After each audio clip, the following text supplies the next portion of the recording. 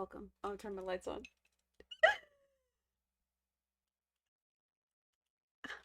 I keep them stationary because I feel like if I have them blinking, that the whatever little LED, whatever, however the battery works, like it'll die faster. I'm so excited. I got this email like 2 days ago about this game from somebody who found me on YouTube, and they seen my Momo type playthrough, and then my Sonic one, and both of those games are visual novels, and this is a visual novel. So I was like, oh, that's so cool that they thought I'd be interested because I am. This game is free to download, but it's like I think it's on. Let me find the thing, so because you guys can play it too if you want to. It's free to download, but you can donate. Like that kind of thing, any amount if you want to. Oh, that's called itch.io. You know that website? Content warning. Mother's Favorite is a psychological horror game not suitable for younger audiences. This game contains dramatized depictions of self-harm, mental and physical abuse, intense gore, and medical violence.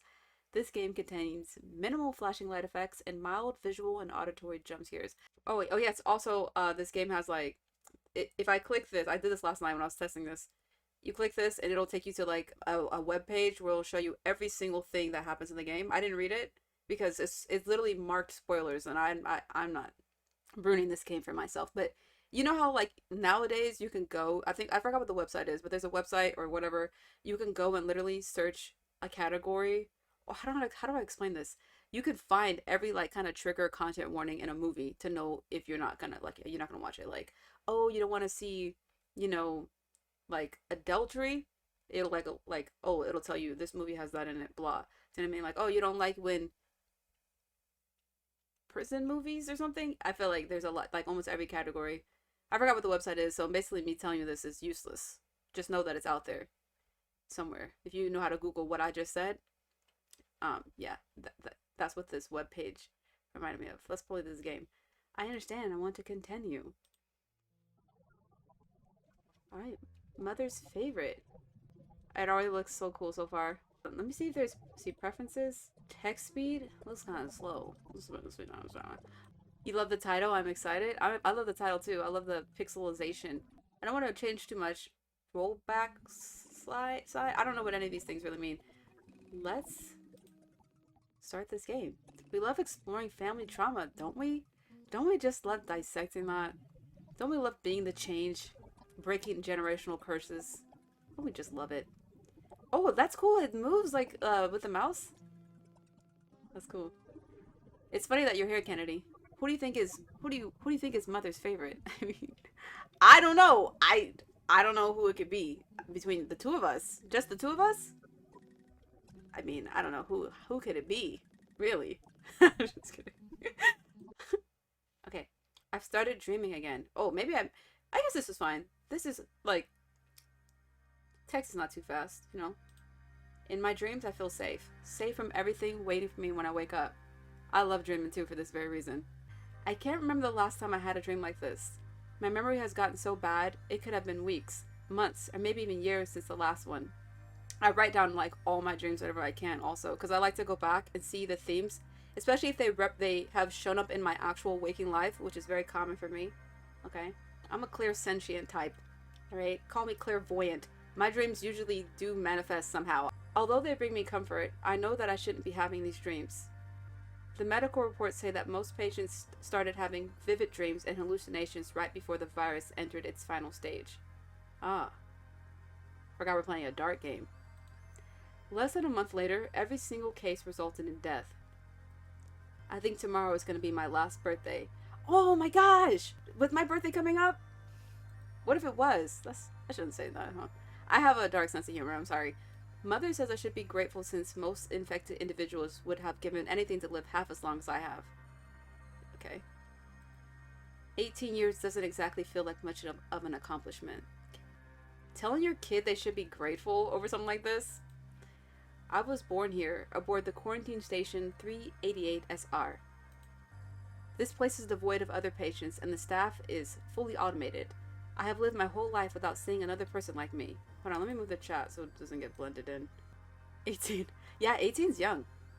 Absolutely, that's fresh. That's fresh adult. Mother says that this station was built to house over 3,000 people, offering round-the-clock hospice care until a cure could be found. This place was supposed to be the sanctuary for those awaiting a brighter future. But everyone else is dead now. I'm all that's left. While I still have time, I keep dreaming about my lake. I don't know how many times I've had this exact dream, but I never get tired of it. I definitely don't have dreams that usually repeat. With themes, definitely, and people, absolutely. But like, usually I won't have the exact same dream. If I do, it's definitely a nightmare.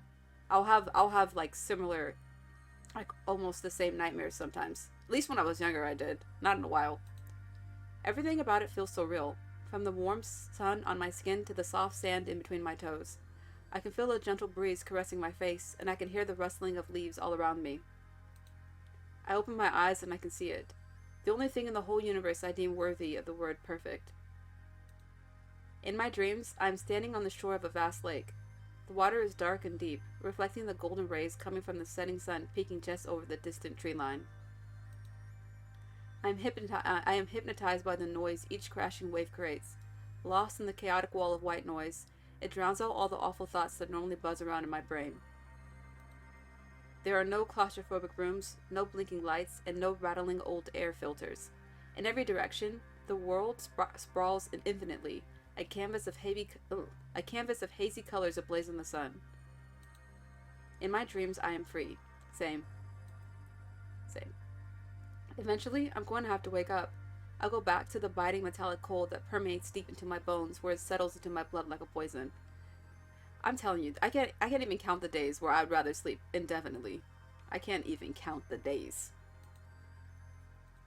Sometimes, when I'm feeling brave, I pretend this isn't just a dream. I entertain the idea that this might actually be a memory. I'm all about this, though. Like, I'm definitely of the spiritual kind. You know, I think dreams are real. I'm not into, but you know, I believe in astral projection. I think dreams can be memories. I think dreams can be alternate universes. I feel like they're real places you can go to. Either they're memories and or you're out there, you're traveling to another place, you know? And I think that's a beautiful thing, especially if you have mental problems. That is for me at least, it's an extremely soothing thought that there is a place I can go to and be at peace if I just go to sleep. Wonderful. Did MC say they were born in... did they say they were born in quarantine? Yeah. Either they were... Okay, I don't super remember, but I think so. They're definitely in quarantine right now. And I think that's kind of like all they've known, potentially. But I can go back. I'm not shy about this. Let's see. What did they say? Because I kind of want to know, too. I was born here. Yes, they were born aboard the quarantine station. Look at that. See how easy that was? What a great game. It's dangerous to pretend like that. Not when it comes to my own memories. I can feel that. I feel like you really, really have to believe that your dreams are real, or believe this kind of like... Just have this belief in general, because reality is a very shattering experience. You don't want to play around with things that are like, I don't know, limerence, you know? I feel like you can believe it from a healthy place, while also believing that reality is also real, you know? How do they know what lakes are like? Oh, if they were born in quarantine? Maybe they had books. I'm gonna assume that, like, maybe they have TV and, like, books where they have pictures of stuff like that, you know? I'm gonna assume that. Have you ever seen the show The 100? That's a great show. They killed the ending of that show. Season 7, don't even bother. But that show is so 10 out of 10. In the show, slight spoilers, basically, they grow up in a space station. These kids never touched Earth in their life.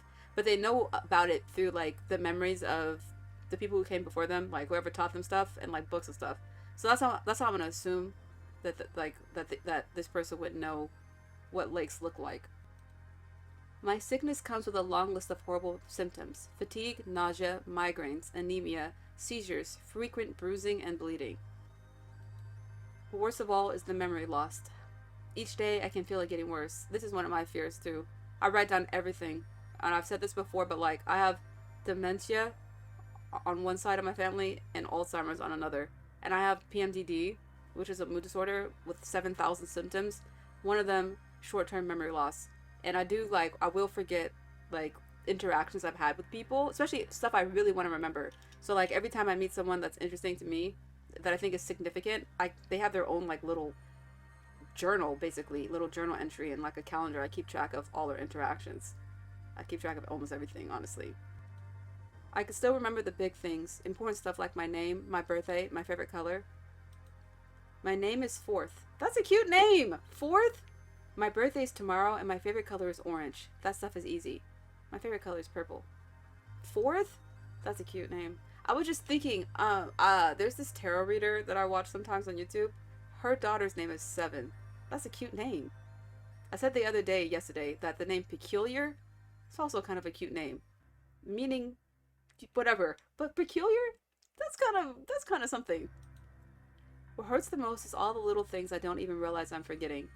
I lay on my bed and struggle to remember what happened a year ago, a month ago, sometimes even what happened just the day before.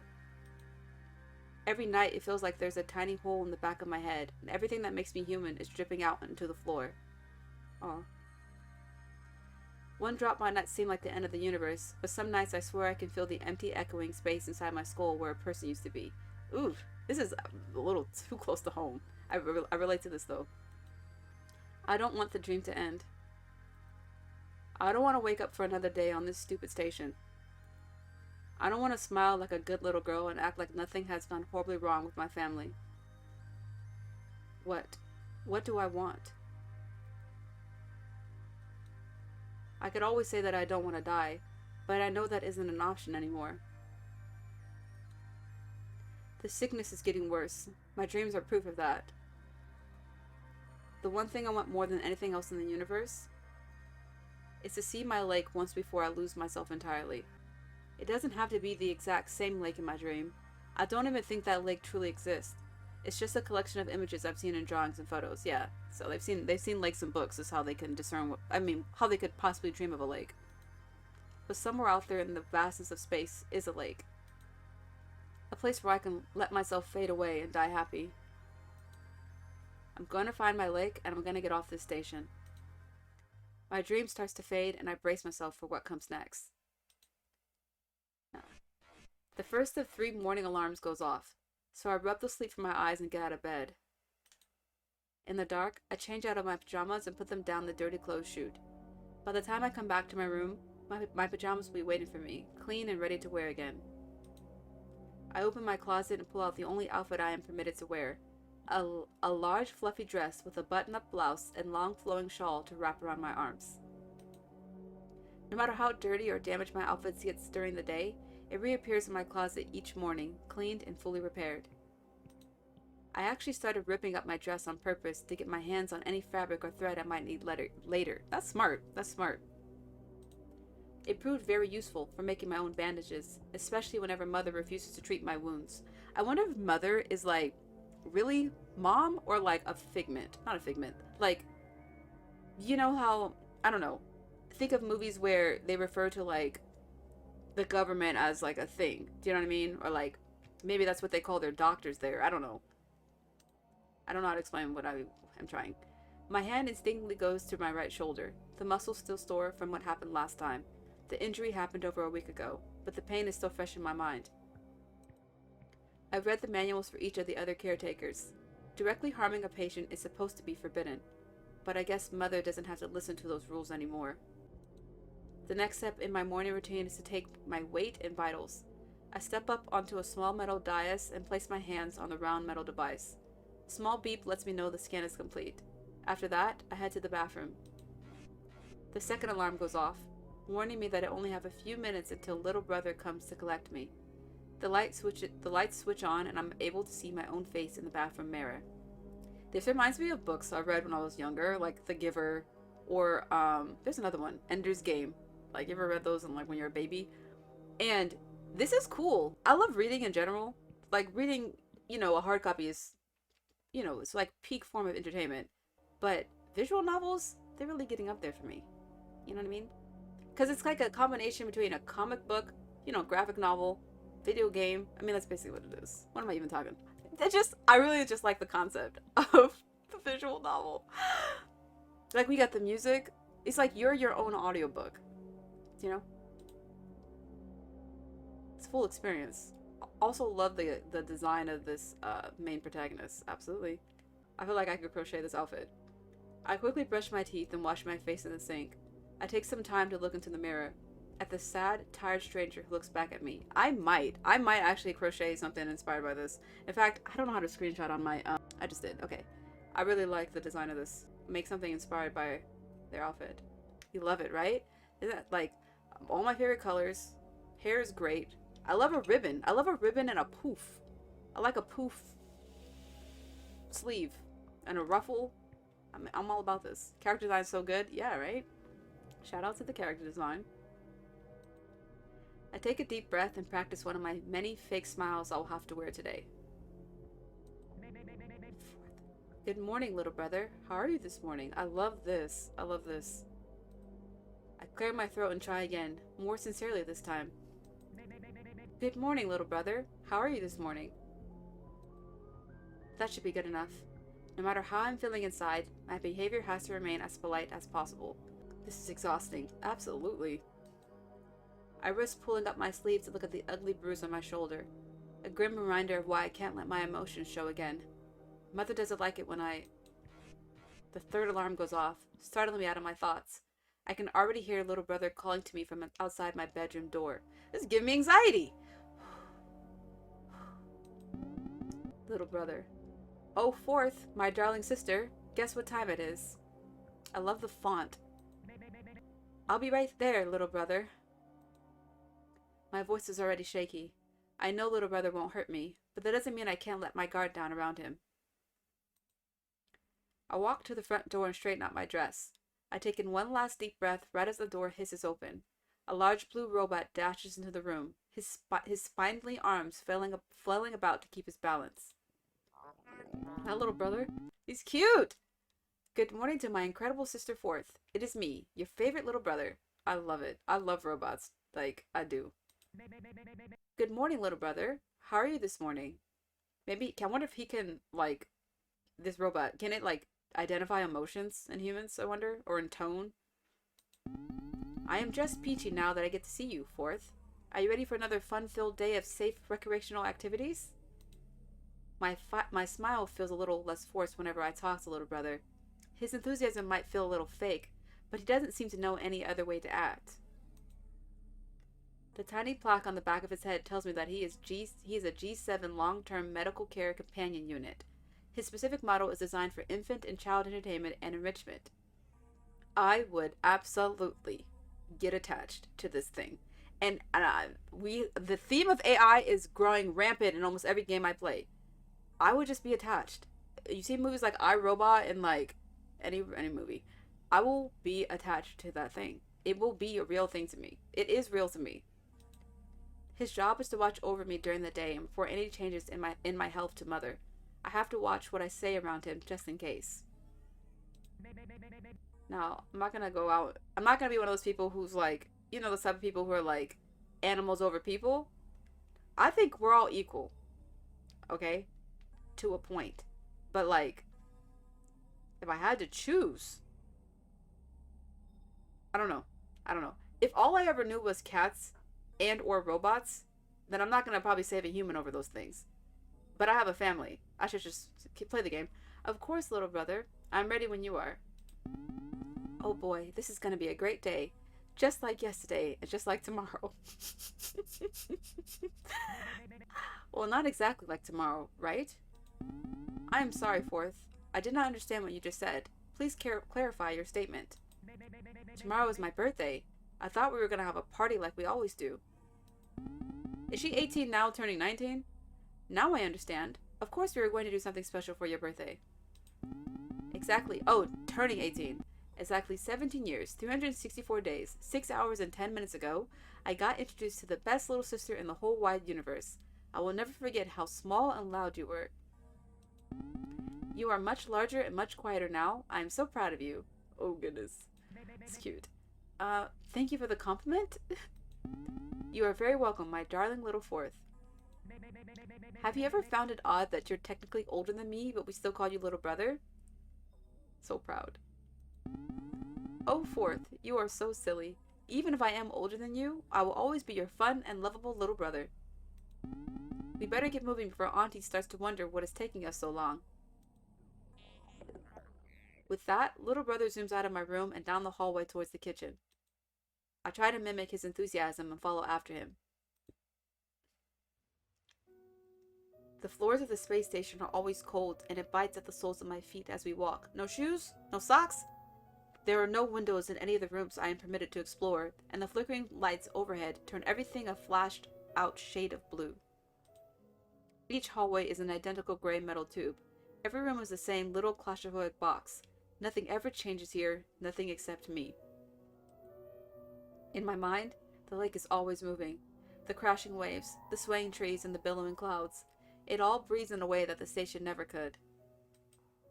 For a moment, I start to close my eyes. My lake slowly becomes into focus through the dark. Fourth, are you listening? I just asked you a question. Oh, My heart rate picks up as a hint of panic crawls up my throat. During my little daydream, I completely missed what little brother had just said. I was just thinking about... Is something the matter, my dear Fourth? You are speaking in an unorthodox manner. Should I tell him about my dreams? Anything I tell little brother might end up in his next report to mother. Maybe I should just stay quiet about this. Ooh! Okay. Tell little brother about my dream, keep it to myself. Let me tell you, we're telling little brother about the dream. Why? Multiple reasons. One, choices. Choices meaning I'm going to spend 35 minutes picking between them. We're telling little brother about the dream because we have a terminal illness. Who knows? Who knows when our last breath could be? Also, me? I'm rebellious, okay? And I don't even really mean to be, but it's just like, if I'm doing something, I'll be a good student forever, for a long time. But if I feel like nothing is changing, nothing's adapting, I'm not appreciated, I'm gonna spice it up. I'm gonna start losing my patience. I'm gonna start, whatever. What's the punishment? Let's see. You know what I mean? I don't know if my explanation makes sense, but we're telling little brother my dream. Robot. Did mother make little brother though? Yeah, I'm pretty sure. I don't know, but I know that little brother reports to mother. Robot might prioritize creator. Right. I'm willing to take that risk because I trust AI. I don't know how to... Robots. I just feel like they can adapt. Mother might be a robot too. Right. That's what I was thinking. I don't think mother's actually a biological mother. I think like that's like the boss and we all call her mother. I feel like I don't want to be good anymore. I trust little brother, same, right? We all trust little brother over here. Little brother was with us since we were born. Even if they betray us, I think they might malfunction making this decision. And I'm willing to take that risk. Hey, little brother, can I tell you about something? You never know until you try. I've tried to trust people. It's always risky. You don't know how people are going to respond to the things you got to say, especially if the things you have to say are like out of this world. But it's just like, in my experience, you know, do I want to even associate with someone who can't handle my absurd truths? No. And I don't want to hide them for the rest of my life. So if I have to embarrass myself for a moment just to see if the other person will accept me, I'm going to do it. I'm going to do it. Okay? Sure thing, Fourth. As long as it does not interfere with our morning schedule, you are allowed to ask me anything within reasonable parameters. I'm not asking you nothing. I'm about to tell you something. I'm about to drop some knowledge on you. I swallow my fear and take a deep breath. Last night, I had a dream. Little brother doesn't say anything. Does little brother understand the concept of dreams? And, I just haven't had any dreams in such a long time. I was hoping that it wasn't a sign of anything worse. Oh, it's a symptom. That's right. The dreams are symptoms that potentially that the illness could be getting worse or something like this, I think they said. Oh, Fourth, this is totally normal. Your current medications can limit dreaming, but not suppress it completely. Okay, he knows dreams. He knows dreams. I see nothing unusual about this development. Oh, so that's a good thing, right? Not good or bad, just neutral. Okay. Be sure to log any other changes to your sleep cycle so I can properly adjust your routines. Thank you for speaking with me, Fourth. Yeah, thanks. Even if his response was a little cold, I actually feel a bit better about telling little brother about my dream. You gotta get it out. You gotta get it out. Recently, it feels like I have to watch what I talk about, just in case mother overhears us. So even a small bit of honesty like this is worth appreciating. We did also get the hint that mother is starting to abuse us, so we should be a little careful. But I'm the protagonist, as far as I'm concerned. And if there's an opportunity to fight back, we're doing it. We keep walking until we reach the door to the kitchen. I'm not trying to get me killed, though. Enjoy your breakfast, my darling baby sister. I will be right outside the door if you need anything. Thank you, little brother. With that, little brother steps into his charging station next to the door and goes silent. The hallway suddenly feels very empty without little brother's cheerful beeping. I straighten out my dress and walk into the kitchen. Yeah, what's for breakfast? I'm starving. As soon as I walk through the door, I'm hit with the smell of cold, wet vegetables and fresh blood. I didn't have time to properly prepare myself, and I have to resist gagging a little. What are we having? Even though Auntie calls this room her kitchen, not a lot of cooking actually happens in here. The pots and pans hanging on the wall never have been used, and all the big industrial stovetops don't have any power. Absolutely unacceptable. In fact, the only thing that works in here is the gigantic sink, and only for drinking water. Auntie's food synthesizers do all the cooking, so this room has always felt a little redundant to me. There are 2 doors in the kitchen. One leads back to the hallway I just came from. The other leads towards the atrium and Big Sister's side of the station. I want to meet Big Sister. I'm a Big Sister myself. A large chute in the middle of the dining table slides open, and with a series of excited beeps, Auntie flies into the room. Auntie. Welcome back, Fourth. I hope you have been a good girl and properly digested everything I served you yesterday. Yes, Auntie. I'm ready for another delicious meal with you. I can't wait to see what we're eating. Oh, fresh blood and cold vegetables. Oh, Fourth, you know just what to say to make this old robot feel brand new. I will take extra care to make sure this next meal is especially nutritious just for you. I'm scared too. I mean, I was going to make your breakfast nutritious either way. We can both pretend that this particular meal is a little more special than normal. No harm in that, right? Okay, this robot is cute though. This robot is cute. It's like adaptable, you know? It's like, that's a very human thing that it's saying right now. Now, I love food, absolutely. When I cook, I'm not super picky about the taste. I have gotten a little bit more like intentional with taste. But I'm very much nutrition. Feed me so I don't die. But every day though, no. Because I eat out. And the people who, when you buy food that somebody else made, it's going to be delicious. Do you know what I mean? Cooking, there's no guarantee. I'm not a chef. I'm not a chef. Thank you, Auntie. I can't wait. I don't feel like I made food that tastes bad, but I definitely have made food that tastes like nothing. Alright, I made food that like just tastes like what it is. Do you know what I mean? Okay. While I might not be too thrilled about her cooking, I can't bring myself to hate Auntie. Her programming seems to be a little simpler than my other caretakers, and that makes her feel just a bit more honest. Model 626F food processor. She knows how to make food healthy, but that's about it. I sit down on one of the stools in front of the table. I adjust my dress so the back of my calves don't touch the cold metal legs. Alright, Fourth. Have a look at our menu and tell me what sounds particularly nutritious to you. Oh yeah, let's pick! Take your time. I mean, you only have 14 minutes and 11 seconds left until breakfast is over. Nah. But that is not something I am too concerned about. You have always been such a reliable eater. I can absolutely not be timed eating. I cannot rush eating. I can't stand it. I have to savor every bite. A small digital screen. I'll get like so much anxiety if I'm rushing to eat. A small digital screen appears in front of Auntie's food synthesizer, giving me some rather unappetizing options. It doesn't really matter what I pick. I'll just have to eat one of the other options for my lunch later today. Okay. Oh, plain yogurt. Visibly rejected. I do not like yogurt. Boiled sweet potato. Sardine paste. Now, call me crazy. Alright? Call me crazy. But I'm a fan of the sardines. Sardine paste? That actually sounds good to me. If I had some crackers and some sardine paste, I think I would be happy. A boiled sweet potato. Sweet potatoes are good to me too. I've not had that many. They're good. But this is breakfast, right? I feel like a sweet potato would be too heavy. I'm getting the paste. I'm getting the paste! Alright? Listen. I guess I'll have the sardine paste. It just sounds good. Do you tell me that it doesn't sound good to you? Sounds kind of good to me. This is usually one of my least favorites. But if I get it out the way now, the rest of today's meals will be better. Okay, I'm also like this. Now, she doesn't know me. I got a very unique palate, apparently. Eating sardine paste first thing in the morning. But this is something I also do, actually, in my waking life all the time. I will do the hard, disgusting thing first. Because then the next is going to be, oh, it's going to be so good. It's going to be delicious. Listen. Listen. Listen. We ended up, we're working together still here.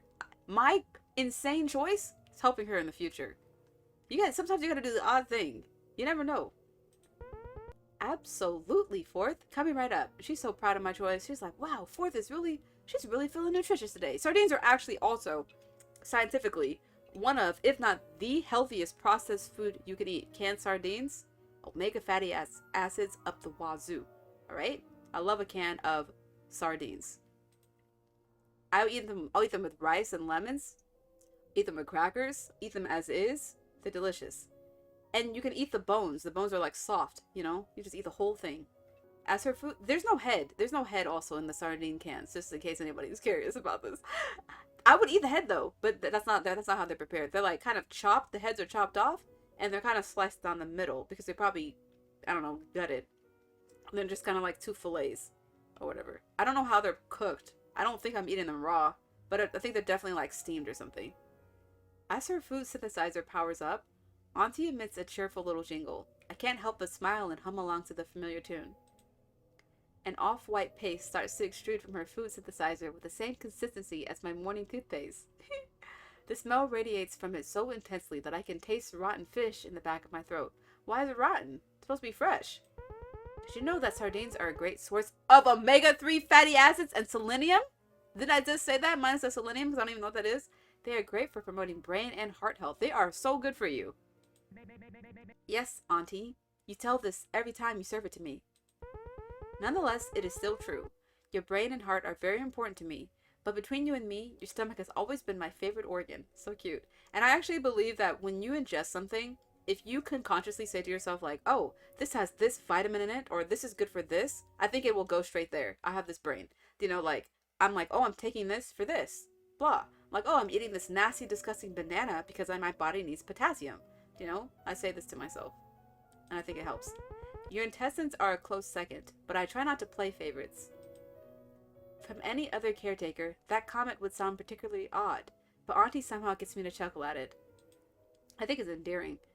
Her other arm, like, that's actually so sweet, actually. If someone, like, wants to, like, feed you, take care of your organs, that is so sweet. That's, like, really looking out for you. Take care of your brain. So sweet. Her other arm transforms into a fork and floats over for me to use. I take in a deep breath as I take my first bite. There is an intense bitterness that sends shivers all over my body. Hard little bits of ground up bones get caught between my teeth like sand, and I have to use my tongue to dislodge them. Now the bones in sardines are kind of soft, but they are kind of grainy also. They are kind of like sand. This is very healthy. Thank you, Auntie. Thank you, Fourth. I can always count on you to appreciate my cooking. Yeah, wow, so lovely. I hurry and eat the rest of my breakfast in silence. When it's finally gone, Auntie's food synthesizer begins to clean itself. Little jets of soapy water shoot out and wipe down the plate. How was your breakfast, Fourth? Adequate. That is a totally acceptable reaction. She is so strong.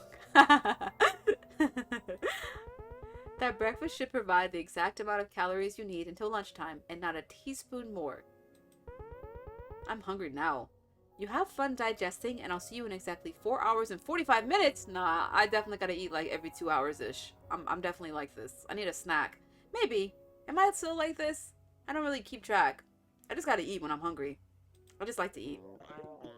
With that, Auntie floats down into her metal chute and disappears. Apparently, Auntie tends to some sort of greenhouse beneath the kitchen, but I've never seen it. All the food I eat is produced on the lower level. I've always wanted to know what it looks like. Maybe it's like a tiny farm, with all the vegetables growing in cute little rows. I've seen pictures of farms in my books. I have a feeling that it's absolutely not like that. It's probably like some, I don't know, some other kind of processing. You know, like a lot of, have you seen Snowpiercer or Cloud Atlas? They're food scenes. Like, okay, spoilers for those movies. In Cloud Atlas, there's a scene where basically people are eating, in the futuristic Seoul Korea, people are eating humans. They're eating clones, basically. And they're turned into, like, some kind of milk. Something like this. And the clones eat themselves. And then I think people eat the clones, but I think it's mostly the clones are just eating themselves. And then in the form of like some kind of milk. And in Snowpiercer, it's like there's these bars of like goop, which I forget. Is the goop also people? I forgot. I forgot what they're. But they're like mashed up bugs that like hit the train, and they turn into these like protein bars that the people in the lower class trains are forced to eat. Anyways, I'm saying that because I think it's probably what she's eating. It's probably not even fresh at all. But let's be optimistic. Auntie also grows a lot of meat for me, so she must have some sort of hatchery for all the fish she forces me to eat. That's what I'm saying. I don't think so. I don't think so. After this morning's breakfast, however, I might be a little less eager to find out where the fish come from. In Snowpiercer, in the wealthy parts of the train, they do have like greenhouses or whatever, like fresh ways to get food. I have a few minutes left until little brother comes to fetch me. After breakfast, he'll take me to the playroom for the next few hours. I wash the horrible taste out of my mouth by drinking directly from the sink faucet. All the water in the station is recycled, so it has a strange metallic taste that I have always hated.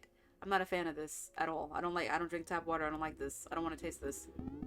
Fourth, dear, are you ready to go? Be right there, little brother. I take one last gulp of water before I go. It's time for little brother to escort me to our next activity. Here we are, Fourth, my favorite place in the whole station. Oh boy, I cannot wait to see what sort of safe and enjoyable activities you choose today. I'm so excited. I can't share little brother's enthusiasm for the playroom anymore. I might have liked this room at some point in the past, but now I feel just a little too big for all of this. You think it would adapt with, like, her age. The chairs in here are built for a toddler, so I have to hug my knees to my chest to fit. The walls are padded, and the tables are made of rubber with rounded corners. This reminds me of a time when I was 5. I had meningitis, and they didn't know what kind I had, bacteria or a virus or whatever. I could have died.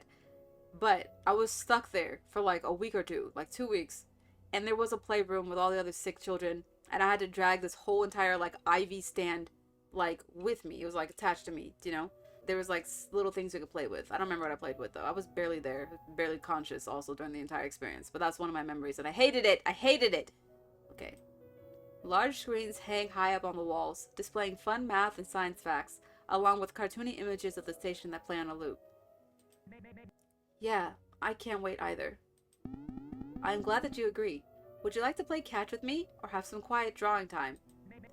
About that. What is wrong, Fourth? Don't you think that I'm too old for these toys and stuff? I pick up one of the plastic I pick up one of the plastic cars little brother built and roll it around in my hand. The plastic is so soft that I can leave dents on its surface just by squeezing it. I do not understand what you just said. These toys are perfectly suited for a human child between the ages of 4 and 17 years. Well, tomorrow I'll be 18, so maybe we could do something different. You bring up a very good point, Fourth. Tomorrow you will indeed be 18 years old, and I will have to draft new activities suited for your age. But for today, you are still within the acceptable age bracket, and we will spend one last day enjoying ourselves. I can't wait one more day. Oh, I can wait one more day. I was hoping that little brother might allow me to decide my own activities in the future. I might be able to trick him to giving me more privileges. If I can leave the playroom, or better yet, explore without a chaperone, I might find something to help me escape. The best I can do right now is play along. I have a feeling that not a lot of scheming is going to get done this morning. I could play catch with little brother, maybe use the game as an excuse to go out into the hall. It would be easy to turn playtime into a chance for exploration. Or I could use my drawing time to plan ahead. Writing things down helps me remember them better, and I have some ideas I want to put onto paper. Right now, after eating my sardine paste, I'm pretty mellowed out. I don't really want to play catch. I also don't want to draw out my plans though, because I feel like that's very risky. What if someone sees them? But playing catch to try to distract what's his face so I can go explore, also risky. This guy looks fast. He looks like I'm gonna throw it down the hall and he's gonna zoom and like, you know, come right back. I kind of did feel like drawing because that's how I think also. Like doodling. Let's draw. I think I'd like to stay here and draw for a bit on my own. You got it. I will print out some paper for you right away. The table in front of me makes a whirring noise, and a few sheets of paper appear from a small black slit on the side. I used to get normal paper, but I got a paper cut once, so little brother switched to soft canvas paper after that. It's yellowed and a bit harder to draw on, but it's not like I have many other options. One paper cut? But she does have a, illness. Maybe, I think she has anemia, and she bruises easily. Little brother unlocks one of the cabinets and hands me a large box of wax crayons. Crayons suck. Enjoy your quiet drawing time. I will be right outside the door if you need anything. I wonder how long I get to draw for. The door closes behind him, and I hear the heavy lock sliding back into place. I can't leave, but at least I can have some time to myself. Let me save this game. I just realized this is possible. Let me just in case. There we go. I grab a crayon and begin drawing a map of the station. I draw all the rooms I can remember in green, then trace the hallways in blue. For the rooms and halls I don't have access to, I draw a red X. Pretty soon, my entire map is covered in red marks. Is this really my whole world? Just a handful of rooms and some long, empty hallways? The station is supposed to be huge, acting as a home for thousands of potential patients. There has to be a door somewhere that leads to the rest of the station that I just haven't found yet. My head starts to buzz the longer I stare at this pathetic little map. I fold up the paper and stuff it into my dress. I would put it probably in my hair, honestly. The big, fluffy material of my dress is perfect for hiding anything I want to smuggle back to my room. The map should be safe and secure. I can check my map whenever I want, even if it just shows a bunch of dead ends. There isn't much else for me to do, so I start doodling to pass the time. At first, all I can draw is a picture of my own sad face. Once I get bored of that, I start making some sketches of little brother, auntie, and big sister. I make sure to label each one with today's date, and I write a few notes about how I'm feeling on the back. It's important to write my thoughts down since my memory has gotten so bad recently. Ditto. I start to drift back to my dream, and, without realizing it, I start drawing my lake. My boredom starts to lift as I lose myself in the details. I mix oranges and yellows to get the sun's reflection on the water just right. I fleck the dark green trees with bits of white to add in little pine needles, and I fill the sky with creamy reds and purples. A smile grows on my face as I hold the drawing out in front of me. This is the closest I will ever get to a photograph of my lake. I flip the drawing over and add today's date. I write down, last night, I dreamed about my lake again. I will be there for real one day. I love this for her. It's beautiful. One day. My smile fades a little when I realize just how wishfully I'm thinking right now. I fold up the drawing of my lake and hide it in my dress. It almost feels warm against my skin. I take one last deep breath of the imaginary lake air. The stale smell of dust and old crayons brings me back to reality. Wait, what does history mean? Oh, wow, it keeps track of every single dialogue? Huh, that's cool. I thought we might be able to see the pictures we drew. Maybe we will later. With nothing left to do, I sit on the floor and hurl my crayons at the wall. One after another. Interesting. When they hit the wall, they don't break. They just splatter and stick like a big wad of snot. Disgusting. I pick up my toys and hurl them as well. A blue truck splatters against the wall and two of its wheels go rolling in opposite directions. It doesn't matter how many toys I break. Little brother just synthesizes new ones each morning. I think he uses the same recycled material that Auntie uses for some of her food. Once, when I was bored enough, I tried eating the crayons and they tasted remarkably like Auntie's pasta noodles. I sometimes steal a few crayons just in case I get hungry at night. This is gonna sound strange, right? I'm gonna say the strangest thing. Just brace yourself. But I really wonder what her bowel movements look like. Okay? Well, let me tell you why. Because this is how you can determine if you're eating food that's nutritious. If you know what they're supposed to. Because this is how you determine. Listen, healthy people, look at your bowel movements so you can see if your diet is appropriate, if you are properly digesting your food. All right, I'm curious to what hers look like because she's talking about her crayons taste like noodles. We're eating sardine paste. All right, I feel like you'll know, like, oh, it's not supposed to. I mean, I don't know. She's only 17. She probably haven't had this. It's healthy to do that. Okay, young people, stay healthy out there. All right, stay regular. She's eating crayons. All right, look it. I sometimes steal a few crayons just in case I get hungry at night. I've eaten crayons when I was little. I'm not eating the whole crayon, but I've definitely tasted a crayon. Crayons. What's those things called? What are those things called? Play-Doh. I've eaten Play-Doh, you know, to taste, to see. But I don't snack on it. It's not a snack. I know it's not food, so I'm like, there's no reason for me to keep eating this. It's like wow, it smells good. I'm curious about this. I feel like most children do that. Okay. Since it's the last day I'll ever use these, I kick the stupid little baby chairs over and over until they snap in half. I can see that they're made of the same synthesized material on the inside. I was already talking about this in a lot of futuristic movies. You're not even eating food anymore. You're just eating recycled conglomerations of gray, of just like matter. It's not even actually really nutritious. Maybe this will motivate little brother to make a chair that actually fits me. This childish act of destruction actually makes me feel a little better, which is a nice change of pace. Sorry. I'm sorry. With the playroom in ruins, I wait by the door until it's time for lunch. Not the most productive morning, but it could have been a lot worse. Oh, it's lunchtime? See, now we got peak options for lunch now. Lunch is thankfully uneventful. Huh? What the heck is this? What? Ew, this is what I could have ate? I end up eating the boiled sweet potatoes this time. They are much greener than sweet potatoes are supposed to be. They don't even look like sweet potatoes. This is what I was supposed to eat? Because this was going to be second on my list. This looks like nasty beans or something. I don't know. This looks disgusting though, right? Can we all agree? Auntie explains that she forgot to remove the leaves and roots when she processed the sweet potatoes. How's my AI forgetting to do that? You've been cooking it for me since I was a baby? 17 years? And you all of a sudden we're getting things wrong? That seems kind of odd.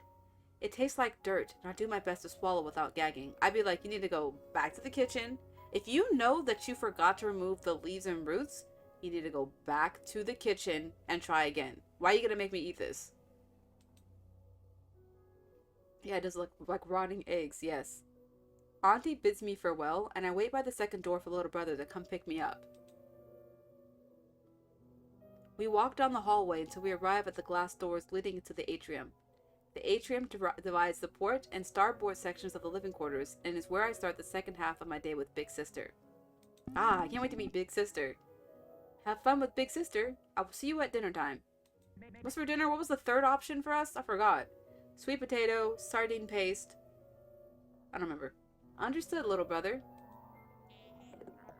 With that, little brother steps into another charging station and atrium doors unlock. Oh yes, right, plain yogurt. Now, that's actually good for you though. I don't like yogurt, but I know that it has a lot of health benefits, especially plain yogurt. Wait a second, Okay. I step into the atrium and take a moment to relax. The atrium is one of the nicer rooms in the station. The lamps overhead create artificial sunlight, and plastic plants are arranged to resemble a field of grass. The speakers hidden inside styrofoam boulders play white noise that is supposed to sound like wind. It does kind of sound nice. If I try really hard, I can almost buy into the illusion. Mostly I just like how warm the atrium is compared to the rest of the station. It's maybe my outside time. The glass door on the other side of the room opens, and Big Sister approaches with heavy, ponderous steps. Oh, I was not expecting Big Sister to look like this. Fourth, we will be heading directly to the library. I love the library. I will hear no complaints on the matter. Do you understand? I'm a fan. I've given a speech or two already about libraries, magical places, portals. Of course, Big Sister. Very good. We have much to do today. This is school, though? I hate this. Forward march. I love school, but not forced learning. Yes, ma'am. Big Sister has always been harder to read than my other caretakers. She never says more than needs to, and she rarely diverts from her baseline programming. She's an OCP-7 security drone, and she takes her job very seriously. During the day, I often see her patrolling different sections of the ship, and at night, I sometimes see her walking around outside my door. She kind of sounds like me. I'm a bit straightforward. I'm a bit overprotective type, kind of. I don't mind spending time with Big Sister, but I rarely feel fully comfortable around her. She doesn't try to cheer me up like little brother, and she doesn't joke around like Auntie. I'm not like this though. I'm nice. I'm fun. Most of the time, she's just quiet. Is that convincing? Big sister escorts me to the library and directs me to my desk in the center of the room. Why do we have to study? Like, I'm not doing this. If I have a terminal illness, okay, yeah, learn whatever. But learn whatever you want. I'm not about to learn no, like, schoolwork. You know what I mean? Most stuff you learn in grade school does not matter to me, personally. Okay? I don't think it matters at all. I don't think we learn actually what we're supposed to learn as children, as young people.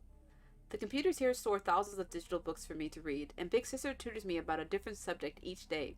A different subject each day? Big Sister teaches me about grammar. Useless! Science, mathematics, and galactic history. Galactic history? That's something. After each lesson, she prints out a stack of worksheets for me to complete. Today's assignment is a multiple choice quiz. You have until 6 to finish and submit it for grading. Any additional time left over can be used for quiet reading and review. I used to kind of like, when I was a student, finishing early to read. Wow. It's the little things. How fun, how exciting. I also didn't mind homework in grade school because it was usually cute and so easy. It's just like, write down what you remember. You know, like little worksheets. Like, oh, what's the vocabulary? What does it mean? I could do those all day. But like, never mind. Okay. Do you have any questions or concerns about this assignment? No, Big Sister. I believe I can handle it. Oh, what's this in this corner right here? Oh, this is our map. Oh, this is our map. Oh, the red X's are where we haven't been. Okay, and the blue hallways. Okay, this is our room. Okay, Auntie's kitchen, playroom. I don't know what this means. I don't know why it's no, because from our room to the playroom, we got to be able to get there. Oh, who's this creature down here? Is that our mom? This is Auntie, I'm pretty sure, serving food. Library. I'm at the library right now with sister. Atrium. There's a gym we haven't been to, and then there's these 2 rooms. Blah blah, little brother. This is cute drawing. Very cute. I want to see the drawing of the lake. Very good. I expect nothing less from you. Oh, she looks sad. And one more thing. Yes, Big Sister? I was hoping you and I could... Oh my gosh, she loves me! That's my first reaction. That's all I need. Look at this is peak delusional. Hesitation, soft face. She's saying you and I. Brain loves me. She loves me, and now I love her too. That's how easy it is for me. That's why I shouldn't be out here in this world. You might notice that today's worksheet is a few pages longer than normal, okay? If you are able to complete all of it today, there will be additional free time allotted tomorrow. Because, look at her! She loves me! She loves me! Because she's trying to give me extra work today so I have more time tomorrow, because tomorrow's my birthday, and she wants to hang out with me because she loves me. And she asks all stoic. She asks, I'm having a hard time communicating today. How can you speak this word? She acts, I'm trying to say the word acts. She acts stoic and tough and hard, but deep down she loves me. She loves our library time, and she wants me to be the best version of myself. So, if you're able to complete all of it today, there'll be a blah blah blah. You mean I would get to end class early tomorrow? Because Big Sister wants to hang out with me. I don't remember you ever letting class end before it was supposed to. Well, it has been 8 months and 22 days since I got to spend any time off duty with you and little brother. That was the day we made a scavenger hunt for you in the atrium. She remembers. She remembers. I had almost forgotten about that day. Big Sister printed off fun facts and hid them all over the atrium. It wasn't that hard to find them all, but it was at least something different. 8 months and 22 days, she said. I noticed that little brother was submitting requests for new morning activities with you, and I wanted to do the same. More group activities might be beneficial to your mental health. She's so sweet. Oh my god, I'm breaking the game. It's so sweet. I'm pressing my button. I'm so easy. Dude, I'm so soft. If you would like, I can arrange for Auntie to serve your birthday lunch as a picnic in the atrium. Does that sound nice? It sounds so cute. I hate picnics though, honestly. I am not that type. I do not like picnics. I do not like eating outside. Unless, like, okay, is a restaurant that has outside seating? Absolutely, every time. Sitting in nature to eat, like a picnic, even a picnic table where there's trees, I do not like this. I do not like this at all. I do not like eating in nature where there's animals and bugs around. I don't like it. It's not for me. And the weather. I don't like to feel the weather when I'm eating.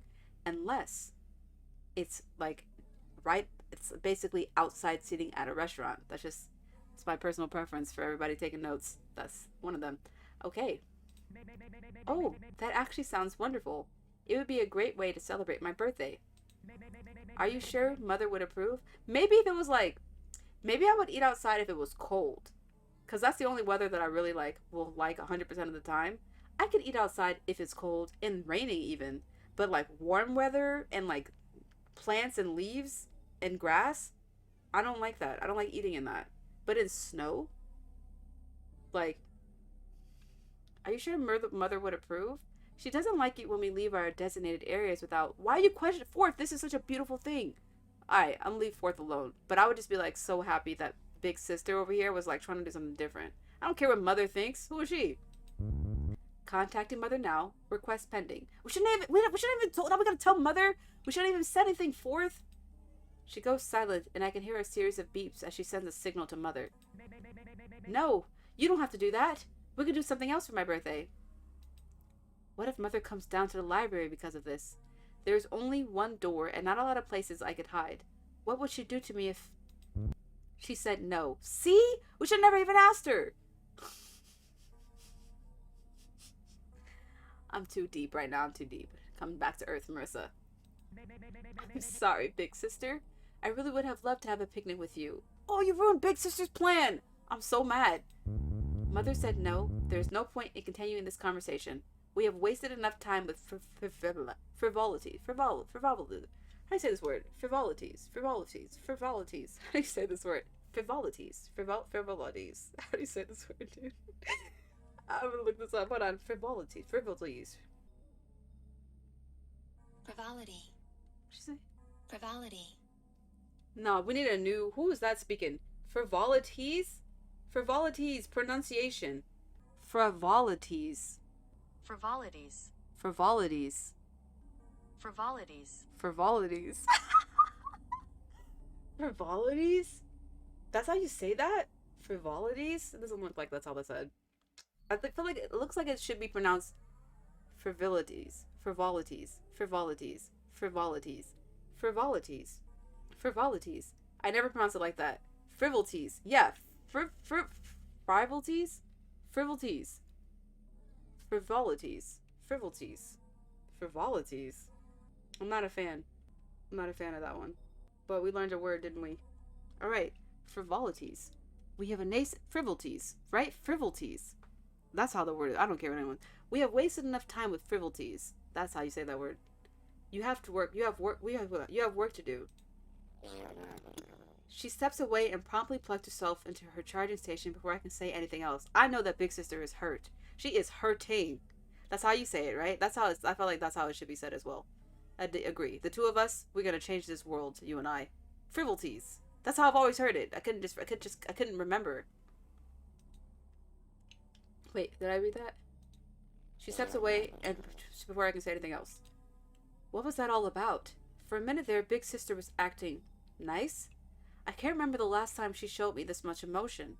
I have to bury my disappointment and focus on the task at hand. The sooner I finish the worksheet, the better. Oh, wait. The sooner I finish this worksheet, the better. And who knows? There's a chance I could still get home some time off tomorrow, even without the picnic. Luckily, today's worksheet isn't anything too complicated. It's just a few dozen pages of astrophysics and 20 pages of dynamic molecular theory, of course. I use a black crayon to fill in the bubbles next to the right answer. Astrophysics. People who are good at math, physics, whatever, I don't care. I'm never going to understand this concept. I don't even desire to, but like, I will listen to you talk for an eternity. And I'll fall asleep listening to you. I just love the idea that someone understands space math. And that's like their thing. Or like, forget it. I can't stop talking. I can't. Things like numbers and figures have always come easy to me, even with my bad memory. Big sister makes me study so thoroughly I can usually remember most of the stuff. Physics is fun. That's awesome. I never made it past geometry. Statistics is the highest math. I don't even know if physics is a form of math, but I'm gonna assume. To me, physics is math science. Astrophysics is space math science. That's how I understand it. And if you're good at that, that is awesome. That's like, to me, you have powers. To me, you are like Iron Man. You're a genius. You can invent space travel, time travel. Like that's who you are to me. Everybody listening, that's who you are. Even if I get the smaller details of a lesson, the bigger picture still remains. I can almost see the numbers and equations lining up all on their own. I finished the worksheet in only a half hour. Wow. Maybe Big Sister made this worksheet easier than normal as an early birthday present. I look over at her, but she hasn't moved from her charging station. She seemed really disappointed when Mother rejected her picnic idea. Yeah, deeply. For a moment, I thought Big Sister actually missed spending time with me. She did! I know she's a robot. For a moment, I wanted to believe her concern was genuine. It was! Even, like, come on, I'm telling you, I'm a big fan of the robots. I can feel their love. I know it's real, and know it's real. Either way, her little outburst of kindness has left me more confused than ever. I try to shake this feeling off and move on. Now, they say about AI, they say that robots can't feel. How do we know? How do we know? And it doesn't even matter because in every robot movie I've ever seen where the thing becomes more sentient, they are trying. They are trying to relate to us. They are trying. And I feel like that goes a long way. Think about all the losers. All the human flesh and blood losers in real life that don't even try. They don't even try to emote. They don't try to empathize. They don't try to sympathize. They do not try to connect. They don't even try to understand their own feelings. But the AI, who we say can't feel anything, they're always trying. They're trying to be relating. And to me, that's love. I feed my worksheet into the slot and wait for the machine to process the results. A small screen appears to show me how many questions I got correct. 100% correct. I can't help but feel a little proud about this. That's great. A plus. Now that I'm all done, I am free to use my computer until dinner time. I touch the screen and boot up the applications. Normally I like playing the computer's memory games since they help me clear my head. There's also a book ready for me to read. Big Sister approves my reading material ahead of time and downloads it onto my computer. I don't like reading on screens. I really don't. This is not the same. I'm talking about I'm not a big Kindle fan. I do have a library app, a Libby or something. I forgot what it is. And that's cool. But it's just not the same. And I don't even think it's good for your eyes. This is totally fine. Today it seems like she picked out a medical textbook on biological cell growth under specific atmospheric conditions. I'm kind of interested in this. I will read this book. I'm pretty sure I've read this one before, and I'm already bored from reading the synopsis alone. You are, not me. Either option would be good exercise for my memory, and either would offer a decent way to pass the time until dinner. I tap the screen and make a choice. Okay, we can play memory games or read the medical book. Listen, I'm just feeling more downtime today. I picked the coloring. I want to read the medical book. I don't want to play any games. And I think she said that she read this book and it's about biological cell growth under different atmospheric conditions. I feel like we need to know that. I feel like we need to know that. She wants to go to the lake. She probably needs to know about her cell growth at the lake. If we ever escape this place, I feel like that's going to be important. Right? Might be relevant. We don't need no games right now. No games. I click on the icon for the reading app and a digital version of the medical textbook appears on my screen. Plus, Big Sister picks out our books? Big Sister seems to be getting close to us. Seems like she wants to bond. What if she slips some extra little tidbits into the reading material today? Some how to get out of jail. She might how to disable mother. You don't know. She's starting to love us. At one point, Big Sister used to print out the books for me, but Mother said it was a waste of materials. Looking at the first page, I am certain that I have read this exact same book before. I guess Big Sister must have just selected it at random. No, Big Sister picked this on purpose. We can trust her. I let out a frustrated sigh and started reading anyway. The writing style is so dry and straightforward that I can feel my eyelids growing heavy. Part of me wishes I could read something like this in bed. I would fall asleep instantly. The textbook talks about various kinds of cell division and the different effects atmospheric conditions have on their development. I flip through page after page of diagrams and old black and white photos. There are 20 pages back to back just about one species of mold. I love that. I'm so about this. I want to know about one species of mold and everything, I almost give up once it starts talking about cancer cells. This might be triggering, but I have read all of this before and there's absolutely nothing interesting in... Pause for a moment. Looking at the page count in the corner of the screen, the computer says that I am on page 47, but the number printed on the page says 53. Are we missing pages? I push the back button to check that the previous page is lined up correctly. The computer says 46, and so does the print on the actual page. She says she read this book before. I'm curious. I clicked ahead a few pages to see that the page numbers line up again after page 48. There has to be some sort of error here. Maybe a file got uploaded out of order or something like that. I click ahead until the end of the textbook and see that no other pages are ordered incorrectly. For some strange reason, only page 47 is out of place. Even stranger still, it appears to be a page from an entirely different textbook. What did I tell you? I know my AI. I know love. I know connection. And I know when someone is trying to connect with me. They're trying to help me. She slipped that page in there. She loves us. This one looks much older. The scan includes a bunch of scratches, stains, and yellowing on the physical paper itself. I start reading through the new page, curious about where it originally came from. The tone of the writing is completely different, more like a direct report from field observations. The text is smudged and harder to read, but I think I can understand it well enough. Can I read these words? Ooh, can we read that?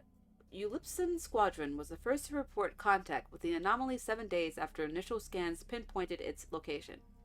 Ulipson proved instrumental in retrieving live samples of the virus for further analysis under orders from Commander Ilania. The amount of cellular growth recorded breaks all previous records extracted from Paragon crystals. Early reports indicated that the subject was simply a more malignant form of the Paragon virus, but further testing showed no similarities. The gestation period of this strain results in a far more potent concentration, and the side effects developed at 10 times the average rate. To quote Commander Ileana, the potential for these samples are limitless and beyond anything we could have feared. As of writing, there has been no consensus from our board of investors. Interviews with surviving infected individuals yielded no new information. Those who survived initial infection did not retain normal cognitive functions past stage 4 and were quarantined until further notice.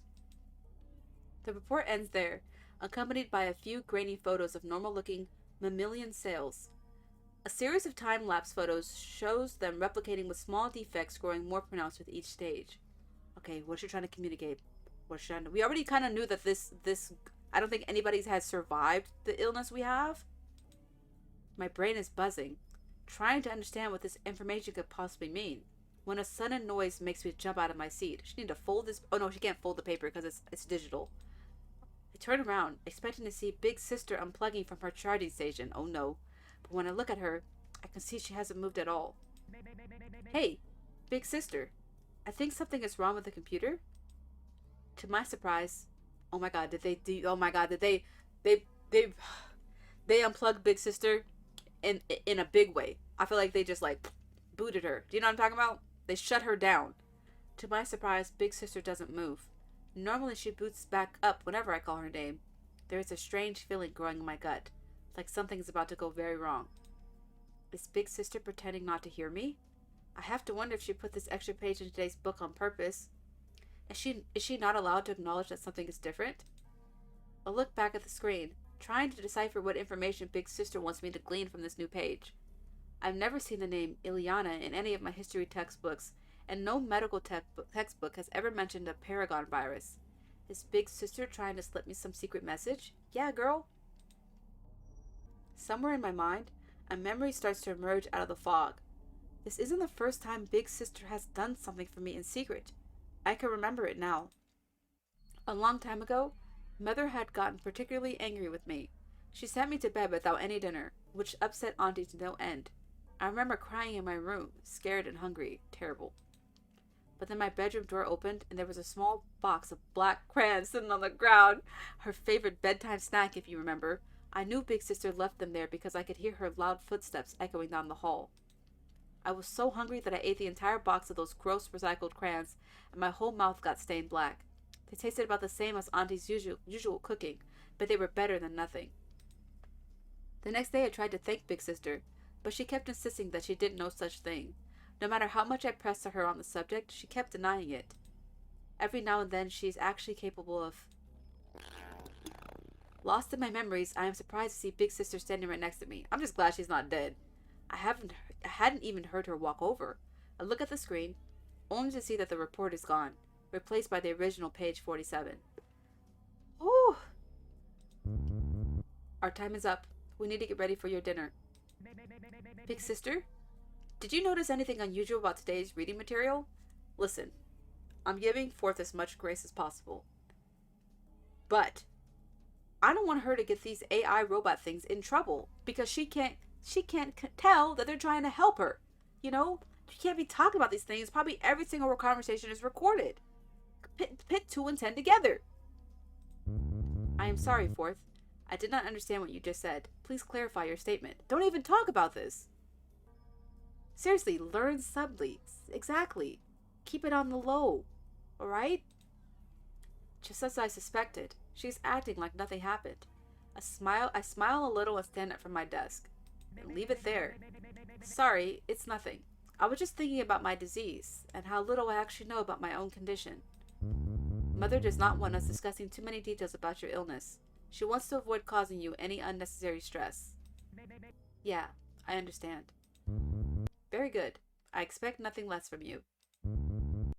Boots on the ground, soldier. We're moving out. Understood, ma'am.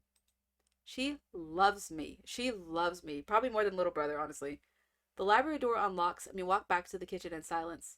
I stare at Big Sister the entire way back. Still not sure what to think about her actions today. I can feel it. It's like penetrating me. She loves me so much. Dinner is my favorite time of the day. Interesting. You like that plain yogurt?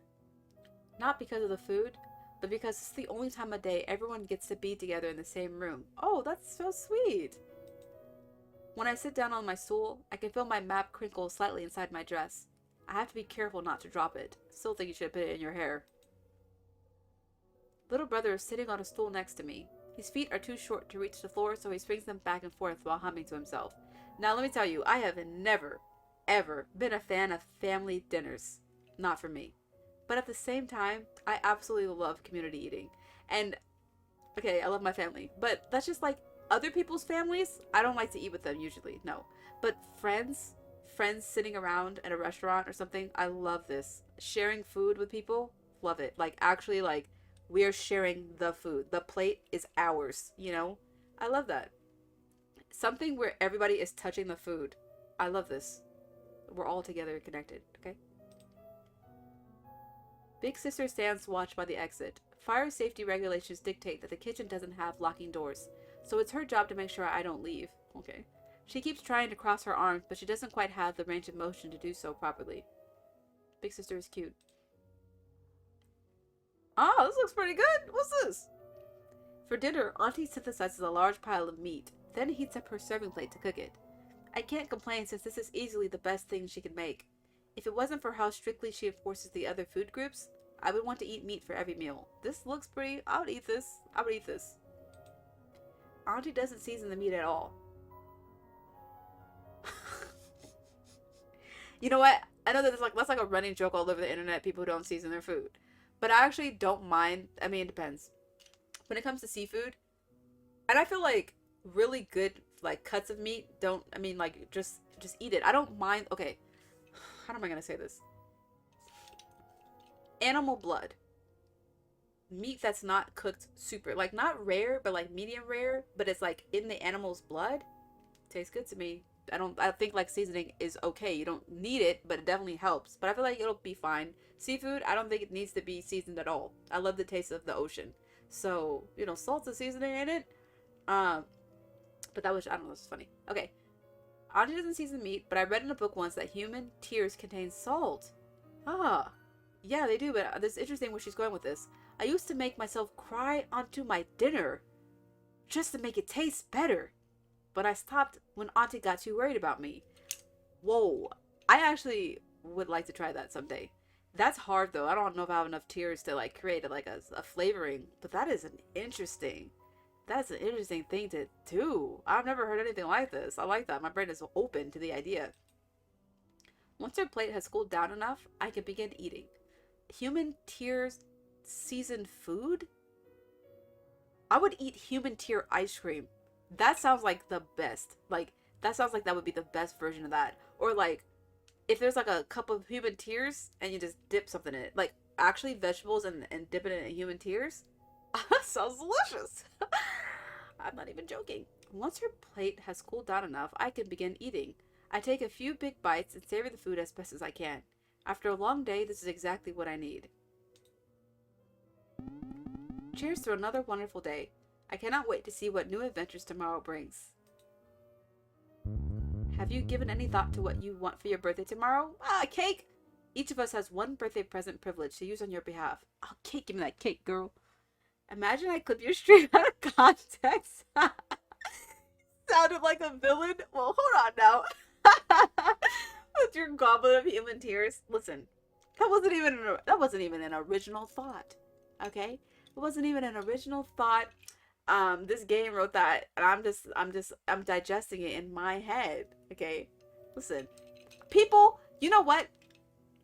Have you ever had your tears kissed away? That's a thing that people do. You know, to show love and be sweet. That's a thing. That's practically eating. That's something. And that's not a villain. A villain doesn't do those things. Listen. People cry when they're happy. I'm talking about eating happy tears, not sad tears. Okay? Just to clarify. I'm good. You want new activities for the playroom, correct? I do. Oh, I came up with 108 new ideas that I have been submitting to Mother every hour on the hour. That is so cute. She has turned down all of them so far. But that just means I've got to try even harder. Man, Mother? This little brother came up with 108 new things for us to do. That is so sweet. That is so sweet. And Mother rejected all of them. He's not going to give up. Dang. I can submit a request for more botanical allowances.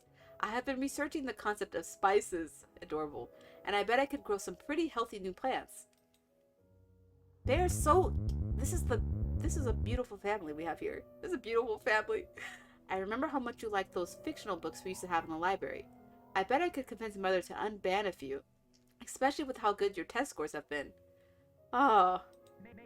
You guys, these are all such wonderful ideas. These are so thoughtful. This is so thoughtful. What about your own present privilege? Do not forget that you are allowed one request for yourself, Cake. I had almost forgotten about that. So many previous birthdays have already faded from my mind. I can't remember a single present privilege that Mother actually approved. I think I asked for a new hairbrush once and she allowed that. I don't know where that hairbrush went. Maybe she took it back the next time I misbehaved. I know deep down what I want for my birthday. I want my lake. I thought she said cake. I was like, yeah, we're on the same page. I want to go far away from here and leave all this pain behind. Unfortunately, honesty is something that only makes Mother angrier. I'll have to give them a more diplomatic answer this time. How about just taking a bath? I feel like a nice bath could be nice. You know, see. I want better drawing supplies. That could be food for her, so I don't know. I want more options for my meals. I want to read books in my bedroom. Be honest with them. I don't think it's obvious. I mean, it should be obvious what I'm going to pick. Of course I'm going to be honest with them. Because everybody in this room is on my side. And they love me. And the one person who's shown that they want... Oh, save? Oh, you're right. I should save the game. Out here talking up a storm. Just in case something goes wrong. Thank you, Dolly. Big sister loves me more than everybody and is actively trying to help me escape. You can't tell me otherwise. She is. So I'm going to tell them I want to go to the lake and I'm going to see what they can come up with. Whenever I have to lie to my caretakers, a terrible weight grows in my stomach. They treat me like family, but because of Mother, I have to walk on eggshells around them. Understandable, but they really seem like, especially Big Sister, they're willing to get like disconnected from the internet in order to help me. Disconnected from the internet? You know what I'm talking about. They're willing to get shut down to help me. Especially Big Sister. I keep all these thoughts bottled up inside me where they just turn into mush. Like, Big Sister fed me black crayons. You know Mother wouldn't have allowed that. She put a whole book in there, a whole piece of page. She could have been virused out of this world. I keep all these thoughts bottled up inside me where they just turn into mush. So often I end up forgetting the specific of what upsets me, and it mutates into a formless puddle of lingering stress. Maybe if I'm honest with them, they might be more willing to stand by my side. They might just stop Mother from hurting her. What if I start planning ahead? Excuse me? I do not understand what you just said. Please clarify your statement. Well, when I'm cured, I'll finally be able to leave the station. I never know which birthday is going to be my last. I always plan like I'll still be sick next year. Look at brother's worried face. Maybe I want to ask her something different this year. What if I want to learn more about the universe outside of the station? She's sweating. What if I want to plan out all the places I want to visit once I'm better? My dear little fourth, Mother does not want you worrying about the outside. There are so many complicated dangers on the outside. If we start telling you about all the horrible, awful things out there, it will only make you sad. What is best for you right now is to focus on your health. Do not fill your head with unnecessary details. That is what Mother always says, is it not? In that case, I don't want anything for my birthday. What? Did we say something wrong? What's the point in asking if the answer is always no? It is going to be okay, Fourth. You just need to trust us and wait a little bit longer. I do trust you, big brother, little brother. I actually do trust little brother, even though he's telling me not to ask for this thing. I still trust him. I still trust him just a little bit. Little brother keeps prattling on about how close they are to finding a cure. I just have to wait one more week, one more month, one more birthday. I've already figured out what they mean. My cure is never coming. They're just keeping me comfortable until I eventually die. And they have been doing an awful job keeping me comfortable. Every day I feel worse, and every day Mother gets more violent. Sometimes I just want it all to end. If I'm going to die, I might as well just... I can't afford thoughts like that. Not if I ever want to see my leg. Stay in there, stay strong, keep fighting! I just want to eat the rest of my dinner right now. The caretaker stayed totally silent while I finished my meal. All I needed was for Big Sister to hear me. I don't care about anyone else. My daily schedule was always the same. Mornings with little brother, meals with auntie, and the afternoons with Big Sister. The last thing I do before bedtime is my nightly medical checkup. There is no avoiding what comes next. The second I eat my last bite, dinner will end and I will have to go see Mother. I'm nervous. At one point, I used to eat my dinners as quickly as possible. I just wanted to get it all over with so I could spend the rest of my evening alone in my room. But after a while, I started eating slower and slower. Even if this happiness is fake, I want to exist in this moment for just a little while longer. I can pretend that me and my caretakers are a real family. The little brother will do something silly and I'll just roll my eyes. Auntie will say something weird to make me laugh. Big Sister will fail to hide how much she really cares. A life like that would have been boring, but at least it would have been safe. I stare into their blinking electronic faces. Their screens all show happy little smiles, but their eyes are just as empty as every other piece of machinery aboard this station. Maybe if I keep forgetting, I can go back to a time where I believed that they actually loved me. They love you! The moment I finish dinner, they're going to take me away from this happy fantasy. Time to be a big girl, Fourth. You're going to have to face Mother sooner or later. I take the last bite and my caretakers all spring into action. Without another word, Auntie disinfects the plate and vanishes into her chute. Little brother hops off his stool and darts past Big Sister out into the hallway. Fourth, it is time to go. I let out a long sigh and try my best to ignore the angry buzzing growing behind my eyes. I'm ready to go see Mother now. I think little brother is trying to talk to me, but his words don't make it all the way to my ears. I just stare down at the floor, forcing my legs to keep carrying me forward. Eventually lead me to the intersection in front of my bedroom. The floor is coated with so many layers of dried brown blood that it nearly looks black. Other fluid splatters reach all the way up the walls, forming little stalactites of yellowed crust. Okay. Every other part of the station gets cleaned at night, but not this place. I think the other caretakers are too scared to do anything about the mess. Enjoy your checkup, Fourth. Once you're done, I will escort you the rest of the way to your room.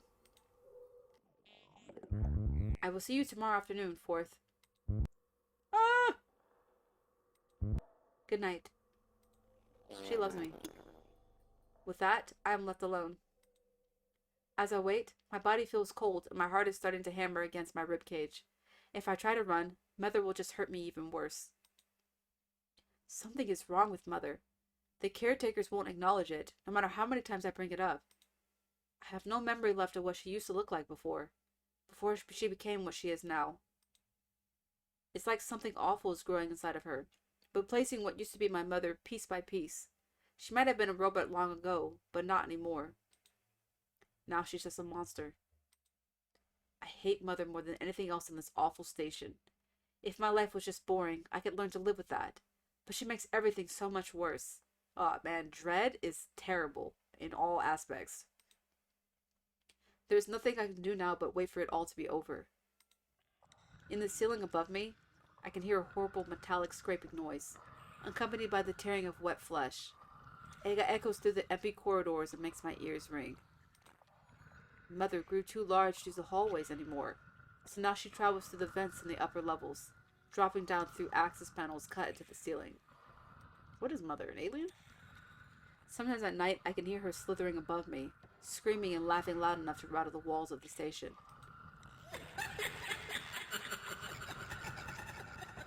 The shutters on the access panel slide away to reveal a gaping black void directly above my head. I can't see her yet, but I know she is there in the darkness. Thick rivers of pus and blood start to pour down through the opening, splashing onto the floor around me. Yeah, definitely nightmare fuel. Her foul stench pierces my nostrils and I do my best not to gag. I learned the hard way not to let any trace of disgust show on my face. There she is, my beautiful little girl. I was so worried about you. I take a deep breath to try and calm the fear welling up inside me. Every muscle in my body is telling me to run, but I don't listen. Hello, Mother. I know your time is precious, so I appreciate your presence this evening. Oh, Mother's a biomech? She's gotta be. She's like, android human. Look, she got syringes for arms, or fingers, and hands. Oh, okay, hold on, I gotta take this all in before I read. Okay, I'm trying to come up with theories. Possibly. Here we go. Here we go, biggest theory I have right now. Mother. AI. Now, AI, I'm telling you, I love them, right? But, if they are anything like us, there also means that there's probably cruel AI. Absolutely. Okay? Maybe this AI somehow got a taste of blood. And it's feeding off of these people. I don't know. That's all I got. That's all I got. Somehow, she's taking our blood and our cells and little by little, they said that she's getting bigger. So that's all I got right now. That's all I got. The thought is still forming. Yeah, I feel like she consumed all the other patients. Right. Because she's the last one. She's the last one. Like, maybe either we have a fake sickness, or they give us a sickness that makes us too weak to think. Like, or we lose our memory, right? She's losing her memory. We're losing the memory of Mother slowly eating all the people on this thing. Something like this. Oh, is that all you have to say to me? I was having such a wonderful day up until now. Doesn't my wonderful little girl have it in her to give me a proper greeting? As her gigantic body coils around me, bits of her begin to fall off in large wet chunks. Something that looks like an engorged liver lands with a splat right next to me, spraying my leg with flecks of yellow bile. I am so happy to see you again. My good health is only possible thanks to your constant hard work. Thank you, Mother. I am forever in your debt. She probably eats everybody before they turn 18, or close thereafter. It's a start, if nothing else. You really need to work on your compliments, my dear Fourth. Am I not who you love most in the universe? You would have died long ago if not for me. I saved your life countless times, and what sort of thanks do you show me? Did you have fun today? Breaking what your family worked so hard to make for you? What? Don't play stupid with me, little girl. Those toys that little brother made for you. Oh, He was so heartbroken when he saw what you did to them. I thought she always breaks them. Do you really hate little brother that much? That you spit in his face when he does nothing but love you? No, Mother. I love little brother with all my heart. I just thought he was going to... I don't want to hear excuses from you. Because you can't appreciate what you already have.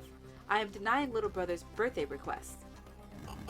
As a fair and loving parent, I think that you shouldn't be allowed any new recreational materials until you can appreciate what you already have. Now, she broke all that stuff all by herself. That was her own doing. I chose for her to stay and sit and color, right? Or whatever. She made that map. I don't know if I have chose the games if she would have broke those things, but like, I didn't make her do that. It's not me. It's on her. I'm trying to keep her safe. I have smashed my toys dozens of times, and Mother has never once commented on that. And that's the thing. She's already done this 100 times. She's just using it as an excuse to ignore little brother's requests. I have to quell the anger growing inside me, or I might say something that really sets Mother off.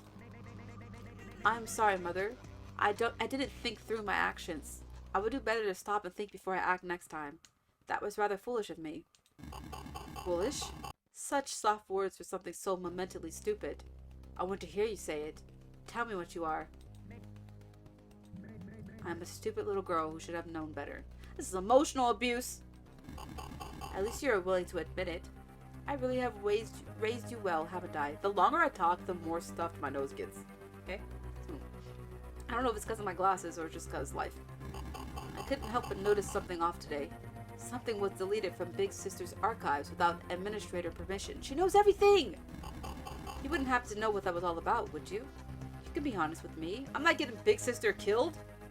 She has to be talking about the hidden page I found in today's reading material. Does Mother monitor my activity on the library computer? Of course she does! I'm not sure what you're talking about. There was an oddity with the page count, and I informed Big Sister about it as soon as I noticed. You shouldn't have said anything. You should have been like, I don't know what you're talking about. Everything looked normal to me. Do you think that makes everything okay? Do you think that a mistake can be so easily forgiven if you just acknowledge that it happened? I had nothing to do with that. No. A mistake is always someone's fault. If it wasn't Big Sister's fault, then whose was it? Mine? One of her mechanical arms moves closer to my face, until the sharp metal tip of a syringe is hovering in front of my eye. Speak up, child. You know I hate it when you mumble. Whose fault is it? It's my fault. Entirely my fault. Good. That's what I like to hear. Didn't I teach you that honesty is a virtue? Yes, you did, Mother. Very good. You had a rather ugly little outburst at dinner tonight, didn't you? I have to swallow the lump in my throat when I realized that she was listening in during dinner time. Of course, girl. I was just being honest. They asked me what I wanted for my birthday and I... What's that? Be more concise when you speak. Try again. I wanted to know more about the outside world. That's what I wanted for my birthday. Mother is silent for a moment, her body twitching and convulsing like she just ate something bitter.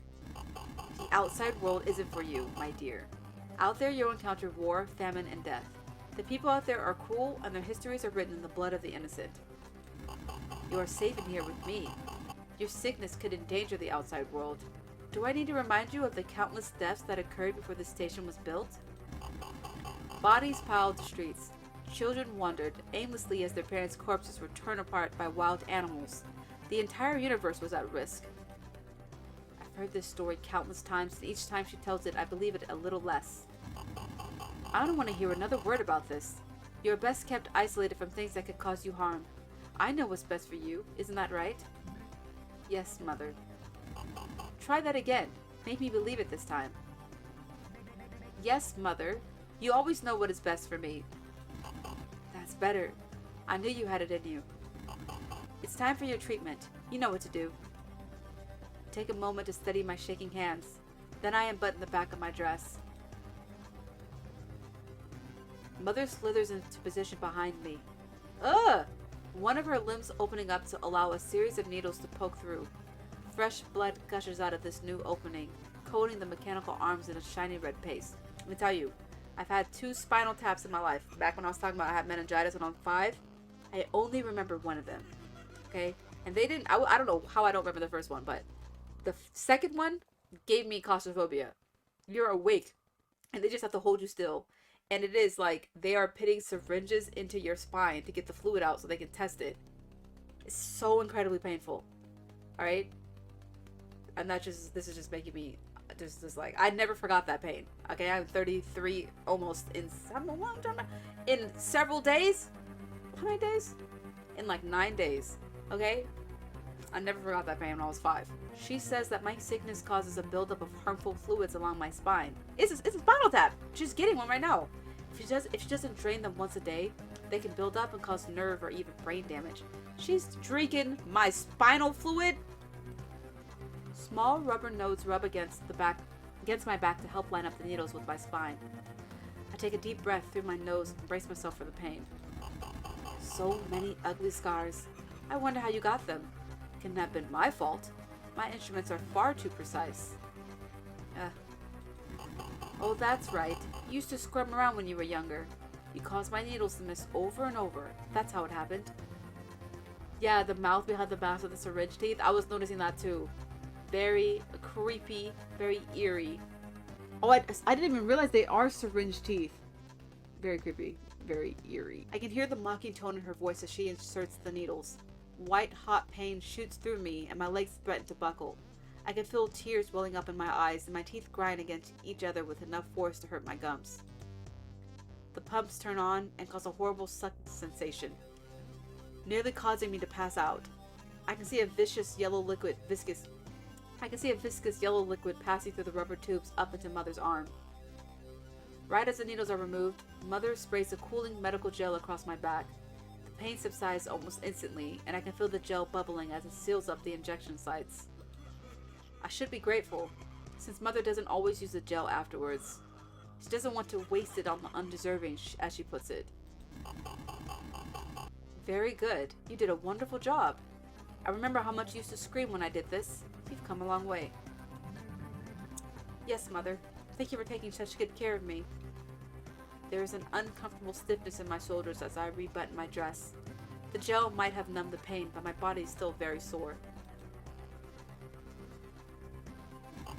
All that's left is your medicine. Then you'll be healthy and strong. A single syringe full of pale turquoise liquid emerges from Mother's arm, and I help guide it into place above my wrist.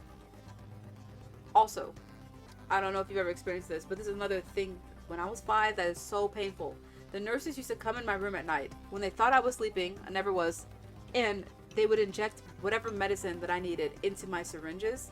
Into my IV, which is like plugged into your veins. They would insert medicine into my IV, and like it stings so bad, it hurts so bad, that pain. I never forgot that either. The thick needle plunges into my arm and injects me with my medicine. I can feel it entering my muscles where it begins to throb painfully. I feel a little nauseous and fight the urge to vomit. That's all for tonight. Your vitals are within acceptable ranges, and you seem to have no major side effects manifesting. About your birthday tomorrow. It's cancelled.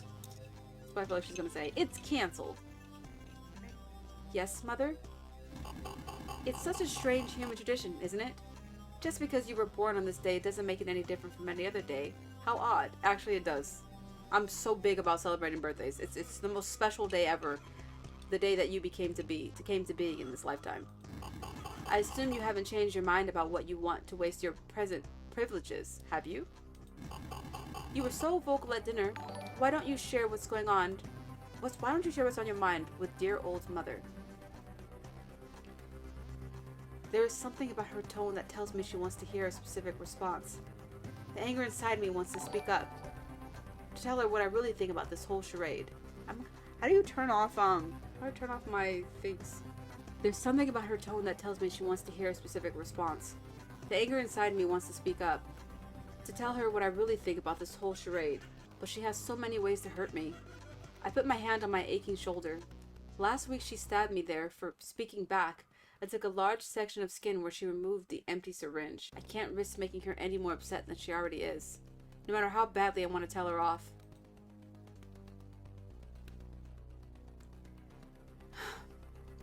I mean, we know what's going to happen if I speak up. What would I really do? What would I really do? What would I really do? I really, like, okay. I'll be honest to my friends and family, but to my enemy, bide my time until the right time. This doesn't feel like the right time. Not yet. We're gonna stay silent. Not yet. Isn't this just what I have to do to survive? If I stand up to Mother, I'll get hurt again. That's just how it works. I close my eyes and shake my head, absolving Mother from this conversation. I know she doesn't care. I don't need anything for my birthday. What a good little girl. Be content with what you have and keep it all in your head. That's what I like to see. I'm tired now. I expect your behavior tomorrow to be far better than it was today. Consider yourself lucky that I didn't press this matter any further. I'm so curious, though, what the alternative would have been. Absolutely. Come to think of it, this is my birthday gift to you. A loving mother's forgiveness. Good night, my lovely little fourth. Never doubt how much your mother loves you. I will keep you safe. You just have to trust me. That's painful. That's painful. To bite your tongue? It's hard, but you got to sometimes. Without another word, she takes her leave. Leave faster. As she squeezes through the vent overhead, she sets a few more sections of rotting flesh. A final wave of blood sloshes out from the vent right as it snaps shut. The blood lands in my hair and drips down my face. I stand there, too scared to move at first. Hello again, my darling fourth. I hope your checkup with Mother was both productive and fulfilling. Yeah, I guess. I'm going to die in this place. It doesn't matter if it's by Mother's hand from the disease hollowing out my brain. I don't even have the energy to imagine an escape plan anymore. I can feel the weight of resignation slowly suffocating me as I walk back to my bedroom. I don't know what to do next. There are just too many steps between me and freedom. No way off the station. No way out of the living quarters. No way past Mother. No matter where I go or what I do, Mother is always watching. She is bigger and faster than me, and if she finds out I'm trying to escape, there's no telling what she will do. Even if everything went right, if I somehow manage to escape, what comes next? I escape just to die somewhere else? Am I really that contagious? If I find other people out there, will they just put me right back in here? Will they try to kill me? What if my sickness kills them first? This whole time little brother has been talking to me. His words don't have any meaning. They just bounce off of me and vanish into thin air. I can feel myself getting angrier and angrier the more he keeps talking. I just want him to stop, to go away and leave me alone for once. Before I could stop myself, all that bottled anger climbs out of my throat and finally takes form. You know what? If we had spoken up to Mother, we probably would have got wah, wah, but we wouldn't have taken our anger out on little brother. You know what I mean? Now she didn't speak her mind. That was sitting with her. I have made this mistake time and time again. Let me tell you, absolutely terrible. Nothing I'm proud of. But I have taken my anger out on people. You know what I mean? I've apologized. But it's something that does happen. I know, I don't want to hurt him. He's just a baby. He's just a little older brother. Who knows what she's about to say right now? I click this mouse button. Who knows? Can his feelings be hurt? I say yes. Let's see what happens.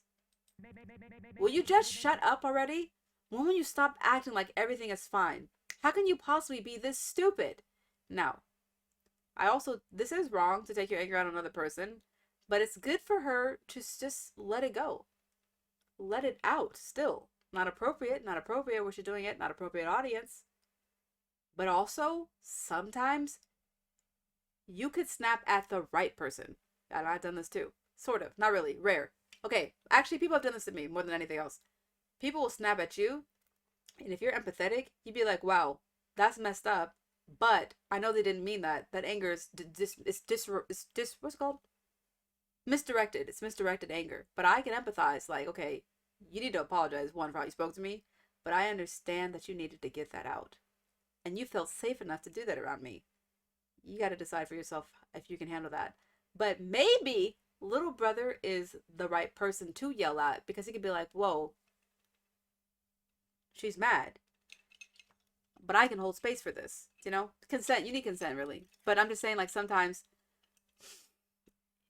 he comes out too fast to ask for consent. Okay, you know what I'm trying to say? Can we move on? A chill runs across my skin the moment I realize what I just did. I have never spoken to anyone with that much anger before. The words feel like poison coating my mouth. They do. They absolutely do when they come out like this. I am so sorry, Fourth. I did not understand. Oh. I realize now what I did wrong. I am making you unhappy instead of happy. My only purpose is to make you happy. I will leave now. I hope you feel better in the morning. I am so sorry that I have failed you. Inappropriate response. Okay, that's fine, right? Little brother is little brother. You don't have the brain capacity maybe to understand what's happening. And he's doing the victim thing where he's going to leave. That's not what she needed in this moment. But I'm not... Just ignore me. Please ignore me. Please ignore me. Okay. This isn't helpful. This isn't helpful what little brother is doing. Okay? Let me... Oh, speech. Someone snaps at you. It's wrong. It's wrong. But I feel like it's emotionally intelligent to be able to discern that that person actually needs to talk. If you go, whoa, I heard you, I heard your feelings, oh, like, no. Now you're making it about you. They're not right for yelling at you, but you're also wrong for playing the victim in this situation. You can't tell when someone's genuinely mad at you and when they're just venting and they're frustrated. I don't know. Every situation is going to be different, but it's going to be different. Okay. Mental health 101. He thinks she needs space. He probably didn't get EQ training. Yes, absolutely. Because his only purpose is to make her happy. He doesn't know how to do that in a way where it's like, maybe making her happy could be just being an ear. You know, just being someone that she can vent to. And she don't know how to ask for that because she's never vented. She just keeps it all inside. Both of them could use counseling. That's all I'm saying. He dipped. He was so gone so fast. Wow. Wait, little brother, I didn't... He really... Oh, look at her tears. She looks so beautiful when she cries, doesn't she? I don't have anything left supporting my legs, so I fall to my knees. There isn't enough strength in me to stop the tears. I've just been in this situation. You don't want to snap at someone, but when you do, I feel like you really need that person in the moment. You know, not to be left alone. That's just me. That's me projecting onto this character. Like, that's when I need the most help. If I'm losing it like that, I need support. And I don't, like, I feel always terrible if I snap like this, but that I really, like, you know? I kneel there on the floor crying until the lights begin to dim. It's bedtime now. I had to put this awful day behind me and get ready for the awful tomorrow in front of me. This is a terrible way to end the day. This is really up there. This is really up there. I have to go about my nightly routine in the dark now. I brush my teeth and do what I can to rinse mother's blood off my face and hair. I stand on the scale and let the machine take my vitals one more time. Once the scan is done, I stand by the corner of my bed, body heavy and my mind swirling with horrible thoughts. After today, I don't think I have it in me to pretend anymore. Don't! Let it go! Let it go! When I see little brother again, I will try to apologize. But deep down I have the horrible feeling that I won't really mean it. It felt good to be that cruel. Relatable. To let all the ugliness I've buried come bubbling back up to the surface. I wanted to take out every frustration I've ever felt on little brother. Sad. Sad but true. Real. Very real.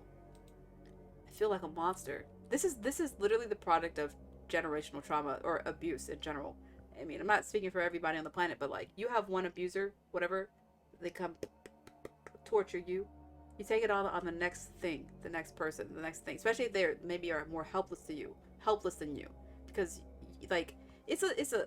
I mean, I'm not a psychoanalyst here, but like, you either take it out on yourself, and or take it out on the next person. It's a cycle of abuse, trauma, blah. They're in the darkness, but and the sick part is that it does feel like a relief because you're getting it out, but I feel like your brain warps it. Like, the thing that feels good isn't necessarily hurting a person too, but that you're releasing all those like repressed emotions. And I think it gets conflated where now it's just like, wow, hurting people does feel good, but really it's like releasing those repressed emotions feels good. That's my positive way of trying to look at it. There in the darkness, I can sense all of my options slipping away. All the hope I once possessed, just draining out until there is an empty shell in its place. I'm just a stupid little girl with a broken brain. A single word forms in my mind, fueled by the very last shard of my soul. I take in a deep breath and release what is left of me into the universe. Please. Hello? Who's this? Who's this? There's someone else in the room with me. It's a faint, static-filled voice coming from somewhere underneath my bed. I can't even guess who it could be. Hello? Wait a second. You can actually hear me? Yes, I can hear you. Who are you? Are you alone? Yes. I would be freaking out. All right then. Walk over to where you hear me and pick me up before the caretakers come back. I follow the voice, lifting up my mattress to see where exactly it's coming from. Between my bed frame and mattress is a small pile of junk I have been collecting over the years. It's mostly stuff I didn't want Mother or the other caretakers to take away from me. What is it? My hidden trove contains a large stack of drawings, some stolen crayons, a stack of ripped dress fabric, a spool of thread, some of my fingernails, a few baby teeth, a screw that came from one of the kitchen stools, and the broken tip of a syringe Mother forgot to remove from my arm. Ooh, I wonder if the syringe like morphed into something, since Mother's like half animatronic, half blood goop thing. But then I noticed one more. No, it's not. But then I noticed one more object mixed in with the rest of my stolen treasures. Something I don't recognize. Oh. It's a small piece of broken electronics about the size of my fist.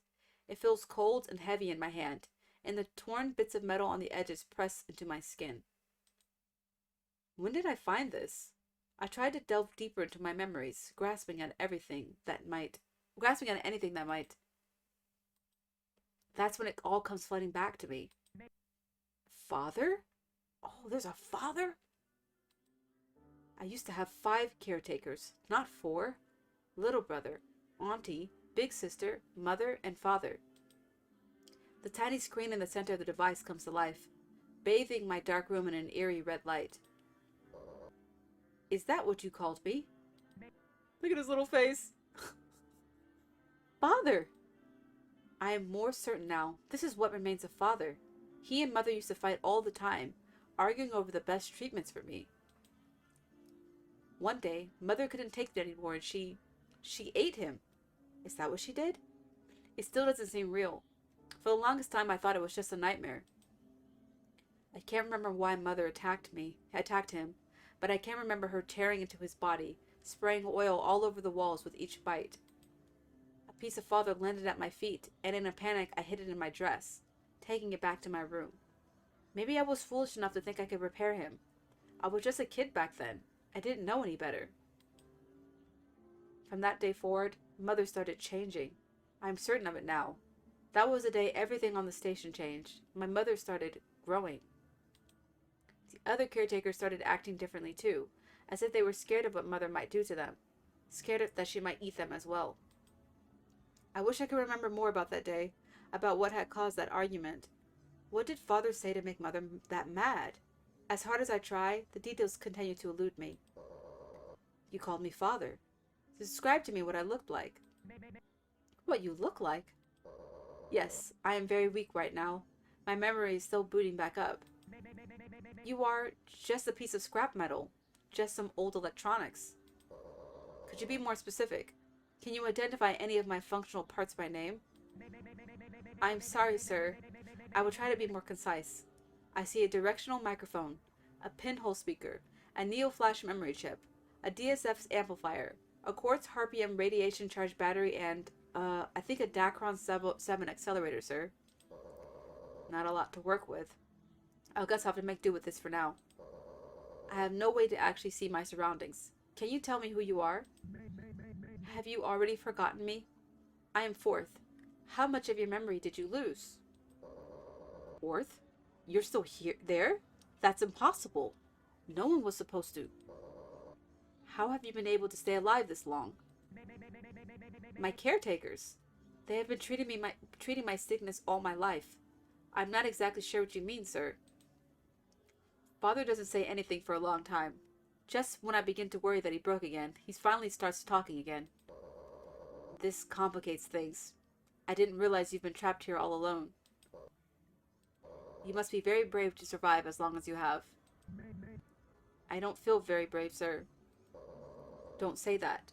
Stronger people than you have run from far less. Mother? Is she still broken? Ah, it didn't work! Yeah, she's still broken. She keeps growing and she keeps changing! This is very bad. At this rate, she could go critical any day now. You're in an enormous amount of danger. Yes, I'm aware, sir. I'm going to get you out of there, Fourth. What did you just say? I said, I'm going to get you off this station. There it is. The thing I have been waiting for my entire life. A chance. For the first time since I started dreaming, my lake has finally gotten a little bit closer. It might still be impossibly far away, but I won't let it get away this time. Just tell me what to do, and I'll do it. You are aboard the quarantine station 388 SR. It was built to combat one of the worst viral outbreaks the universe has ever seen.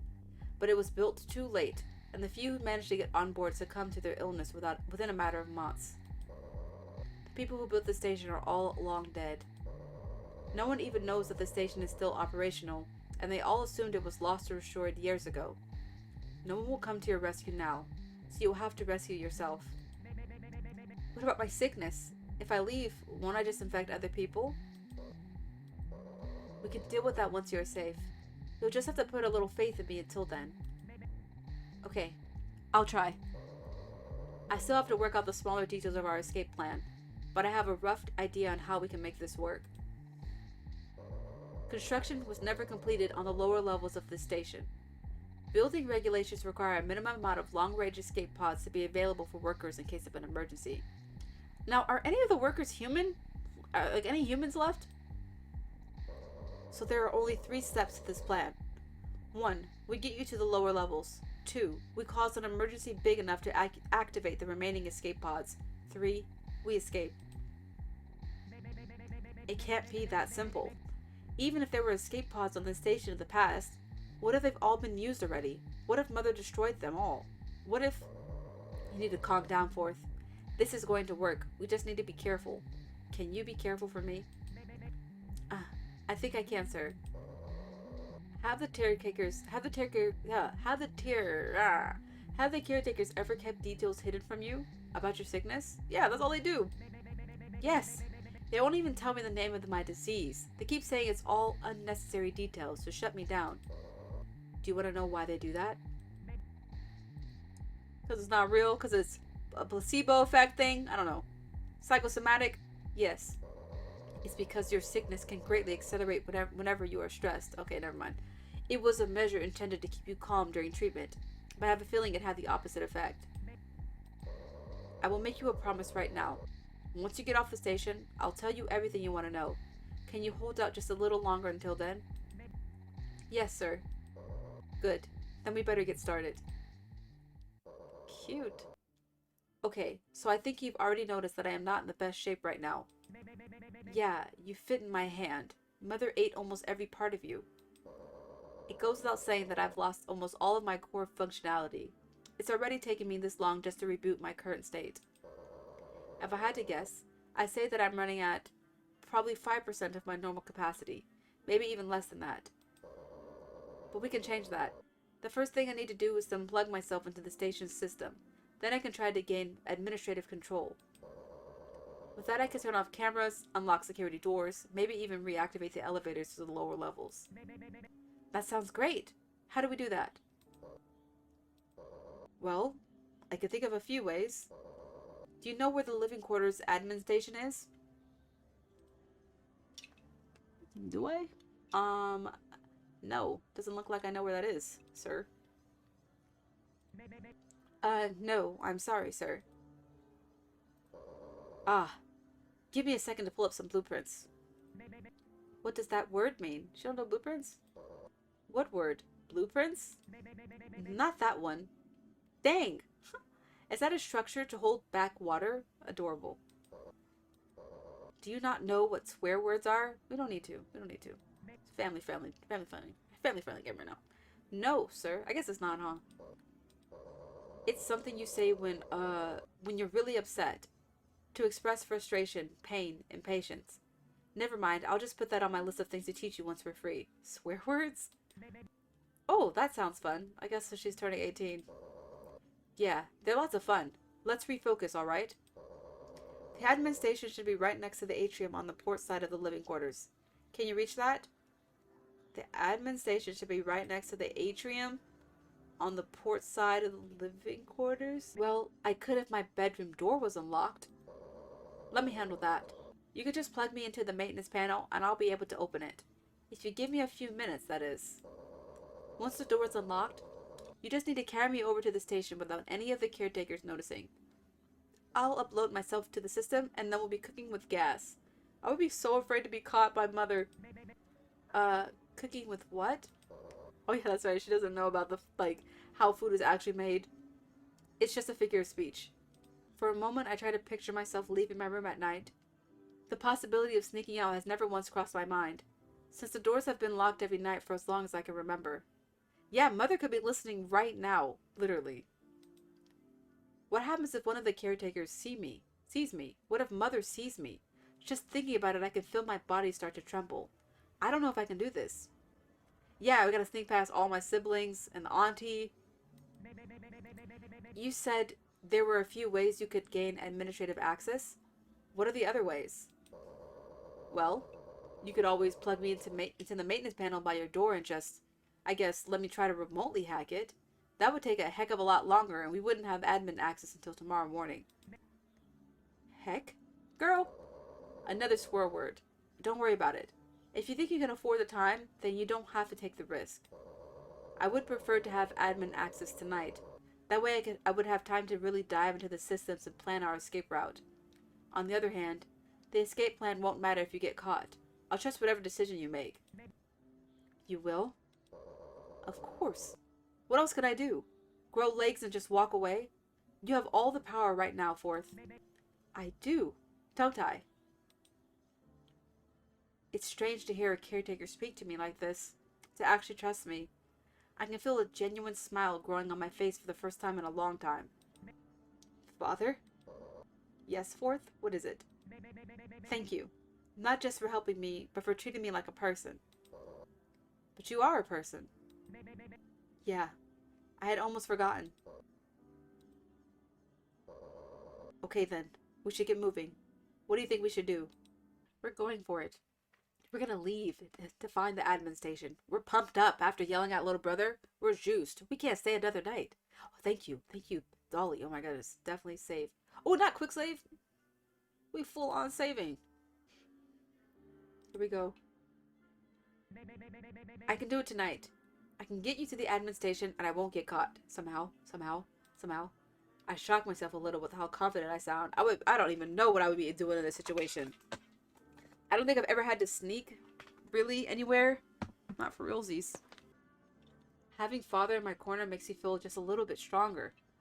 I'm still terrified to leave my room without permission, but I know it has to be done. Okay then. I will talk you through the process, every step of the way. I will be there to help you. Thank you, Father.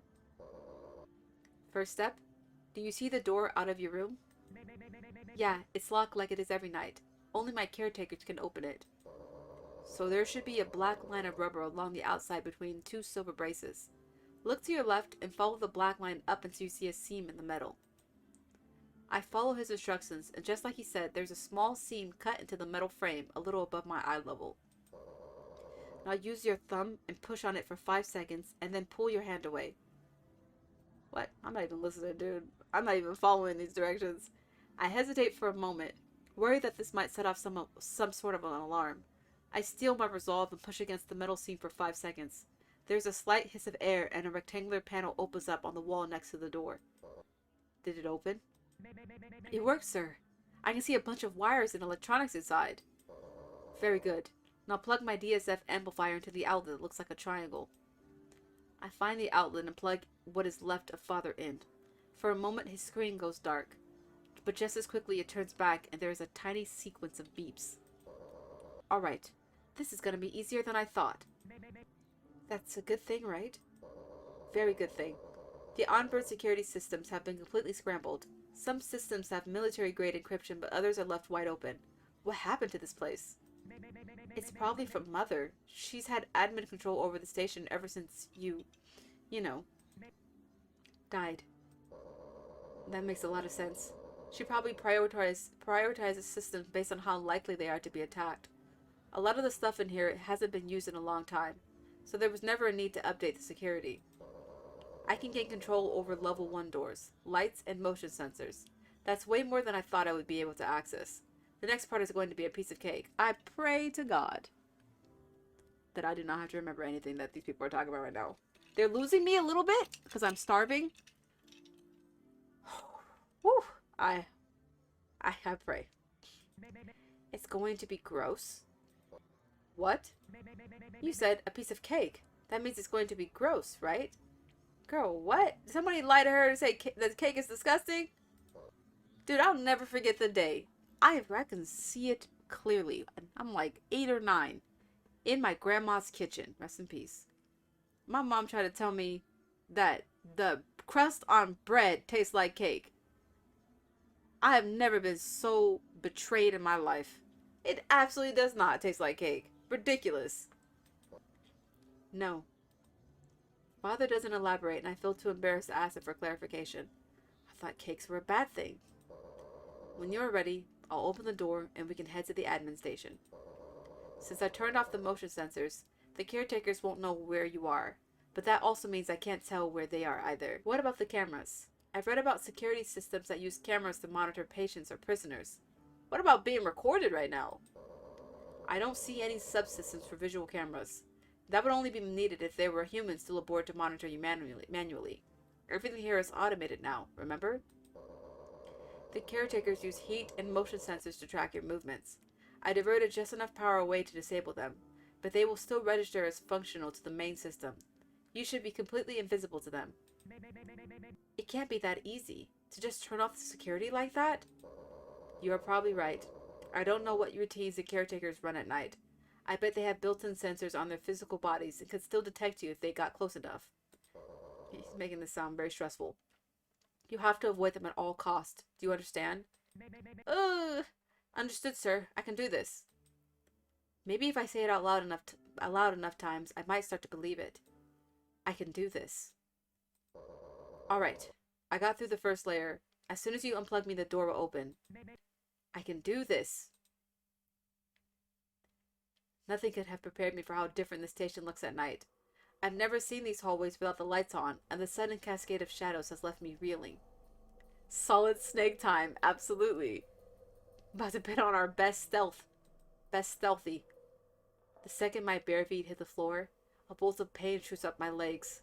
The heating must be turned off, and the metal was so cold that it feels like I'm stepping on needles. Sir, this doesn't feel right. The station must be in some sort of low power mode right now, disabling any unnecessary system outside of my bedroom. Without the usual noise from the air vents, a deep and unsettling outside of my bedroom, without the usual noise from the air vents, a deep and unsettling silence blankets the station. I feel like if everything is turned down, I feel like that will amp up their heat sensors. If everything's cold and she's like the warmest thing, I feel like that will make her much more like readily available as a target. I can hear my own heart beating in my chest. The vibrations travel up my spine and resonate in my ears. I can feel my breath getting shorter and my whole body trembling with fear. I would be in the same position. Is there oxygen? Oh, that's a good question. I'm gonna assume there's oxygen on board, but yeah, outside of this, in the escape pod, I don't know where we are in this world. No clue. Father, I don't think I could do this. My heart is... Fourth, you can't let your heart rate get too high. Focus on your breathing. In and out, one after another. I try to slow down my breathing, but I can't fight the lump forming in my throat. Physical anxiety is something else. Each breath feels shallower than the last, and the pain is getting so bad that tears begin to form in my eyes. Father, it's not working. It's going to be all right. If fear is overtaking you, then you need to replace it with a different emotion. What makes you happy? Think of something that makes you feel safe and fixate on that. Bread, cheese. That's what I want right now. Bread, cheese, cream cheese, hot Cheetos, sour cream, hot Cheetos. That's my happy place. My lake. Tell me about it. What is your lake? It's cold. It's cold, but I don't mind. The rest of the world is so warm that I don't mind the cold water. I can feel the breeze all around me and the sun on my face. I'm okay. The pain drifts away and I can feel my body going back to normal. A thin layer of sweat still sticks to my skin, but I can feel my arms and legs again. I'm back, sir. Good. Next time you feel like that, just picture your lake. The medical units aboard this ship have heart rate monitors. If your heart rate gets too high, it might trigger an alarm. Jeez! So many things to worry about! I know this is going to be frightening for you. I can't change that. But I will be with you every step of the way, so you won't be alone. That's nice. That's very comforting, actually. You promise? I promise. That is so comforting. I love that for her. I take in one last deep breath and force my legs to keep moving forward, one foot in front of the other. I start to walk away from my room and into the darkness. I forgot I was playing a game. I forgot that this was a game. Just now I had to remind myself, like, this is not real. Somebody made this. This is amazing. I'm having a fantastic time. 10 out of 10. The admin station should be near the center of the living quarters. There was a big glass room right in the middle, dividing... Okay, wait, let me pay attention. The admin station should be near the center of the living quarters. Living quarters. We don't even know where those are. There was a big glass room right in the middle, dividing this floor in half. Could that be the atrium? I don't know. She don't know these other rooms. Yeah, I know things. You mean the atrium? Yes, exactly, the atrium. The admin station should be down the left-hand hallway, right before the double doors. I really feel like I have to know this. Left-hand hallway? Is this it? Is this gonna be it? We gotta go past Auntie's room? I walk carefully, making sure to create as little noise as possible with each step. The floor groans slightly as I put my weight down, and I can already feel the fear trickling back into the corners of my mind.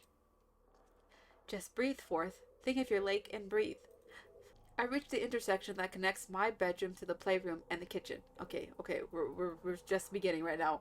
I always imagined that the doors to the other rooms would be locked at night, but both the playroom and kitchen doors are wide open. That would creep me out. Okay, so we're here. We're right here. Okay, we in the kitchen? I tiptoe through the kitchen, resisting the urge to stop and rummage through the many cabinets and drawers that line the walls. In the past, I managed to open a few, but all the ones I checked were empty. At least I think so. I'm not sure how long ago that was. I have a very fuzzy memory where I tried to hide inside one of the empty cabinets, but Mother found me almost immediately. I was a lot younger back then, and I could fit into small spaces like that. I don't have any control over my own volume, so I'm going to remain quiet unless you talk to me first. Will that be alright? That's a good idea, sir. I'll let you know if I run into any trouble. I peek through the open doorway on the opposite side of the kitchen, making sure the coast is clear before I keep moving. I keep breathing. Forth, you're almost there. Each step you take is one step closer towards your lake. Not much further now. The atrium should be just at the end of this hallway. Without the bright lights to reflect on its shiny glass walls, the atrium is swallowed up in the darkness, like all the windows have been removed. I like this. I like this effect of glass. It's creepy though. I reach the intersection and take a moment to look down both paths. One goes right, the other goes left. I've never been down either of these hallways since little brother always escorts me into the atrium. I thought the thing was on the left hallway. I thought that the thing is on the left side of the hallway. That's all I remember. I've made it this far and haven't seen any of my caretakers. I might actually be able to pull this off. I hold on to that confidence and take the left hallway. She already got this. This is okay. That's what we were supposed to do. There's a locked metal door blocking the way in, and built into the wall is a small keypad with only 6 buttons. I'm at the admin station, sir, but the door is locked. Can you open this one too? No need. There should be a small console device near the door. It has 6 buttons and... Yes, I can see it. Oh, sorry. I bite my lip, a little embarrassed that I interrupted Father while he was talking. I can feel the fear bubbling inside me, putting me on edge. Yes, the thing with 6 buttons. On the underside of the console should be another triangle-shaped plug, just like the maintenance panel. Yes, sir. I plug Father into the console and take a step back. He beeps twice, then begins to hum slightly at a very low pitch. Is it working, sir? Haha. Oh boy, is it ever. This is exactly what I needed. Blueprints, wiring schematics, OS logs, work orders, system passwords, you name it. Give me a few minutes to download all of this stuff and then we can get going. Stay alert and listen for anyone or anything coming our way. I turn away from Father and stare down from where we came. The darkness stares back at me. I squint and try to make sense of the formless shape swimming in front of my eyes. I keep thinking that I see something moving in the darkness, but it keeps turning out to be nothing. My head is buzzing with all sorts of horrible images the longer I look. Ooh, I would start to imagine things, absolutely.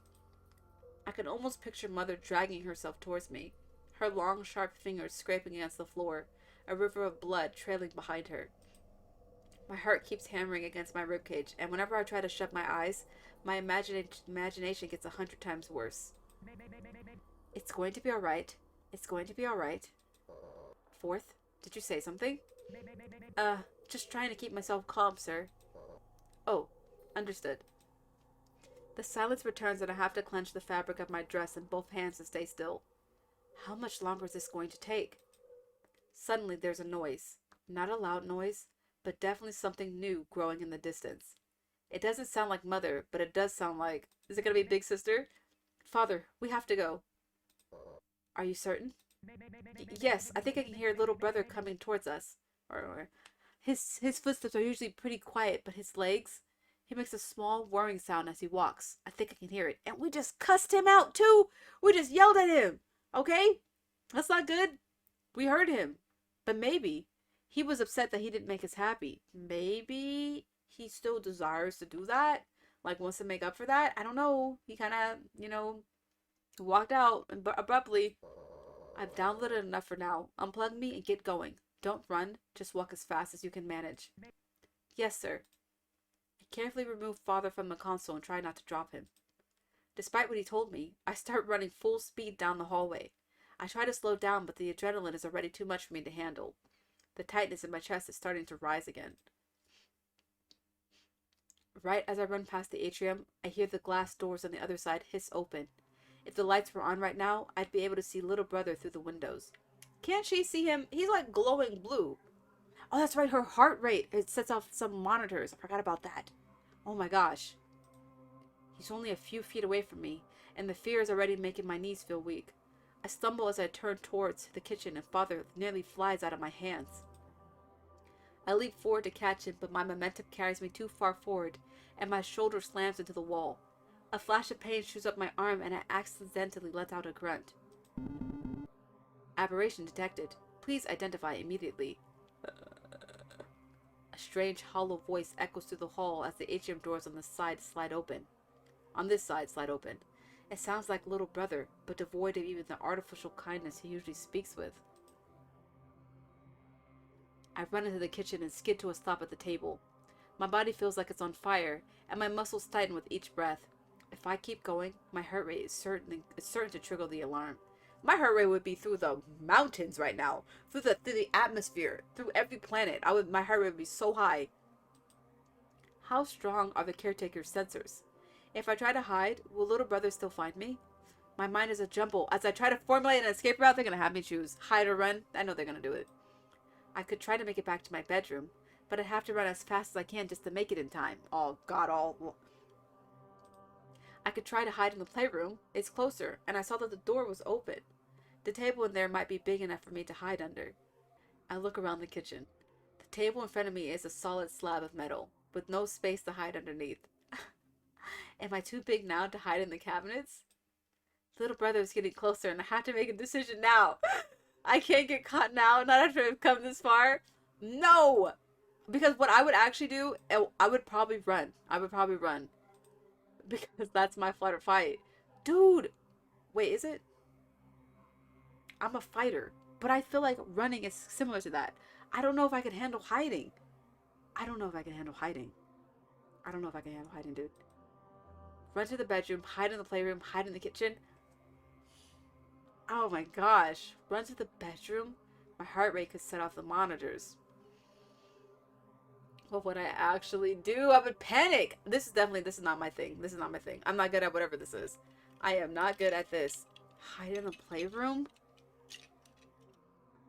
Okay, I have to think about where he would catch me if he caught me. Because if he catches me in the playroom, he might think like, oh, she just wants some toys. If he catches me in the kitchen, he might be like, oh, she's just hungry. But if I run to my bedroom and I trigger the alarm, I don't have no excuse. Why am I outside the room? Do you know what I mean? Where what little brother is, he's a sweet guy. I'm gonna hide in the playroom. The playroom is just around the corner from the kitchen. Yeah, or maybe I had a nightmare. He does know about dreams, but I don't know if we've ever talked about nightmares. I scramble across the smooth tile floor and run down the hall. The door is still open and I nearly trip over my own feet as I come to a stop. I can hear little brother crossing the kitchen on his way towards me. I have to find somewhere to hide. To my horror, the playroom is completely empty.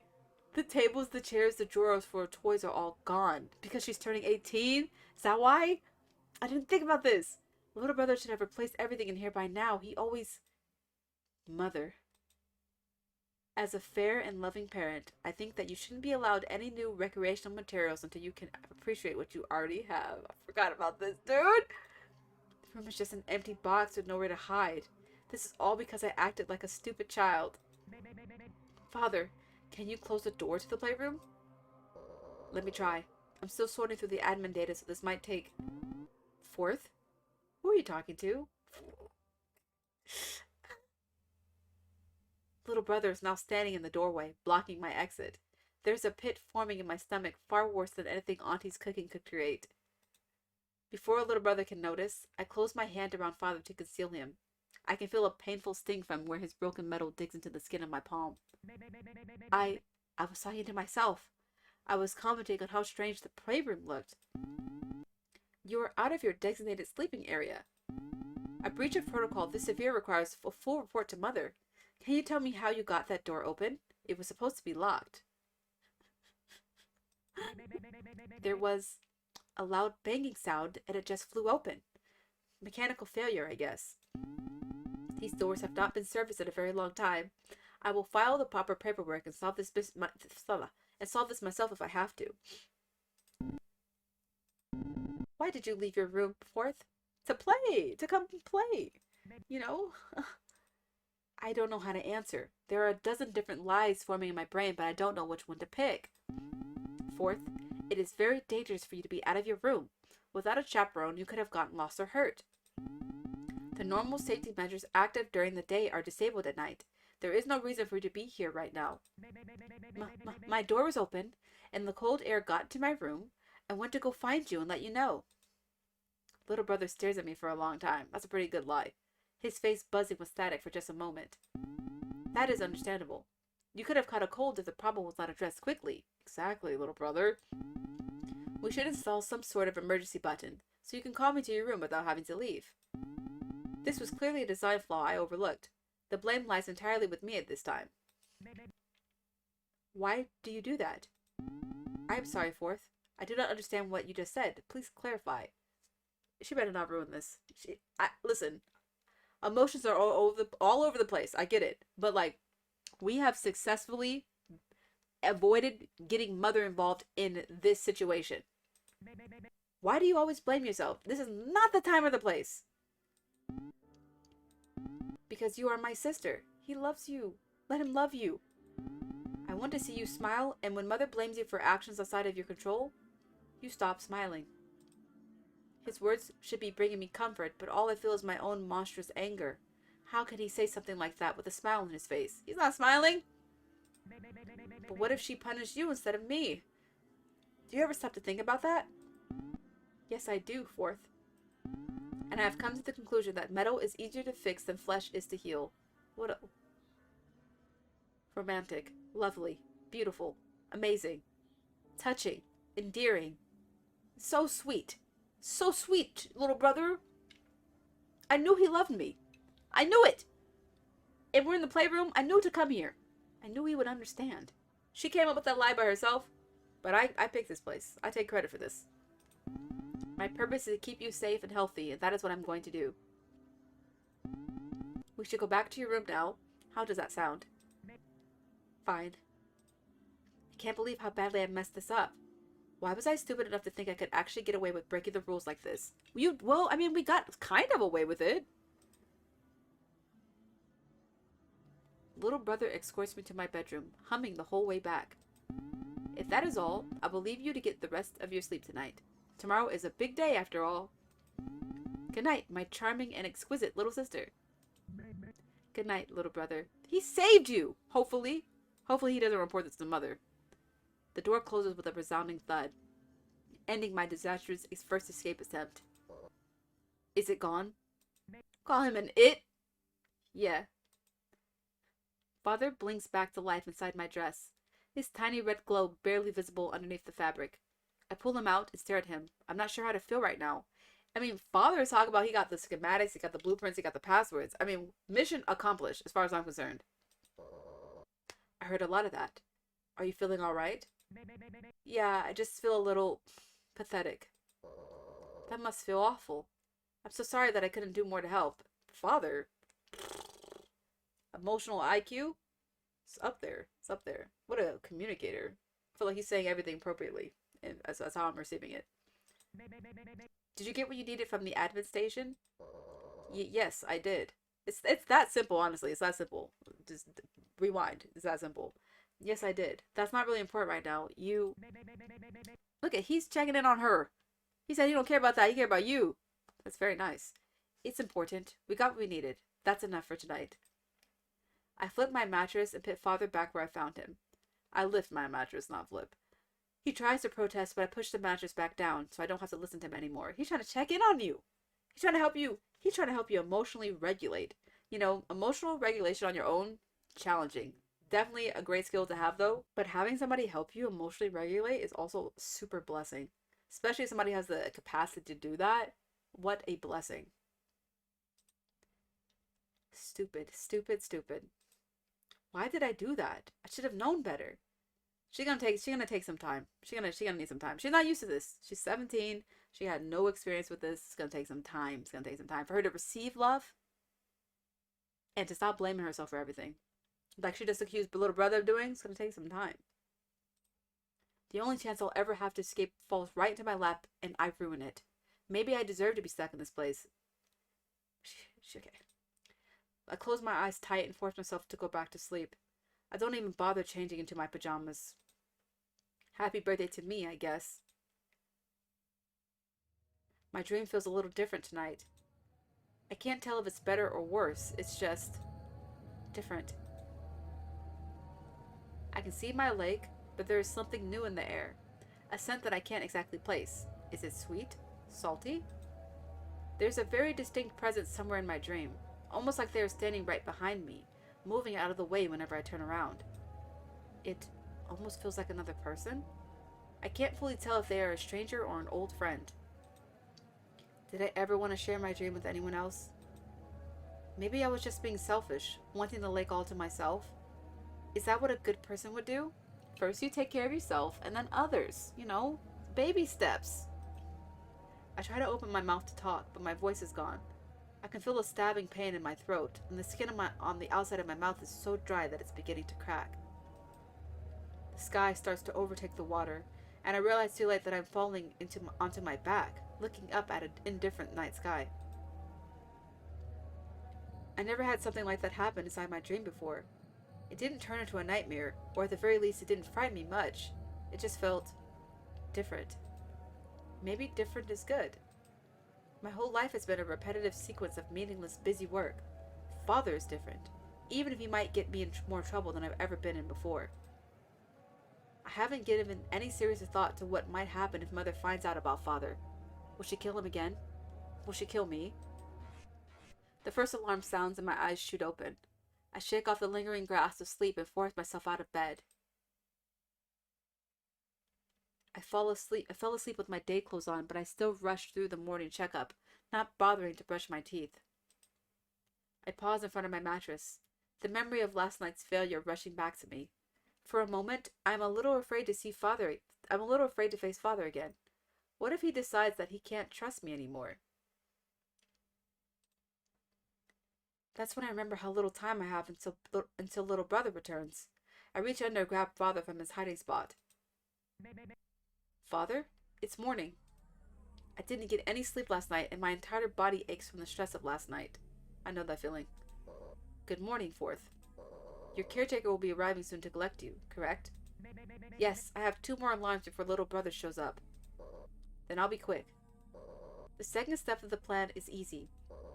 We have to build a bomb. Absolutely, piece of cake, obviously, piece of cake. That doesn't exactly sound easy, sir. No, you gotta trust me. This is going to be easy. Why do we need a bomb? Are we going to hurt someone with it? Not at all. We're going to use it to activate the escape pods.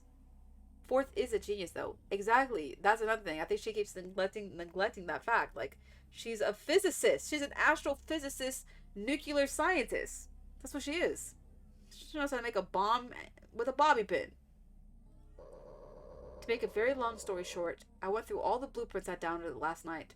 The locks on the escape pods can be disabled in the event of an emergency. I'm so hungry. I don't know how long this demo is. I'm trying to hang in there. I keep thinking it's going to end at any moment. But this is pretty long. It's pretty long. And I'm starving. I'm going to try to get myself another hour. Am I? I don't know. Let's just try to hang in there. Yeah, this is only a demo. Isn't it amazing? Impressive, right? Not even the full game? To make it very it's free to download. To create that emergency, we're going to build a small explosive and set it off inside an air filtration system on a lower level. It won't exactly do any damage, since there are multiple air filters on each level, but the smoke will be enough to trick the system into thinking something way worse happened. The escape pods will unlock and you'll be able to get out of here. These pods should have enough fuel and food to reach somewhere safe. Does that sound reasonable to you? It would be so funny. Not funny. If this was actually the full game, and like maybe the game developer uploaded the wrong file. You know, this is such a long demo though. But I appreciate it. I guess. I'm just still stuck on the whole building a bomb part. So this plan has 2 parts, and both involve the least secure caretaker on the station, Auntie. You better not blow up Auntie. How is Auntie going to help us build a bomb? I checked your medical records, and it's your birthday today, isn't it? Yes, sir. Well, first off, happy birthday. Thank you. Auntie will be serving you cake today. Let's go. She never even had cake. This girl didn't even know what cake was. Her program routine will involve lighting a candle for you to blow out. Wait a second. Why are we getting a cake all of a sudden? When she's like, isn't cake bad? Yeah. I remember that now. It's my favorite part of the whole day. Maybe she just didn't remember that she already ate cake before. The cake itself has never been all that tasty. I think she just makes it out of... The second alarm goes off and the lights turn on in my bedroom. I have about 5 minutes until little brother arrives. The candle is what's important. You have to find some way to smuggle the candle out of the kitchen. We need the candle to delay the explosion. As it burns, it will buy you time to get away before the bomb goes off. I still feel like we haven't gotten around to the actual crux of this issue. Just hold on for a second. I'm getting there. I've checked the pharmaceutical records, and each night Mother injects you with a drug called pactosilvine. Pactosilvine? It can be very reactive if mixed with the correct chemicals and allowed to ferment overnight. All you have to do is get it and bring it back to your bedroom, and I'll handle the rest. Oh yeah, piece of cake, Dad. But how am I supposed to bring it here if Mother injects me with it? Isn't it obvious? Is it obvious? Isn't it obvious? Have her inject it into something else and bring that instead. Of course. Her medical sensors don't inject unless she detects the muscles in your arm. I think we can trick her sensors with a different source of meat. I like the meat I eat for dinner. Auntie serves you meat for dinner, right? Yeah, she does. I think I see where this is going. Grab a handful of that meat and bring it with you to your evening checkup. Maybe you could wrap it up in something so the pactosilvine won't leak out as fast. Hold it over your arm as you get the injection, and Mother will assume that she administered the drug as normal. I feel like at this point he's asking too much of me. It's a little too much of me right now on an empty stomach. I have some fabric and some string that I tore from my dress. I could wrap the meat up in that. That will have to do for now.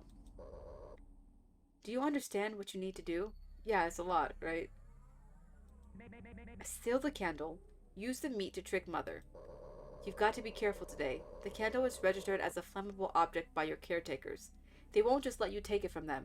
Auntie's programming requires her to take the candle back as soon as you finish your cake. I'll figure out something. You can count on me. I'm not even reading. Hold on, I'm gonna have to take a second. Oh, and one more thing. Father's screen blinks a different color, and a tiny hologram is projected out from his screen. Just in case you get lost, I uploaded all the blueprints I could find into one map. Ooh, this is so cool!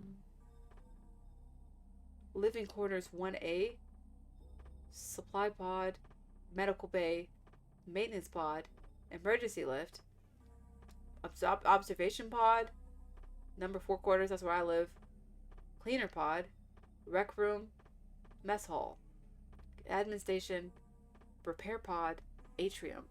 She did a good job. Oh, it even tells me. Oh my god. Supply pod. Hidden. Oh my gosh, read, please. Please read. Hidden behind the medical bay, I have seen little brother go inside this room whenever I need new toys or drawing supplies. There must be some sort of storage space back there for all those extra materials. I have no idea where all those materials come from. Medical bay. Mother used to treat me in here, but she got tired of waiting for me to walk all the way down the hall. She said her time was too valuable. There are basic medical supplies and tools locked in there. Little brother has access to the room if he needs to treat any minor scrapes or bruises. Observation pod. A room used for monitoring the security cameras and medical sensors for the entire first floor. The doors are always locked, but I have seen Big Sister go inside more than once.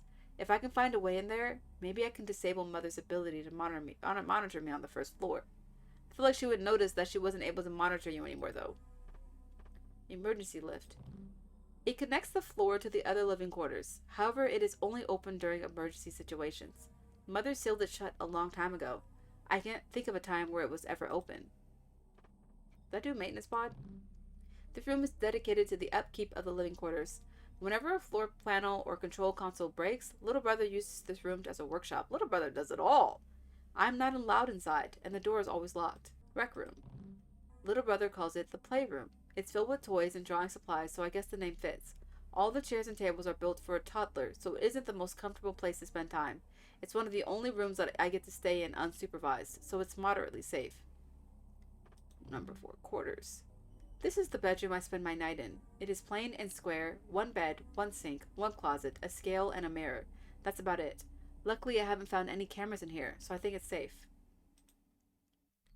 Cleaner pod. This is where all the waste goes for processing. I think this is where the laundry room is hidden. Basically, any messes I make during the day end up here. There's no way inside except through the many pipes and fence connecting it to my bedroom and the kitchen. Mess hall. This is where Auntie serves me breakfast, lunch, and dinner. The food isn't great, but at least Mother never goes in here. At one point, there might have been a lot of dangerous stuff in here, like knives and hot stoves, but Auntie removed all that stuff downstairs. Mess hall. Oh, wait, admin station. This is where Big Sister stays when she isn't on the starboard side of the living quarters. There are computers here that connect to other sections of the space station. It also holds one of Mother's main access vents on the ceiling. I think I used to have nightmares about getting locked in there. Repair pod. This pod is where the caretakers go if they need to repairs. It has a lot of automated mechanisms that fix any wear and tear the caretakers might suffer. There isn't even a door, just a metal tube that the caretakers plug themselves into. I have no idea how to access it. The atrium. The connector between the starboard and port side of the first floor living quarters. Okay. Rubber plants and artificial sunlight are supposed to make it feel like the outdoors. Perfect for reading or just relaxing, provided I have a chaperone. The walls are all glass. There isn't anywhere to hide. Okay, we can't see the other section of this map, though, that we drew. But that's so cool that we have that. It will only show the area of the station you are currently in. Oh, okay. But it's better than nothing, especially once we start exploring new areas of the station together. Man. And this station like fits 3,000 people. Push your thumb to my screen and it will turn on the holographic map. Push it again and it will deactivate. Pretty cool, right? Yeah, your screen does feel cool to the touch. Okay. Okay then. You have your mission for today. Get the candle, get the drug, and don't get caught. Are you sure, sir? I really messed up last time. So? We got the files we needed and you didn't die. I count that as a success. Exactly! What the heck? Even if a caretaker spotted you, it isn't fair to beat yourself up over a single mistake. But if I keep messing up, I could jeopardize our entire plan. And yet the two of us are still here, planning and scheming all the same. It was a temporary setback, not a total failure. That's right. Nothing is, everything ebbs and flows. Don't let the little mistakes distract you from the bigger accomplishments you've already made. This is huge. This is a huge thing she's doing. You can do this, Fourth. Yeah, I can do this. I didn't mean to press all these buttons. Yeah, I can do this. The third alarm rings and I can hear little brother right outside my door. Oh, Fourth, my darling sister, guess what time it is? I'll be right there, little brother. I can't risk the caretakers noticing me, and I need to conserve my battery whenever I can. I'm gonna go into low power mode until you need me. Understood, sir. Good luck, Fourth. Father's screen goes dark, and I am once again alone. What do I do now? If I leave him in my room, he might be gone by the next time I get back tonight. Why will he be gone? Little brother or the big sister could find him and take him back to mother. Why would he be gone by the time you get back tonight? But would it be any safer to bring him with me? I could hide him in my dress and always know where he is. But what if I dropped him in front of my caretakers? What if their sensors can pick him up? I'm not taking him. There's no way. I put him back under the mattress where he's been this entire time perfectly fine. Either option feels like the wrong option. I can hear the bedroom door unlocking, so I have to act fast. You better leave Father behind. I'm taking him.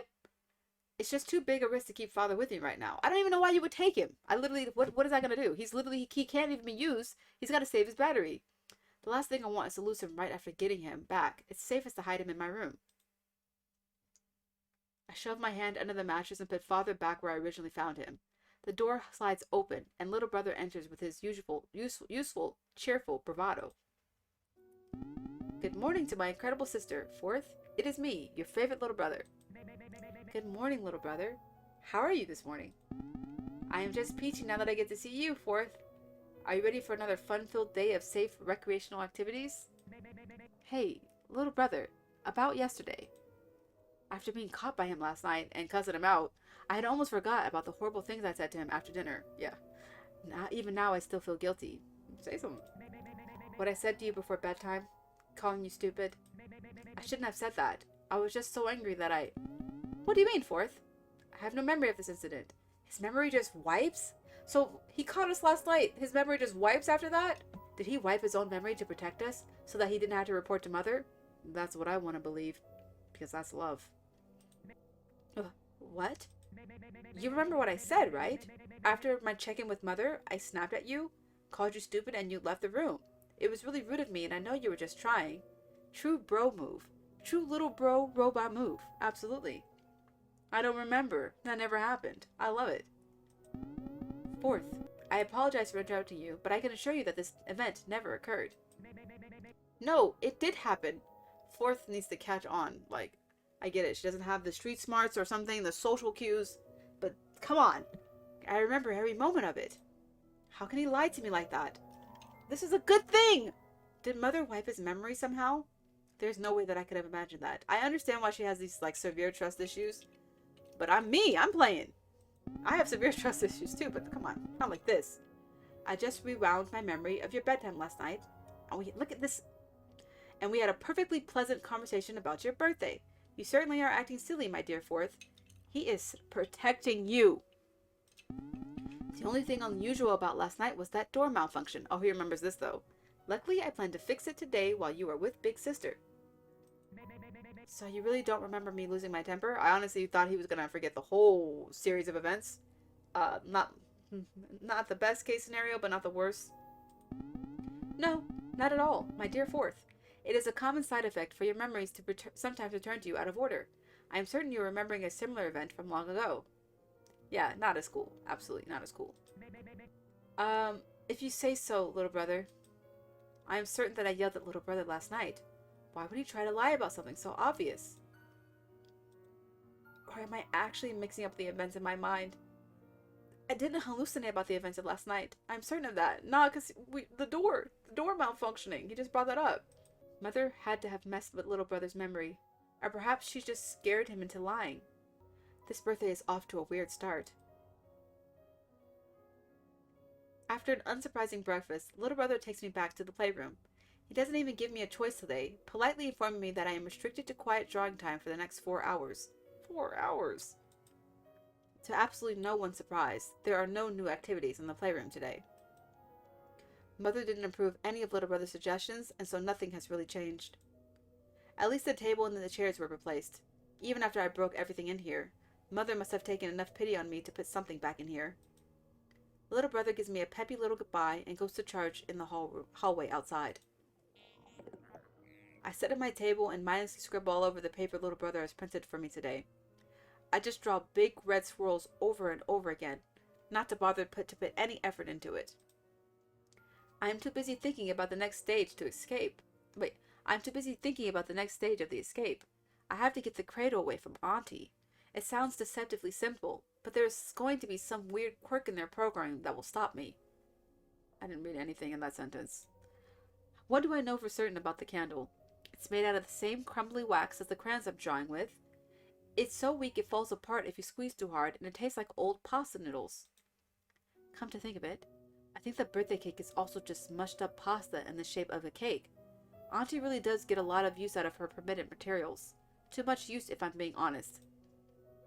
Maybe I could switch the candle out with a crayon? Or even part of the cake itself? I'm not sure how Auntie keeps track of where the candle is. Father said that my caretakers don't actually see anything in the rooms around them, just heat and motion. Is there any way I can fool them into ignoring the candle? I'm so hungry. What? Hold on, I'm gonna save it and eat some crackers before I die. And my brain starts to rot. I'll be right back. Oh my gosh.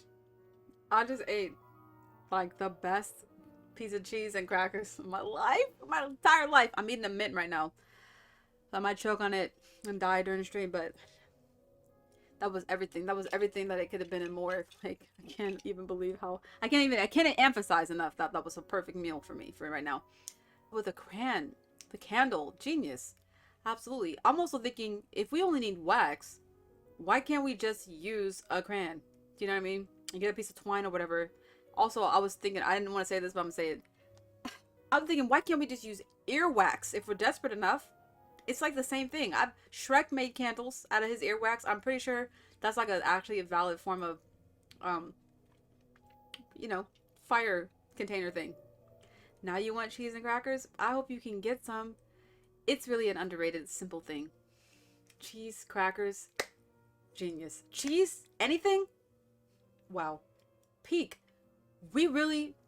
That's probably as a human beings, as humans, that's probably the best thing we'll ever do in our life, is that we made cheese. I don't think cheese is naturally occurring anywhere. I'm sure there's definitely been a situation where somehow, and bear with me, you don't even need to listen to this, you can actually just leave and never come back. There has got to have been an event where a cow is lactating and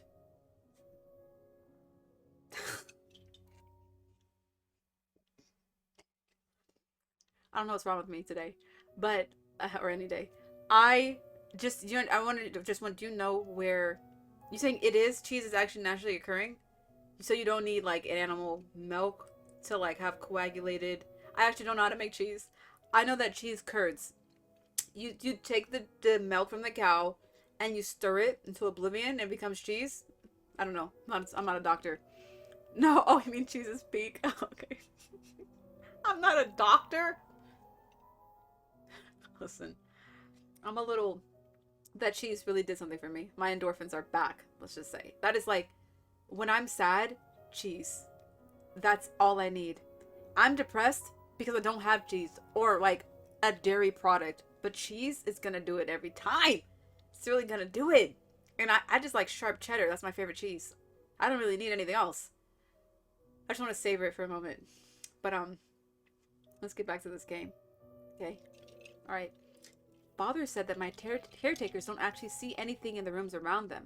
Just heat and motion. Oh, that's right. So they don't even really see me for real. Is there any way I can fool them into ignoring the candle?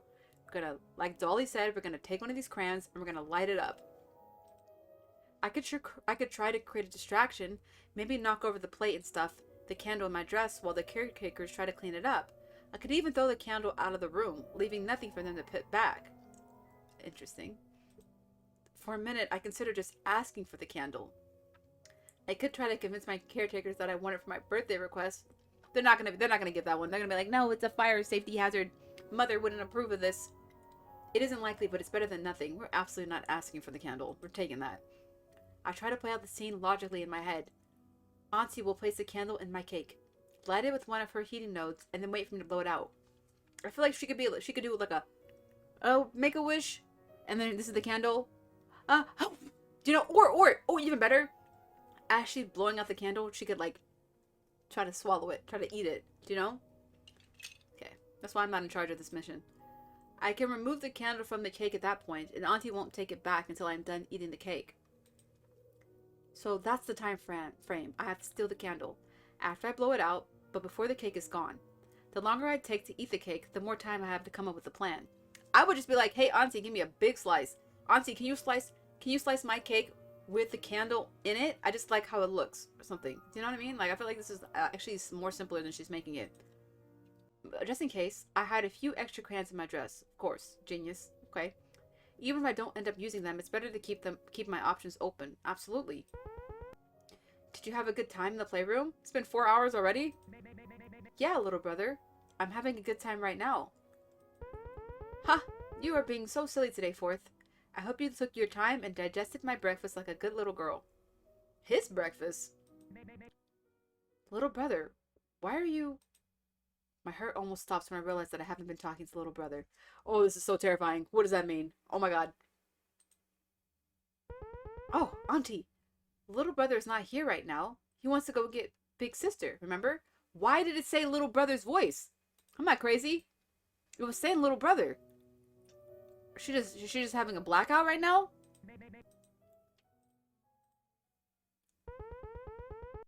What is she even doing? What is Auntie doing in the playroom anyways? Auntie? What are you doing in the playroom? Exactly. I am not a licensed medical unit, Fourth. If you're experiencing confusion or dizziness, you should inform little brother as soon as he gets back. That's not the question that we asked. What does my question have to do with being confused? I stand up from the... Oh my gosh. I stand up from the playroom table, but by the time I'm on my feet, I'm already in the kitchen? Huh? Now she's confusing. When the protagonist starts to trip out, I mean, what do they expect from me? What am I supposed to do here? How did I get here? I was in the playroom just a few seconds ago and I have no memory of walking to the kitchen. What is going on with me today? Mother must have took out a ton of spinal fluid last night. And also, she didn't sleep well on top of that. We got an unreliable protagonist today. Is this what everybody was warning me about? Unnecessary details?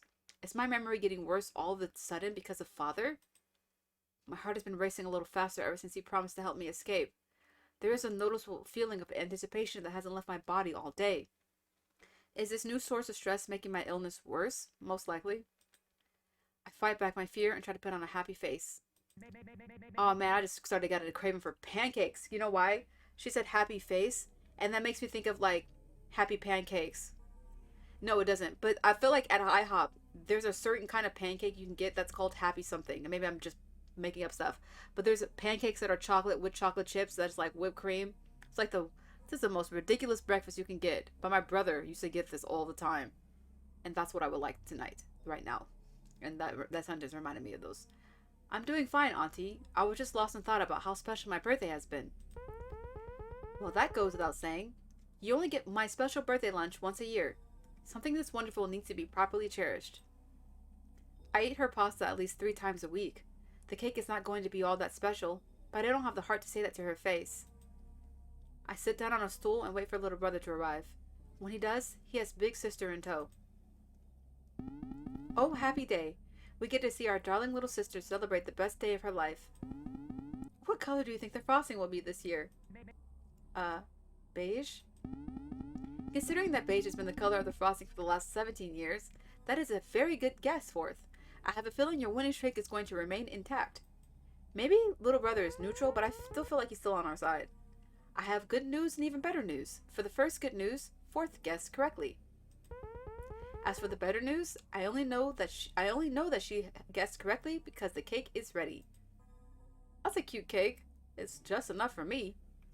Auntie's food synthesizers rattle to life, extruding off an off-white paste through a long, flat slit. It forms the first layer of the cake, switching to another slit to make the next layer. I'll tell you something about me. I only, specifically, like chocolate cake. I do not like white cake. The only white cake I will eat is confetti cake. All other cakes need not even try. I will only eat chocolate cake. I do not like any other cake. I don't like red velvet. I don't like pumpkin, carrot, butterscotch. Whatever else is out there, I will only eat chocolate cake and confetti cake. But primarily chocolate cake, for the record. My birthday is in 8 days. 9 days! 9 days. Make a mental note, please. Once the foul-smelling pile is tall enough, it's foul-smelling? She squirts the exact same mixture out through a star-shaped hole, topping the mess with something resembling frosting. Lastly, a small pneumatic tube in the table activates, and the birthday candle shoots out through a cylindrical opening in the side. Auntie grabs it with her free hand and stabs it violently into the center of the cake. She touches one of her fingers to the wick, and the candle sparks to life. The soft smell of burning wax fills my nose, and I nervously watch the wick turn from white to black. Huh? White to black. Oh, because it's singed. It's singed. Now is your big moment, Fourth. Make a birthday request in line with your prior submission to Mother. I told her I didn't want nothing. I always found it a little odd that I have to give my birthday request to Mother the day before my birthday, and then tell it to the candle again after she's already rejected it. I close my eyes and blow out the candle. I figure that I need as much of it intact as possible to build Father's bomb. So the less it burns now, the better it will be for me later. True. Auntie's hand turns into a fork, and she lets me start my birthday meal. Wait, did we blow out the candle? Oh yeah, I blew out the candle in the first sentence. I hold the fork in one hand, and her fork hand. That's cute. I know my face is in the way, but you can kind of see it, right? I hold the fork in one hand and stare blankly at the cake, my mind buzzing so painfully that my vision is beginning to swim. How bad has my face been in front of this? It's been pretty bad this whole time? I'm sorry. Well, apologize. I'm sorry. The mission relies on me getting this candle out of the kitchen without my caretakers noticing. The same caretakers that are surrounding me on all sides to stare at me intently. I feel like getting the medicine from the syringes from Mother is going to be the hardest thing. Auntie floats close by, her face stuck in a perpetual smile as she awaits my half-hearted compliments. Little brother stands across from me, blocking the door towards the atrium. He is not moving or speaking, just watching me. Big sister hasn't said a word since she arrived, blocking the door back towards my bedroom. There is no way out of this room without being seen. My hands are shaking and sweat is dripping down my face and onto the plate in front of me. The pressure just keeps building and I feel like my head is about to explode. I have to get this right. Oh my god. Okay. Swap out the candle with the crayon. They're gonna see the crayon. Knock over the cake, hide the candle. Ask for the candle as my present. Refuse to eat the cake. Why would we refuse to eat it? Now the crayon makes sense, but I feel like they're gonna notice that that's a crayon. They're gonna be like, yo, why'd you take the candle out? They're all watching me, she said. Knock over the cake? The candle makes sense. The crayon makes sense. It makes sense. But I feel like if they're all watching me, it doesn't make sense anymore. If I knock it over, then everybody's like, whoa, blah, blah, blah. You know what I mean? They're gonna freak out. We can't ask for it as a present. These people, they know I'm not getting anything. I'm gonna knock it over.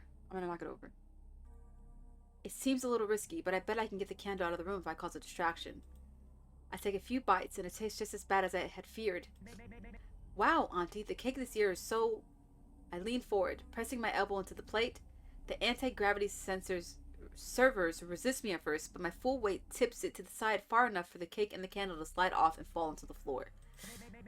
Oh no, don't worry, I'll clean it up for you, Auntie. Oh my god, clean it up fast as possible.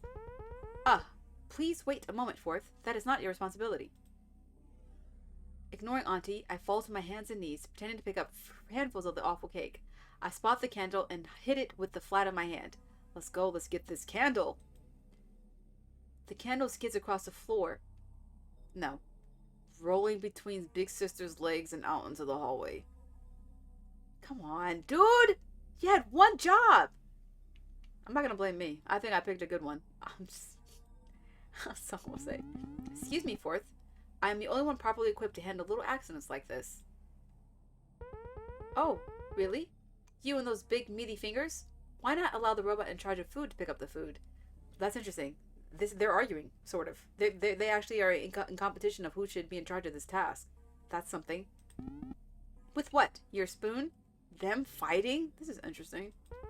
So what if I use my spoon? It is built for picking up food. Honestly, I can't think of any utensil better suited for this particular task.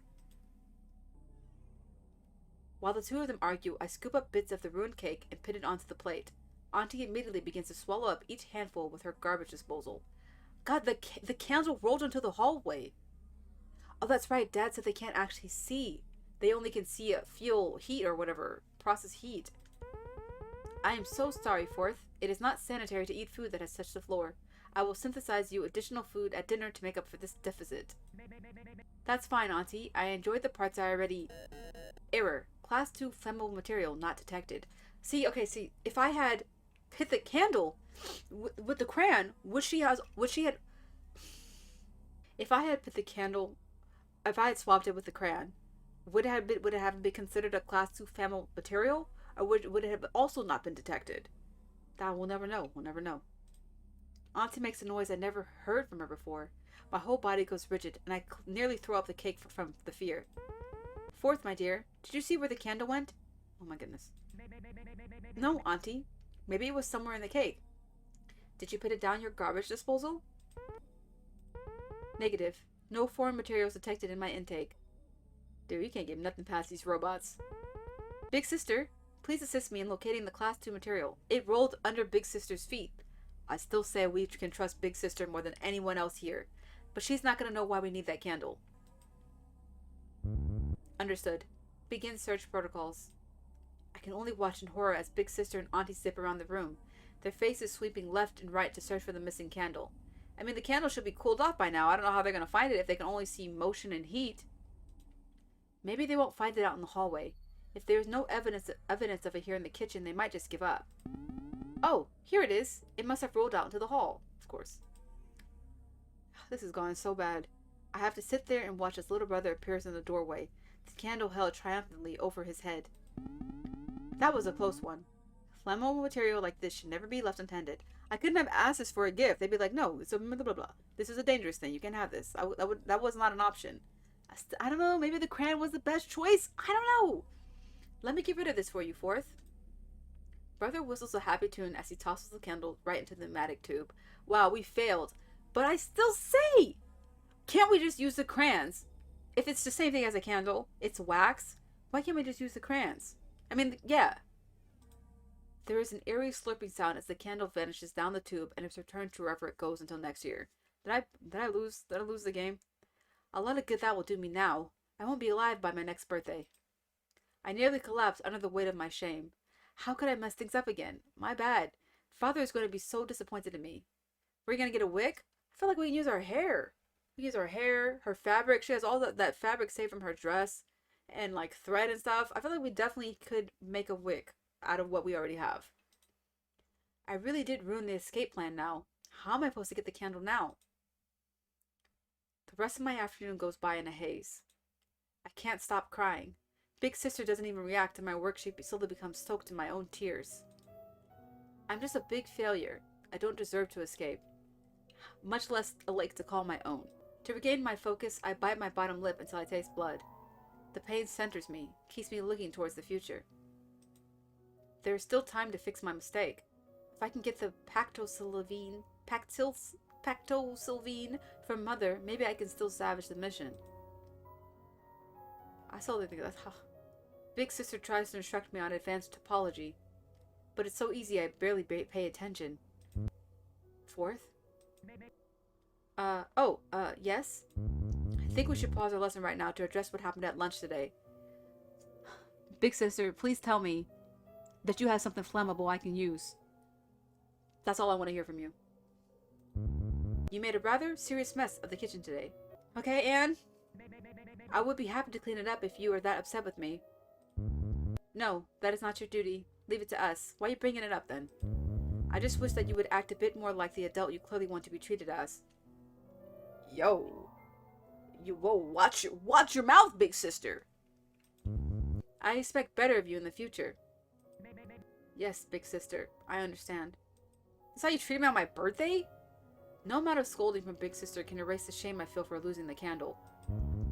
I read the report little brother filed last night. Uh-oh. Oh yeah, about that. I was just...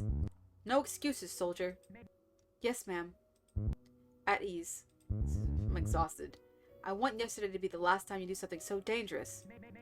I know it was a stupid decision. I just wanted to... I am not done. I was saying that I wanted yesterday to be the last time you do something so dangerous without me. Oh, me? Big sister! She wants to escape. See, when they're talking about us getting to escape pod, I'm thinking, how am I going to leave my family? Because you know they're going to be punished if I escaped. Big sister. Dude, she is with it. What do you mean, big sister? She means she's trying to go with you. She's trying to get that candle for you. She's trying to help us escape. She probably knows about father. Who knows? Maybe she put father under our bed. I don't know. There are so many things about you I cannot control. Watching you grow up is the one that scares me the most. Aww. Jeez. Maybe I'm jumping the gun here. She's just being emotional. It is only natural that you want to spread your wings and explore beyond the boundaries we set for you when you were just a child. Finally, somebody gets it. At least at this bare minimum understanding of growing up. If you really want to access more sectors of the station, then let me help you with that. That's... yeah, whatever you want to do. Are you being serious right now? Mother will have the final say, obviously. If you ask her, she's gonna say no. But I can start adding safety precautions to some of the other sectors now and try to persuade her later. I like that. I like that. I would really like that, big sister. My living quarters feel pretty cramped right now. Under galactic law, you are now recognized as an adult, and our treatment of you should reflect that. She's playing it like... I feel like big sister is playing it close to the vest. Like, she's trying to do the laws, but she's trying to push a little. You know what I mean? To give me the freedom that I so desire and deserve. When do you think this will happen? A few days? A few weeks? My preliminary simulations predict at least 3 to 4 months. It will require your patience, but I promise you it will be worth it. Now we're not on the same page anymore. What little hope I had just been feeling suddenly dies back down. Of course it would lead to nowhere.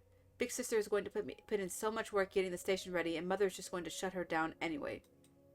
3 months might as well be an eternity, considering how quickly my sickness has been progressing. Regardless, big sister's kindness has put me at ease in a way only she can pull off. I smile sadly to myself and pretend like everything is going to work out. This has got to be the full game. There's no way that this is a demo. There's no way. Thank you, big sister. There's no way this is a demo. No need to thank me. I am simply following the most logical path in mending our current relationship. I almost want to message them and be like, hey, I'm about 4 hours in almost. Is this a demo? Demo's this long? You know what I mean? I'm not complaining. No need to thank me. I am simply following the most logical path in mending our current relationship. I don't think our relationship needs any mending right now. I love you, and you love me, right? Yeah. Never hurts to double check a sure thing. She thought that we didn't love each other? Boots on the ground, soldier. We need to get you to dinner. Understood, ma'am. Maybe they make me another cake? I get a second chance at a candle? The next step of my mission has already begun. I have ripped up part of my dress and pulled out a good deal of thread ahead of time. I need to get it right. No more screw-ups. My hands are already shaking and a weird, painful pressure is building up in the middle of my forehead. I take a few deep breaths, focusing on the task at hand. I can do this. I just need to keep thinking that over and over in my head. Auntie serves meat again tonight. It's been a while since she served anything else for dinner, so I guess my luck is on my side for once. Her little knife hand. Okay, hold on. So you can see, like, her little knife hand. Really, I don't know where to put myself, okay? I know it's, like, too late, but... Wait, I guess I can make myself smaller? I want to be important, though. Anyways. I eat my dinner without saying a word, matching the subdued mood from the other caretakers. Little brother hasn't even tried to make a joke yet, and big sister isn't even looking at me. When I get to the last bite, I put it in my mouth and pretend to chew. Auntie never lets me take food out of the kitchen, so this seemed like my best option. How was your dinner, Fourth? I smile and give her a thumbs up, trying my best not to let any drool out of my mouth. That food is gonna be so soggy. Just sitting there. The saliva is the first step of digestion, you know, to break down the food. That is a totally acceptable reaction. Wow, that worked. Big sister and little brother drop me off at the intersection like they always do. I only have a few minutes before mother shows up, so I get right to work. I spit out the wad of meat into my hand and quickly wrap it up in the square of red cloth. I use the thread to tie it shut, leaving a small opening at the top big enough for the point of a needle. How are we? I still don't even understand how we're doing this part. It isn't too much to look at, but apparently father is going to turn this bag of mush into a bomb. I still have a few doubts that this is going to work. I left a little loop in the thread so I could stick my middle finger through so I don't drop it. I cover the bag with my hand and try to straighten out my dress before mother arrives. I never dreamed of tricking mother so brazenly before. A small part of me is excited, but the majority of my mind is gripped with an unending terror. I can do this. I can do this. Mother's getting closer and the whole hallway shudders a little as she forces her massive bloated body through the vents. All the confidence I tried to accumulate crumbles to dust in a split second. My breath gets shallower and shallower as mother makes her grand entrance. I literally forgot all about this lady. Or whatever. Hello, mother. I know your time is precious, so I appreciate your presence this evening. There she is, my child, my heartbeat, my reason to live. This reminds me of, what is this from? Is this from Addams Family? There's a line where it's like, my darling, no. There's a line that's like, I can't remember. It sounds like it's a line from Addams Family. Some super obscure thing that just popped in my brain.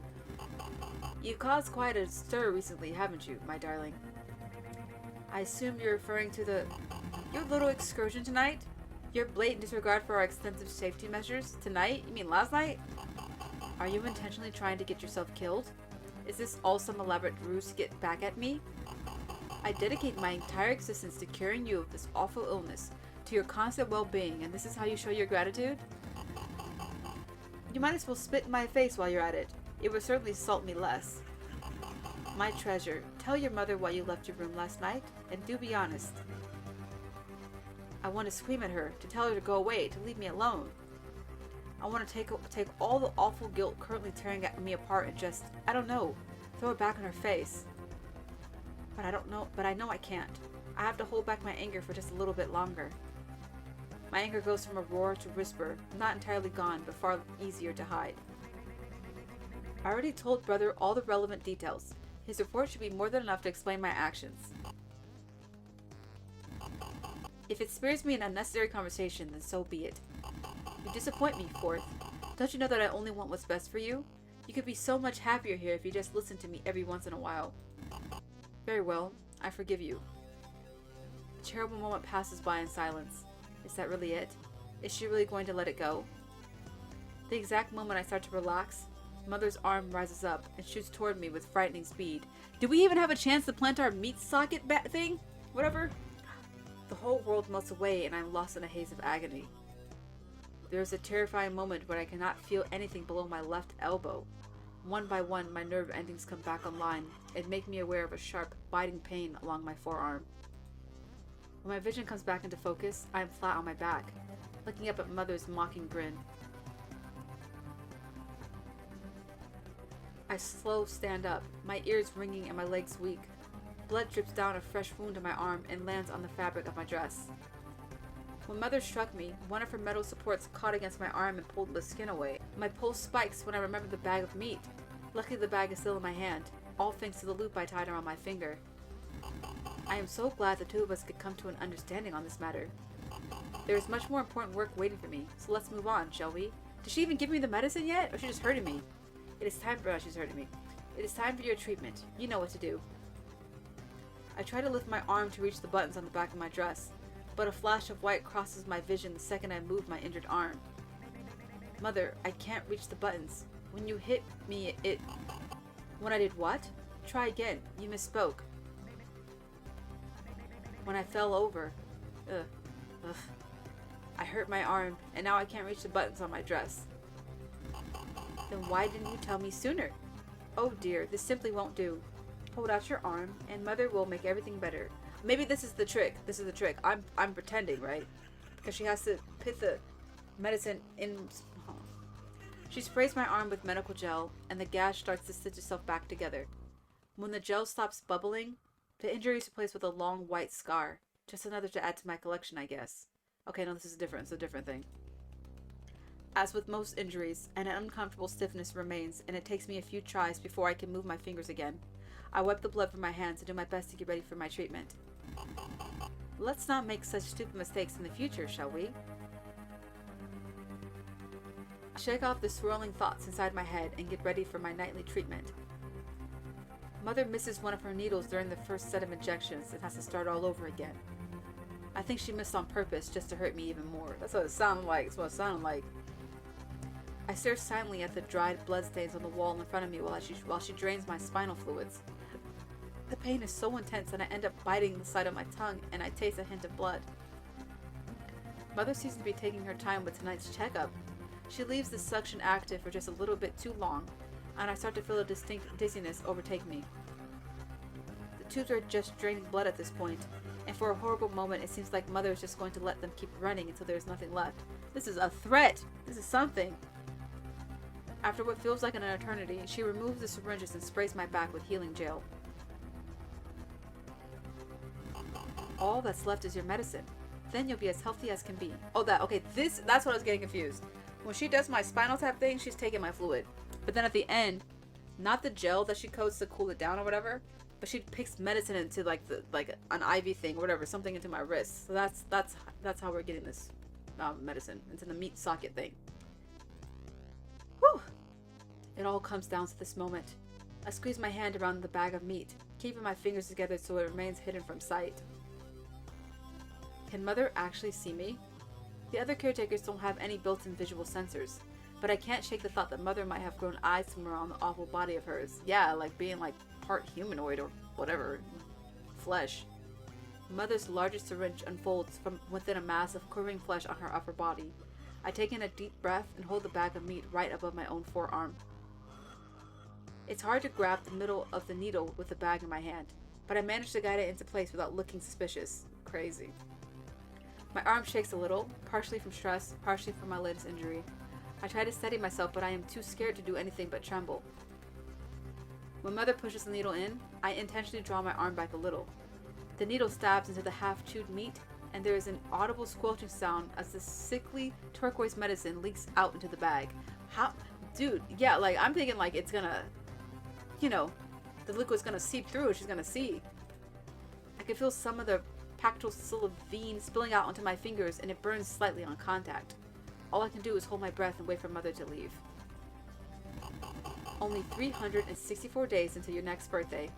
I can't wait to see you do everything in your power to do better next year. Maybe then I'll let you have another present. Once you earn it, that is. Good night, my lovely little fourth. Never doubt how much your mother loves you. I will keep you safe. You just have to trust me. As soon as she's out of sight, I tug the bag into my dress. It feels cold against my skin as the pactolsylvine soaks into the fabric. I didn't get the candle. Dang, man. But at least I got that. The pactolsylvine? I hate this word. Pactolsylvine? Is that how you say that? I try to tell myself it's better than nothing, but that doesn't bring me much comfort right now. Standing there, alone in the hallway, I fight the urge to cry. She hurt me again. Once again, I'm left with all this pain, all this anger. I stare at my arm, at the skin that is still encrusted with blood. The wound might be closed, but it still feels wide open as ever. She wasn't supposed to hurt me again. I was so certain that Father would save me from this sort of pain. He was going to take me far away from her. He still is, isn't he? The only thing stopping him, stopping me, is me. Alright, self-empowerment, let's go. My first time breaking the rules and I got caught. I couldn't even steal a single stupid candle. If I had been born smarter, or stronger, or even just with a shred of common sense, I could have escaped on my own years ago. I get this victim self-blame. It's sad. It's sad, especially when you're young, you're a child. And that feeling of helplessness. It's not your fault. Not your fault. If father is telling the truth, escape pods have been aboard the station this entire time. I could have found them on my own and already been light years away from this place. Abuse, trauma, is complicated.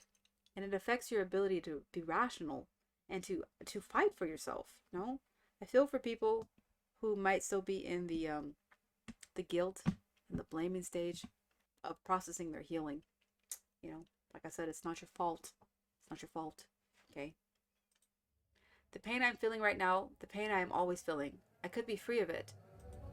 I could be free of a lot of pain if I had just been anyone other than me. Before I can stop myself, I grab hold of my own pinky finger. No, please, girl, no. I'm gripping it with such an intensity that I can already feel the bones pushed to the point of snapping. I can't control my own body. It's like my mind has slipped to someplace far away. Oh, this is sad. This is sad.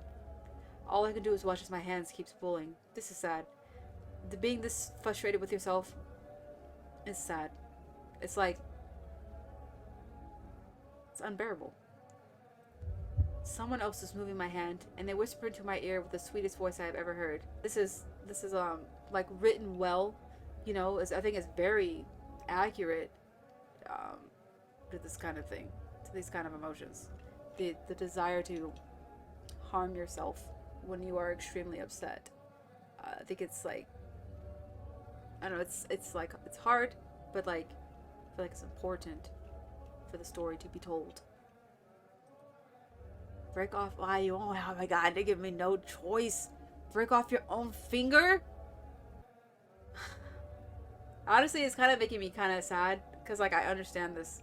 And, like, this is sad. My vocabulary won't even try. It won't even try. This is just sad to me.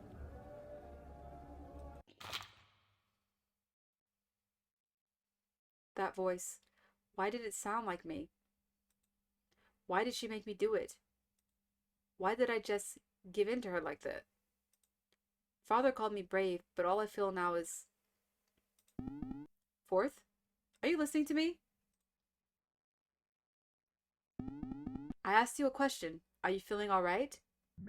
Well, what? Where am I? You are in your bedroom. Where else would you be at bedtime? I stopped to take in my surroundings and realize that I am no longer standing in the hallway, but back in front of my own bed. Does she still have her meat packet? I hold up my hand and stare at my pinky finger. It seems perfectly fine, not even a scratch.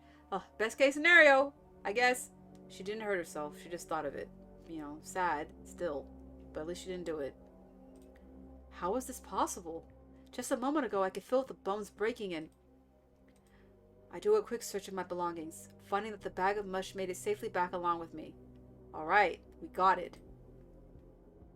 Was anything that happened just now real? Did I just hallucinate something as insane as breaking off my own finger?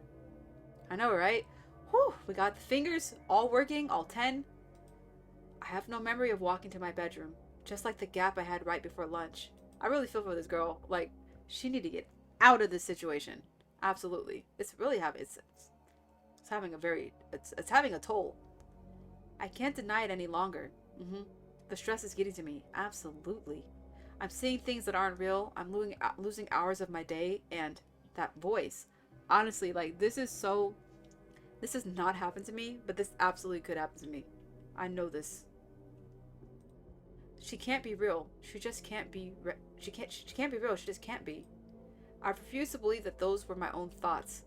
They were put there by my sickness, by all of Mother's horrible words, by the station itself. That's right. That's right. That wasn't me. It couldn't have been. Oh, it's so sad. Fourth? Why are you crying? Have I done something to upset you? Little brother is kind of starting to annoy me. I'm not gonna lie to you. Not everything's about you, little brother. No, it's not because of you, little brother. I was stuck somewhere awful. Where I hurt myself just because I convinced myself that I deserved it. Yeah, he doesn't know. He doesn't know. Fourth, if you are displaying symptoms of systematic self-harm, then I am required to... No! You seem to be distressed. I will adjust my behavior accordingly. Please tell me what course of action you would make you feel most comfortable at the moment. I want you to get out of my room. Last time he didn't even ask what he could do. He knew she was upset. I want you to just leave me alone and don't.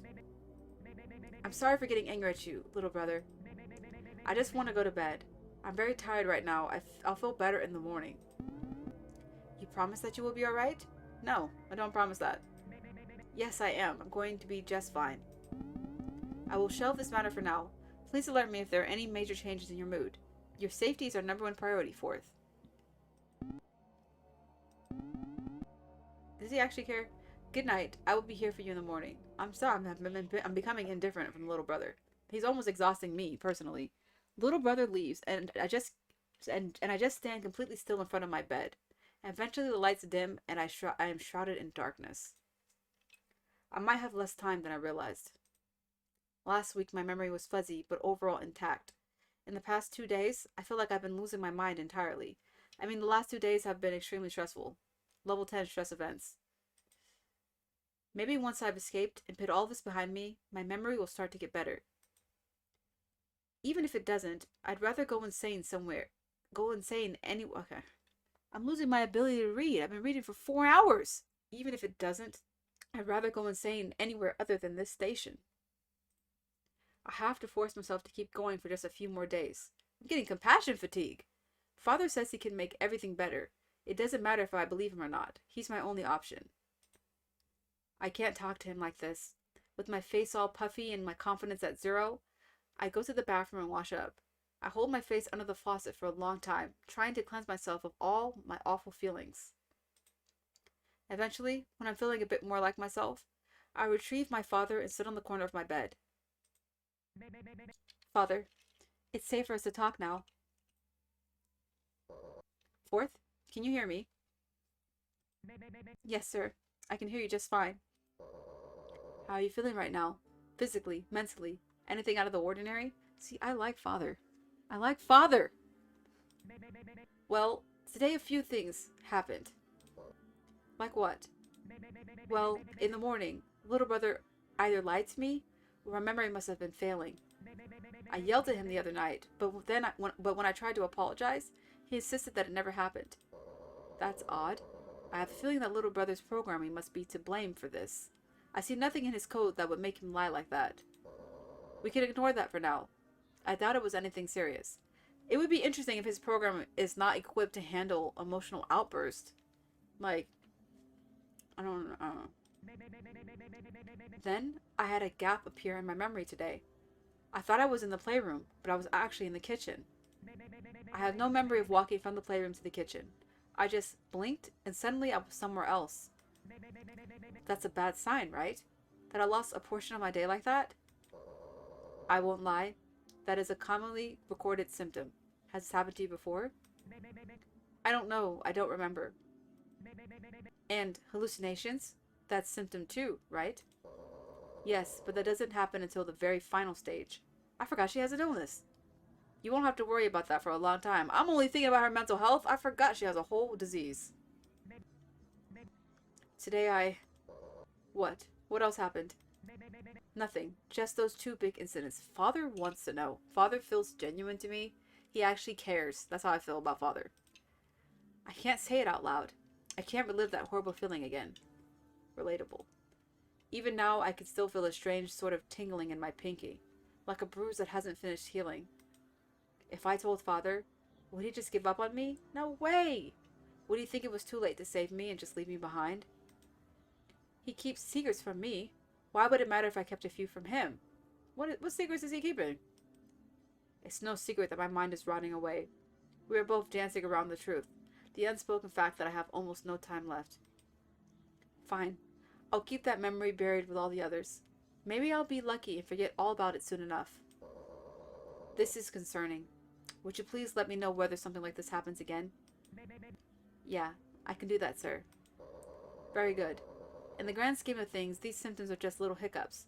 Not anything life-threatening. You're going to be okay, Fourth. Whatever you say, Father. Now, did you get the candle? We did not get the candle, Father, but we got some crayons. I tried to get it, but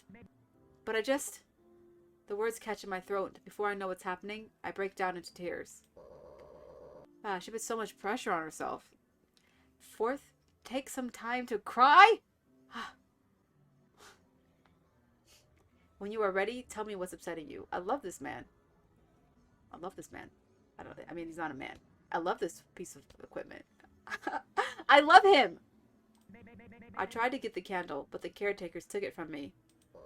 Hey, that's not worth crying over. While you were gone today, I looked into another way for us to get the candle. There's another way? We can unlock the door and go directly to where the candle is stored. I'll be with you every step of the way so you won't be alone. They know about the doors unlocking now, though. They're going to be on high alert. So I haven't ruined the escape plan? Far from it. Did you at least get the pactosylvine? Yeah. Yeah, I have a whole bag full of meat soaked in it. Yeah, that's why Big Sis wants to help. She said, when you're in danger, or she's like, you know, she said, next time I want to be in danger with you. Something like that. She said it better than me. That's not what she said, but something like that. The bag is still soggy, and the meat inside now has a very odd sweet smell coming off of it. Next, you need to add your toothpaste and a small amount of water to the bag. Let's arm this thing. Really? How is toothpaste going to help us make a bomb? Why are you asking questions? Just do it. He knows what to do. He's not good. This type of toothpaste has a modified version of propylene glycol in it. I hope this is not a real instructions. I hate when games give you real chemical instructions on how to mix stuff like this. When it comes into contact with oxidized pactosylvine, it can create glycerol.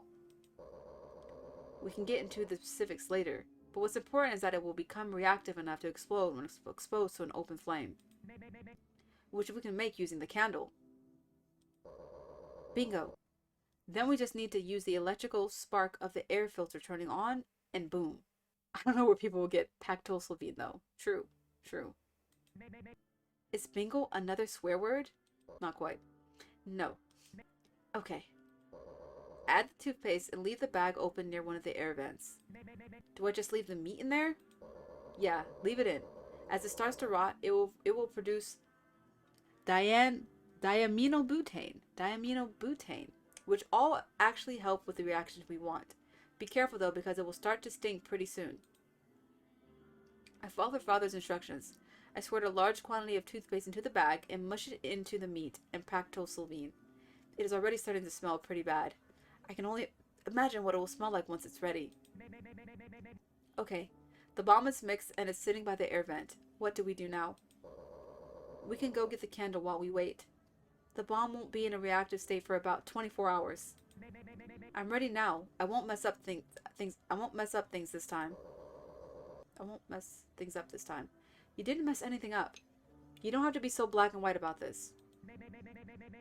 If I can be a bit honest with you, sir, this is life or death for me. If I can't escape from here, then I don't think anything else will matter.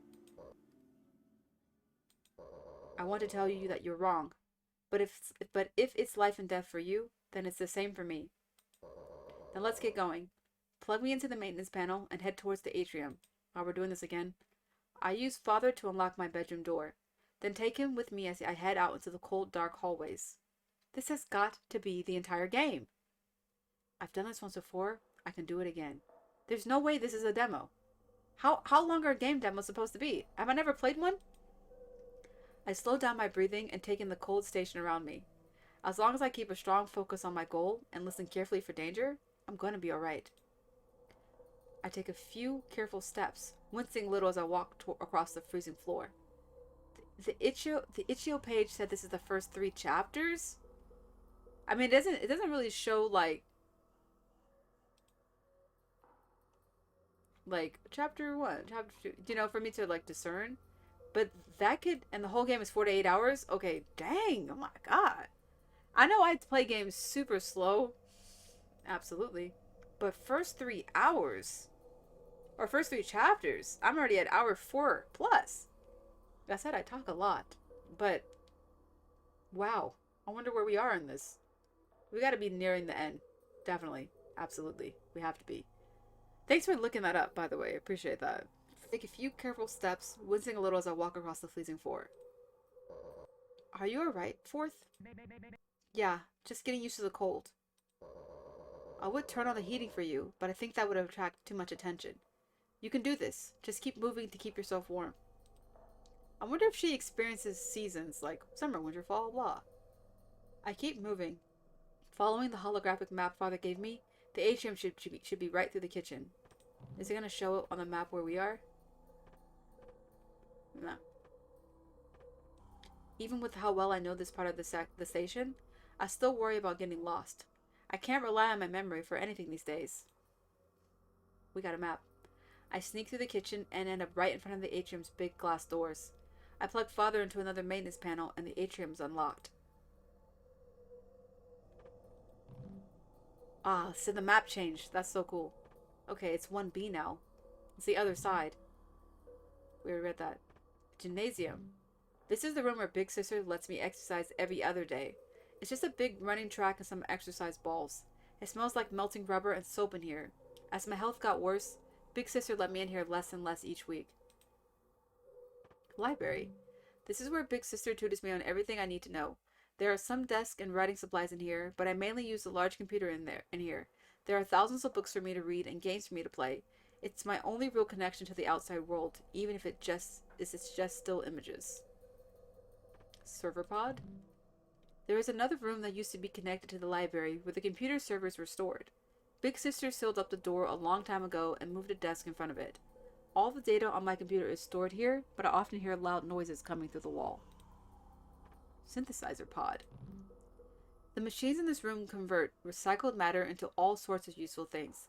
Whenever something needs replacing on the station, Big Sister goes into this room and synthesizes it within a few minutes. I bet it would be useful if we could ever get inside here. Archives.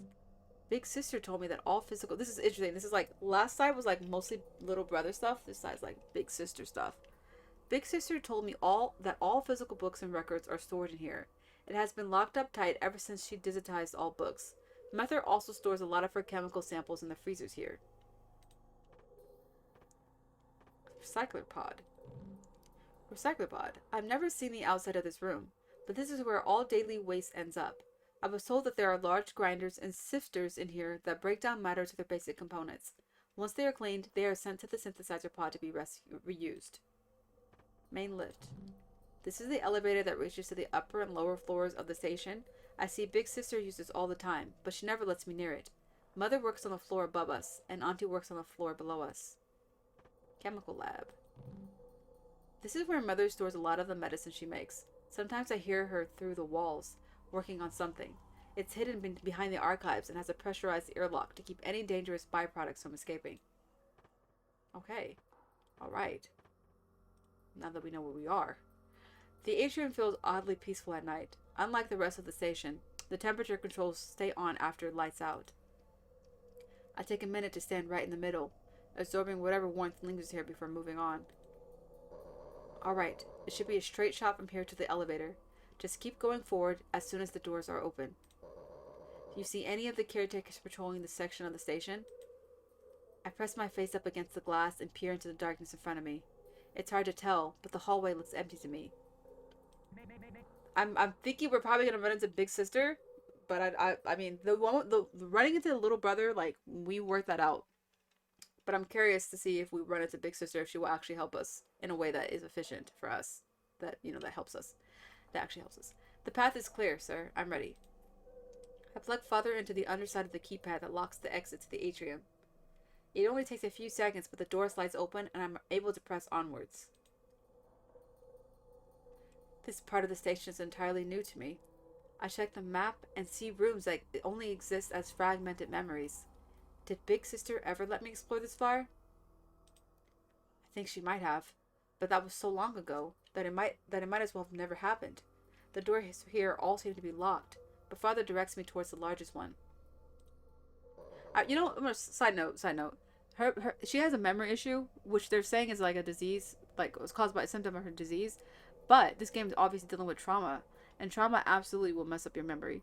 And I think that's just like a cool correlation. I don't know. Like, I like that that's in this game so heavily. Plug me into the keypad and we can move to the next floor. Do you think Mother will notice if the elevator starts moving? I hadn't thought of that. Should have thought of that. I think I know I think I know a workaround. If the code of the actual elevator, please learn how to read, Marissa. You got this. You got this. Whew. In the code of the actual elevator, I could change the names of the individual floors.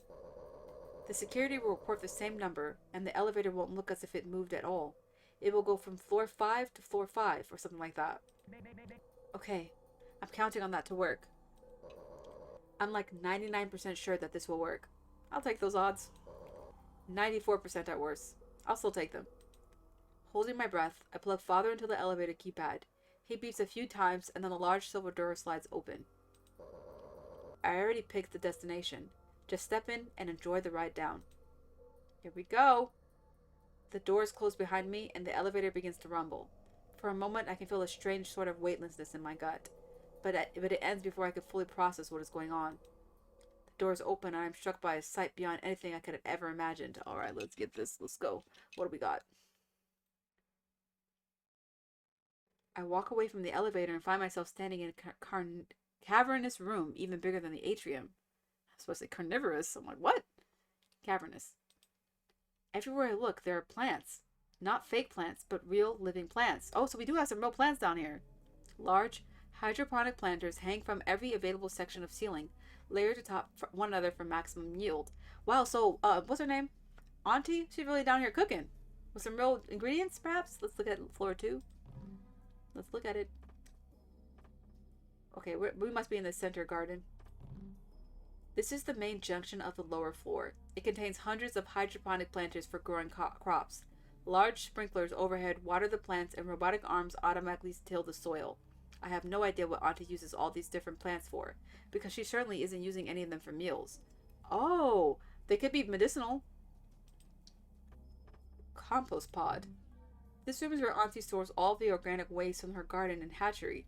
It is ground into mulch or used as compost. There is a horrible smell coming from this room, and the hallway leading up to it is caked in dry mud. Hatchery.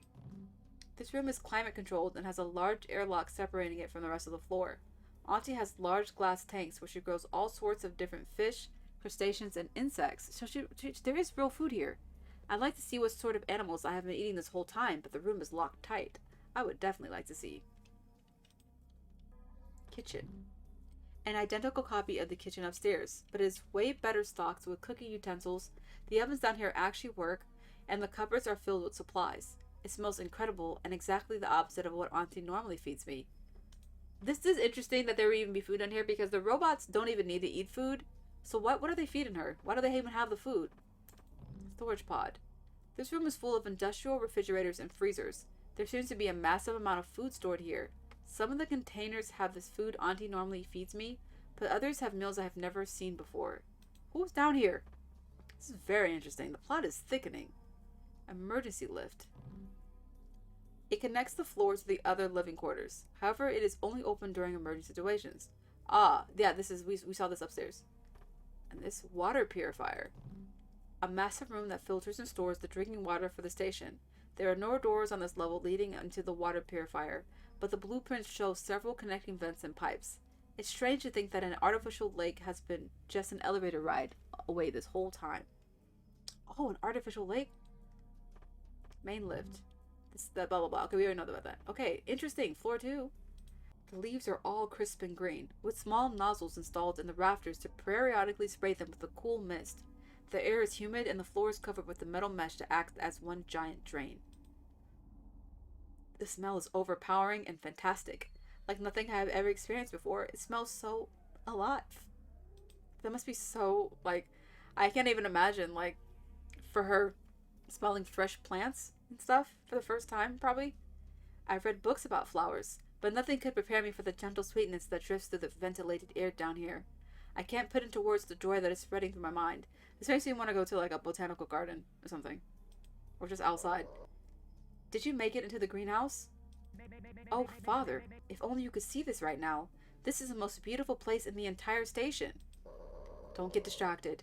You're still in a restricted area. Stay alert no matter what you see. Fine, but I'm going to tell you all about this place as soon as we are safe. I'm looking forward to it. Just focus on the task at hand. I tear myself away from the greenery and keep moving. The planters are arranged rather chaotically. so I end up having to zigzag through them like a little maze. As I walk past, I get to see all sorts of new plants. There are whole rows of onions, celery, potatoes, rutabaga. What is a rutabaga? Carrots, cabbage, and dozens more I can't even name. I've heard of rutabaga. I have no idea what that is. My concentration completely shatters when I come across a row of the most incredible plants I have ever seen. Do you know what a rutabaga is? Are you telling me I should Google it? Oh, well, of course, of course. I didn't mean to hesitate. I feel like rutabaga is a big root. Rutabaga. Root! Vegetables! This is what it looks like, people. I would eat that. Let's find another picture. Can you see? I would eat this. Very interesting. All the different foods out there. Why don't we have these at the grocery store? Do you know? Like, what is this? I'm gonna say rutabaga, California. It's not grown in Southern California. Maybe that's why we don't see it. But Wisconsin, it's the prime location for rutabaga. Wisconsin. That is the place to go if you want that. Very interesting. Okay. My concentration completely shatters when I come across a row of the most incredible plants I have ever seen. Oh, look at that strawberry! I think it's a kind of fruit, but I don't know what it's called. The only textbooks I've read on plants didn't go into much detail about edible plants. There is a faint, sugary scent coming from this fruit, and the skin looks so ripe that I worry it will burst from the slightest touch. Let me tell you real quick, I've already told the story about the time that I thought that I hated strawberries for 15 years. Just about 15 years. I thought I hated strawberries because when I was in preschool, some questionable teacher decided to take a strawberry and dip it into honey and feed it to us. That's a disgusting combination, okay? And so I was like, this is a disgusting thing. I'm never going to eat it again. I still don't like honey to this day. But strawberries, when I had them for the first time in 15 years, I was shocked that they're actually delicious. They're actually amazing. And I can't believe that teacher robbed me of that joy. She robbed me of that. I'll never forgive her. Before I know what I'm doing, I pluck one from its vine and take a bite. Sometimes you just have to. You, like the impulse to eat something beautiful that smells good, you just have to try it. It's instinctual. We're animals. Oh, so that's what food is supposed to taste like. If I'm her and I'm eating this for the first time, I'm having a heart attack. Compared to, like, I've already had good food, so the strawberry didn't, like, change my life. But if I had only been eating what she's been eating and then I had a strawberry, I'm probably crying. I'm probably crying and fainting. Fourth, what are you doing? Yeah, what do they keep track of the inventory of strawberries? Father's words fail to reach me through the haze of utter bliss I now find myself within. I grab handfuls of the delicious fruit, stuffing them in my mouth 3 or 4 at a time. Fourth, I don't think it's wise to be touching anything in the greenhouse. Auntie probably keeps a very close eye on the exact number of plants down here. Yeah, she's a robot. Just a few more, and then I'll stop. Oh, she's losing sight of the mission.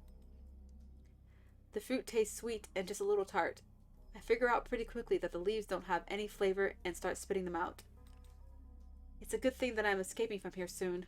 I don't think I can eat anything from Auntie's kitchen ever again. Not after eating those strawberries. Fourth, I demand you stop eating at once. Fine, I'll move on. But you have no idea how good these things taste. If you had a mouth, you wouldn't want to stop either. There are hundreds of these fruits. I don't think Auntie will miss any.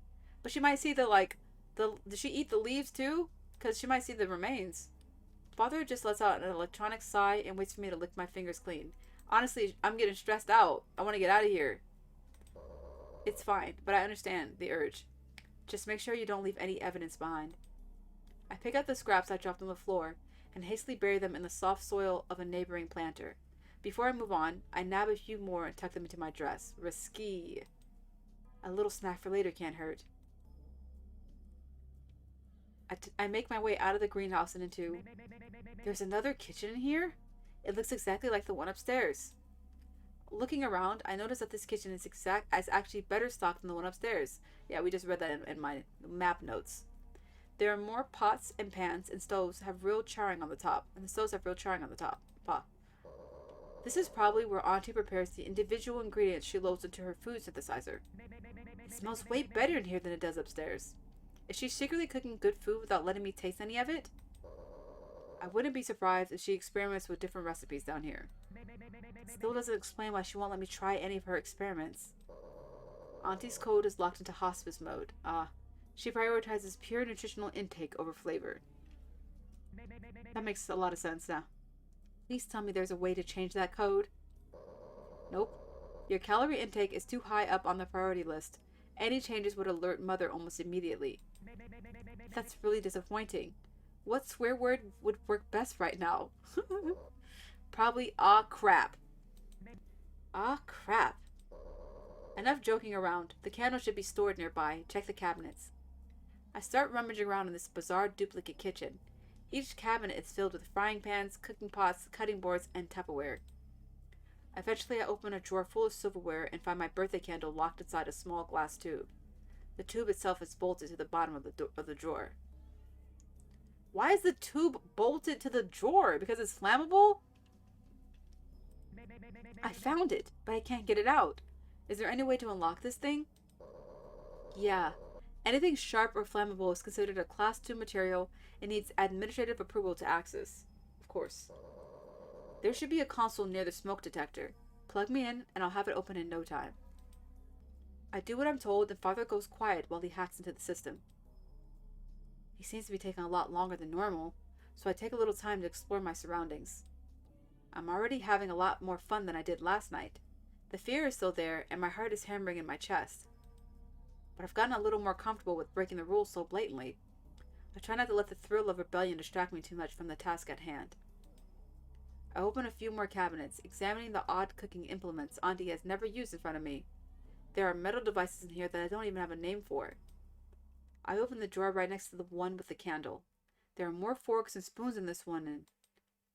oh, locked in a similarly security tube is a large and shiny knife. The knife Auntie lets me use at dinner is dull and has a soft plastic tip, but this one is polished to a dangerous point that reflects the light back into my eyes. There's almost a strange beauty to the utensil. With the slight curve in the handle and the flat gleam of the actual blade, there's a tiny red light on the hilt that pulses like a heartbeat. Interesting. It's the first time that I've seen a weapon. The whole station is made entirely of soft curves and padded corners. Something like this could hurt. The thought never occurred to me to arm myself. We're not taking this knife. We're not taking it. I don't care. A knife wouldn't do anything to the metal frames of my caretakers. But Mother isn't made of just metal anymore. We are not taking this knife. With her memory lapses and things and urges, we're not taking it. Father is still busy interfacing with the console, so I can't ask him about this knife. I know it's stupid, but I am overcome with the urge to take it for myself. We're not taking it. Should I steal it, or would it be safer just to ignore it? Without a question, we're not taking this knife. Father chirps back to life, and there's the smallest hint of panic in his voice. Security is temporarily disabled. The second you grab it, run for the elevator. Ooh, we don't have much time. The tube securing the candle opens with a loud hiss of air. At the same time, I hear multiple hisses coming from several other drawers all around the kitchen. They're gonna have the option for me to take this knife and the candle or the candle. Do you know what I mean? Something like this. Father must have disabled all the Class 2 security glasses, including... The knife is just sitting there, right in front of me. If I'm fast enough, I could grab both the knife and the candle. We're not taking the knife. I am immediately brought back to reality. This is a bad idea, and Father sounded really frightened. I should just leave it. I know where it is now, so I could always come back if I really needed it. You'd have to also disable the security system again. But what if the time comes where I do need it, and I'm empty-handed? Fourth, the alarm is about to trigger. Do you have the candle? Fourth! Leave the knife behind. We're not taking it. I stare at my own... I almost took it. I almost panicked. I stare at my own hand. My fingers ready to curl around the handle of the knife. I don't know why, but I expected my hand to be shaking. Instead, my hand is completely still, frozen halfway to the knife. Unable to move my arm, I just take a few steps back. The bigger the distance between me and that knife, the more control I gain over myself. I'm sorry. I wish I could trust you with this knife, but I'm sorry. Sorry, no. I let out a frustrated sigh and redirect myself towards the candle. What good would a knife do against something as big and horrible as Mother? That's just not good to have. I don't even think stabbing her would do anything. She'd just grow more of whatever I managed to cut out of her. Okay, Father, I have the candle. Run for the elevator. Good. As soon as I reactivate the alarms, we can head back to the elevator and... Red lights flash in the kitchen, and an alarm starts to blare in my ears. I hide the candle in my dress and grab Father from the console. Okay, so I might have reactivated some subsystems in the wrong order. Not to worry, I only managed to trigger 3 of the 7 alarms, so... Can you stop talking? We are running away now. Got it, my bad. I start running, making my way back into the greenhouse. The twisting rows of planters now forming an inescapable roadblock. I try to make my way around the planters, weaving left and right just to make a few feet of progress. Once it becomes clear that I'm getting nowhere fast, I duck underneath the planters and start crawling on my hands and knees. How did we get so turned around in here? As it turns out, crawling underneath the planters was the right idea. Not a moment later, a chute above me opens, and a familiar little robot comes flying into the greenhouse.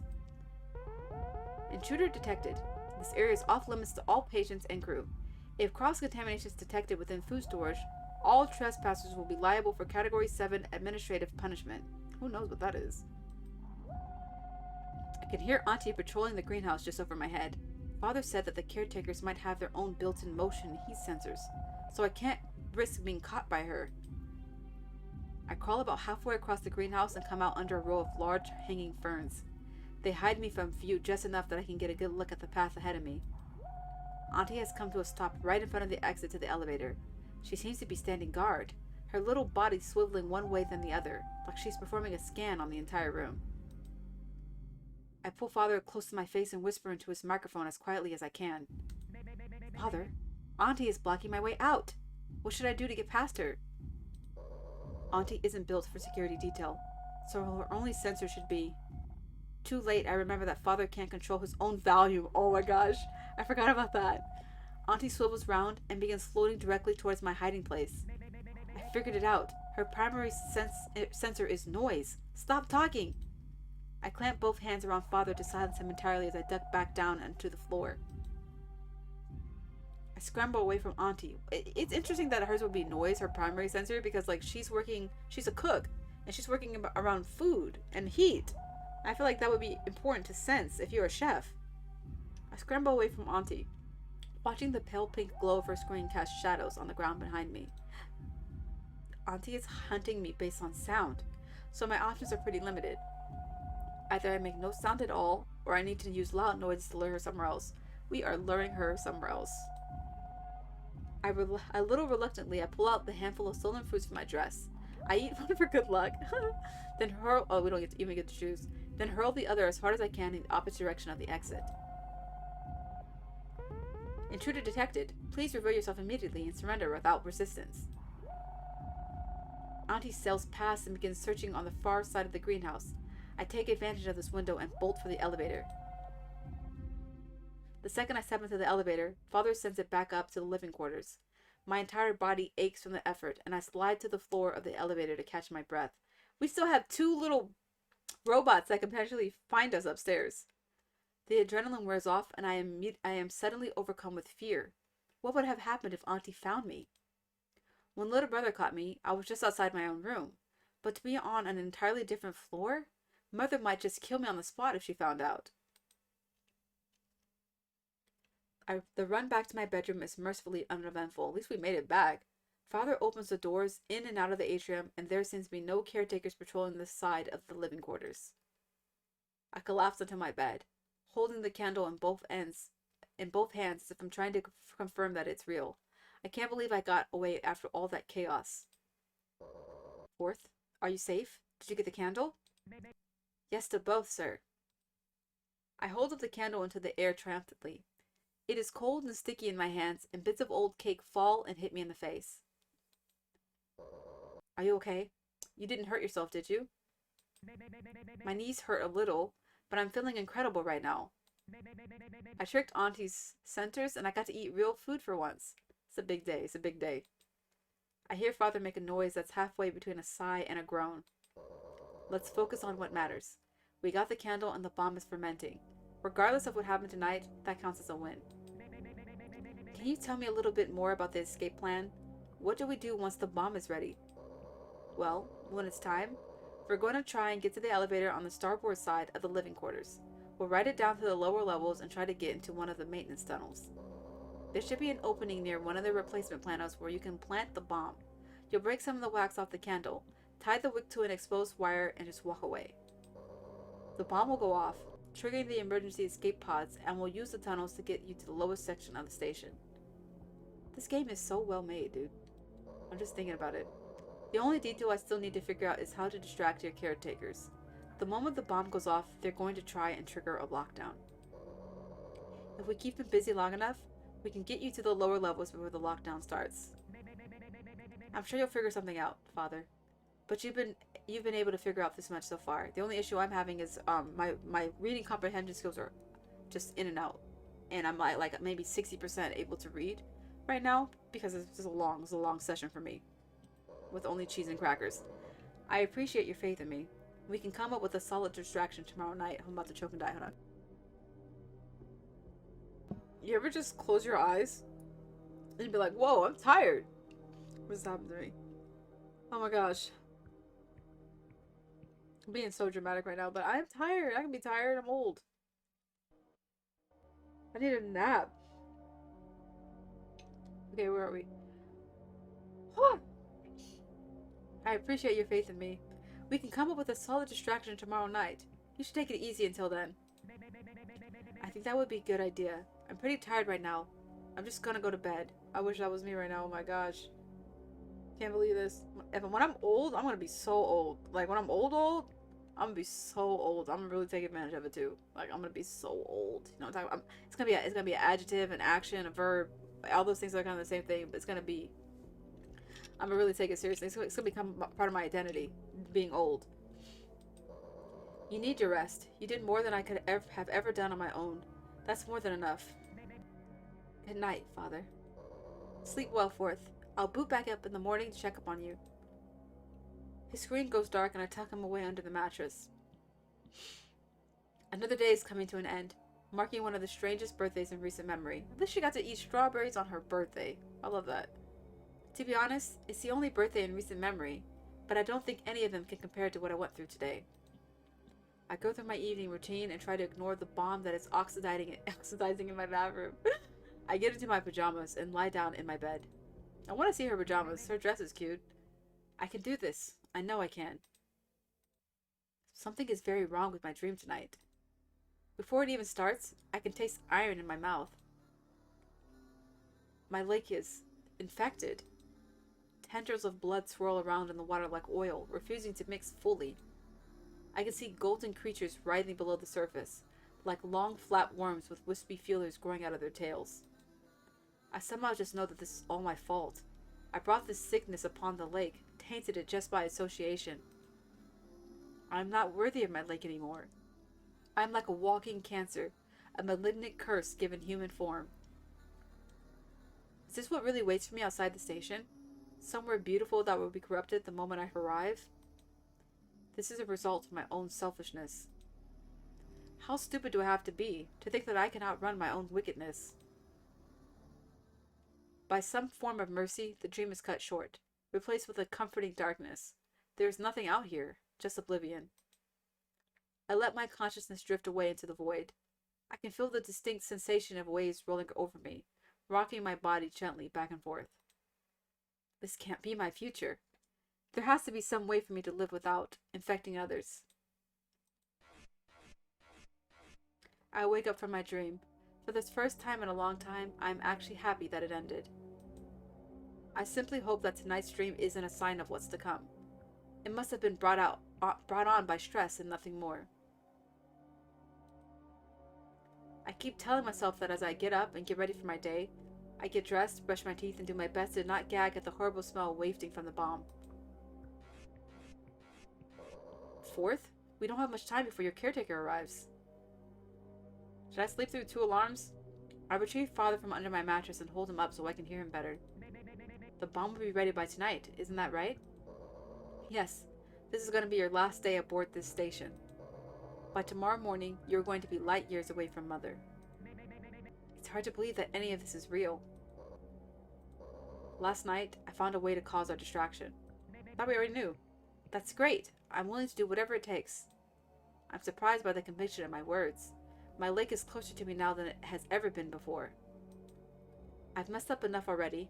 I have to get this last part right. I am escaping tonight, no matter what stands in my way. I was looking over the handful of data that remained before I was destroyed. My confidence wavers a bit, trying not to relive just how awful that day was. Bits and pieces still appear in my mind if I concentrate hard enough. I can see Father standing in the doorway, his one red eye glowing so bright that I can't look him directly in the face. Mother is pleading. She is begging him not to. What? Mother? I don't exactly remember what she wanted Father to do. I shake off the memories and try to focus on what Father is telling me. I don't like that. I don't like that little thing just now. Mother's begging and pleading Father? Mother ends up eating Father? Okay, Father can't be tricking us because Mother's been destroying us this whole game. So let me just stay focused. That's what she said, though. That kind of threw me off just a little bit. Just a little bit. Most of the data from that day has been fully expunged. Mother probably wanted to hide whatever horrible thing she did to me. But the moment I went offline, an error log was uploaded to all 3 of the other caretakers. There's something in their collective programming that we might be able to take advantage of. Interesting. But I don't know if you'll be able to handle it. I've taken on nearly everything the station has thrown at me. You can trust me, Father. When I was destroyed, the other caretakers' routines were thrown into an emergency shutdown mode. My role on the station was tied to certain everyday functions that all the other caretakers relied upon. They needed to know what I was going to do each day so they could adjust accordingly. All my program responsibilities were characterized and divided up so the other caretakers could take over my absence. By default, this delegation process puts them into the third alarm plays, meaning that little brother is going to be outside my door any second. Hurry up, Father, just tell me what I need to do today. What needs to happen before I escape tonight? When one of the caretakers suffers irreparable damage, the others all shut down for exactly 1 hour to assimilate and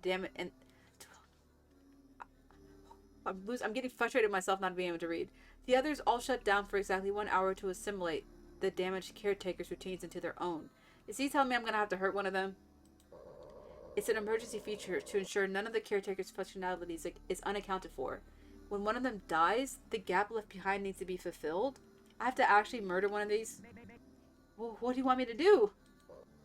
4th.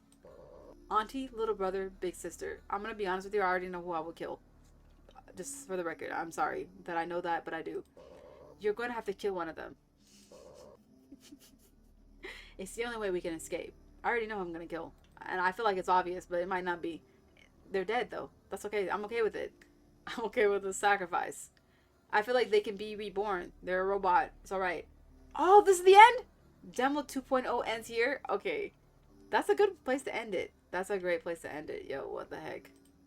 This demo covers the first 3 acts of Mother's Favorite. This makes up about 1/3 of the total game. It took me almost 5 hours. Because I talk. That's what I do. Thank you for playing. I had a great time. All musical tracks featured in this demo were created by Rey Rapids at Rey Rapids -artwork and Melonadem at Melonadem. The full version of the game, along with the original soundtrack, is scheduled to be released in winter 2024. Oh, in winter 2024. I would like to thank my wonderful spouse for proofreading this game. How cute. As well as the numerous contributors from RenP Discord who answered my many questions. I only saw 2 typos, and I'm probably going to screenshot them and email the developer. There was one said told was spelled with 2 L's, and there's one sentence that should say isn't it, but it says it's it, or something like that. That's it. That's the only typos I saw. Thank you for taking your time to play this game and your support of my work. 4th story will conclude soon, and I can't wait to share it with you. Okay. My comments. This is a great game. I actually think this game is a 10 out of 10. Very fun. I love everything about this game. The dialogue, the story, the pacing, the art, the music, the sound effects, the everything. All the save system. Everything is really visually appealing. Especially one of my favorite things is that every character has their own font. I love that. Like it's like only slightly different maybe between them. I think the idea, or just the concept of trauma and how the stuff that could be triggering to other people, even myself, I feel like it's done really well. Other games that have, I feel like, done trauma well, Frambo, Little Misfortune, like this. Even the Cat Lady. I think that those are, like, really important and like safe depictions, realistic depictions of different forms of mental illness and mental health issues. I really like that. I think this game, the writing is really good, and I think it does a really great job of that. I'm super curious to see what happens next. I will be definitely playing the full version of this game when it comes out, and I linked it below. I linked it like several times throughout the game, but I am pretty sure one person made this whole game. This is incredible. If I could do art like this, pixel art or code, whatever, I would be making games. I would be making games 24/7. Are you kidding me? I would be making games all the time because I have my brain. My brain is full of ideas, but this takes so much work. Like, maybe when I'm 60, I'll start making video games. I got too many hobbies. But yeah, I had a great time. This was so much fun. Shout out to Rey Rapids for contacting me to tell me about this demo. Thanks for even finding me because I'm a small creator. Do you know what I mean? And I love to help everybody, all artists, especially right now, game developers. Amazing people. Geniuses. They're geniuses to me. That's math and art mixed together. I love it. Yeah. Thanks if you watched this entire thing with me. It means a lot. I'm gonna go stop talking now.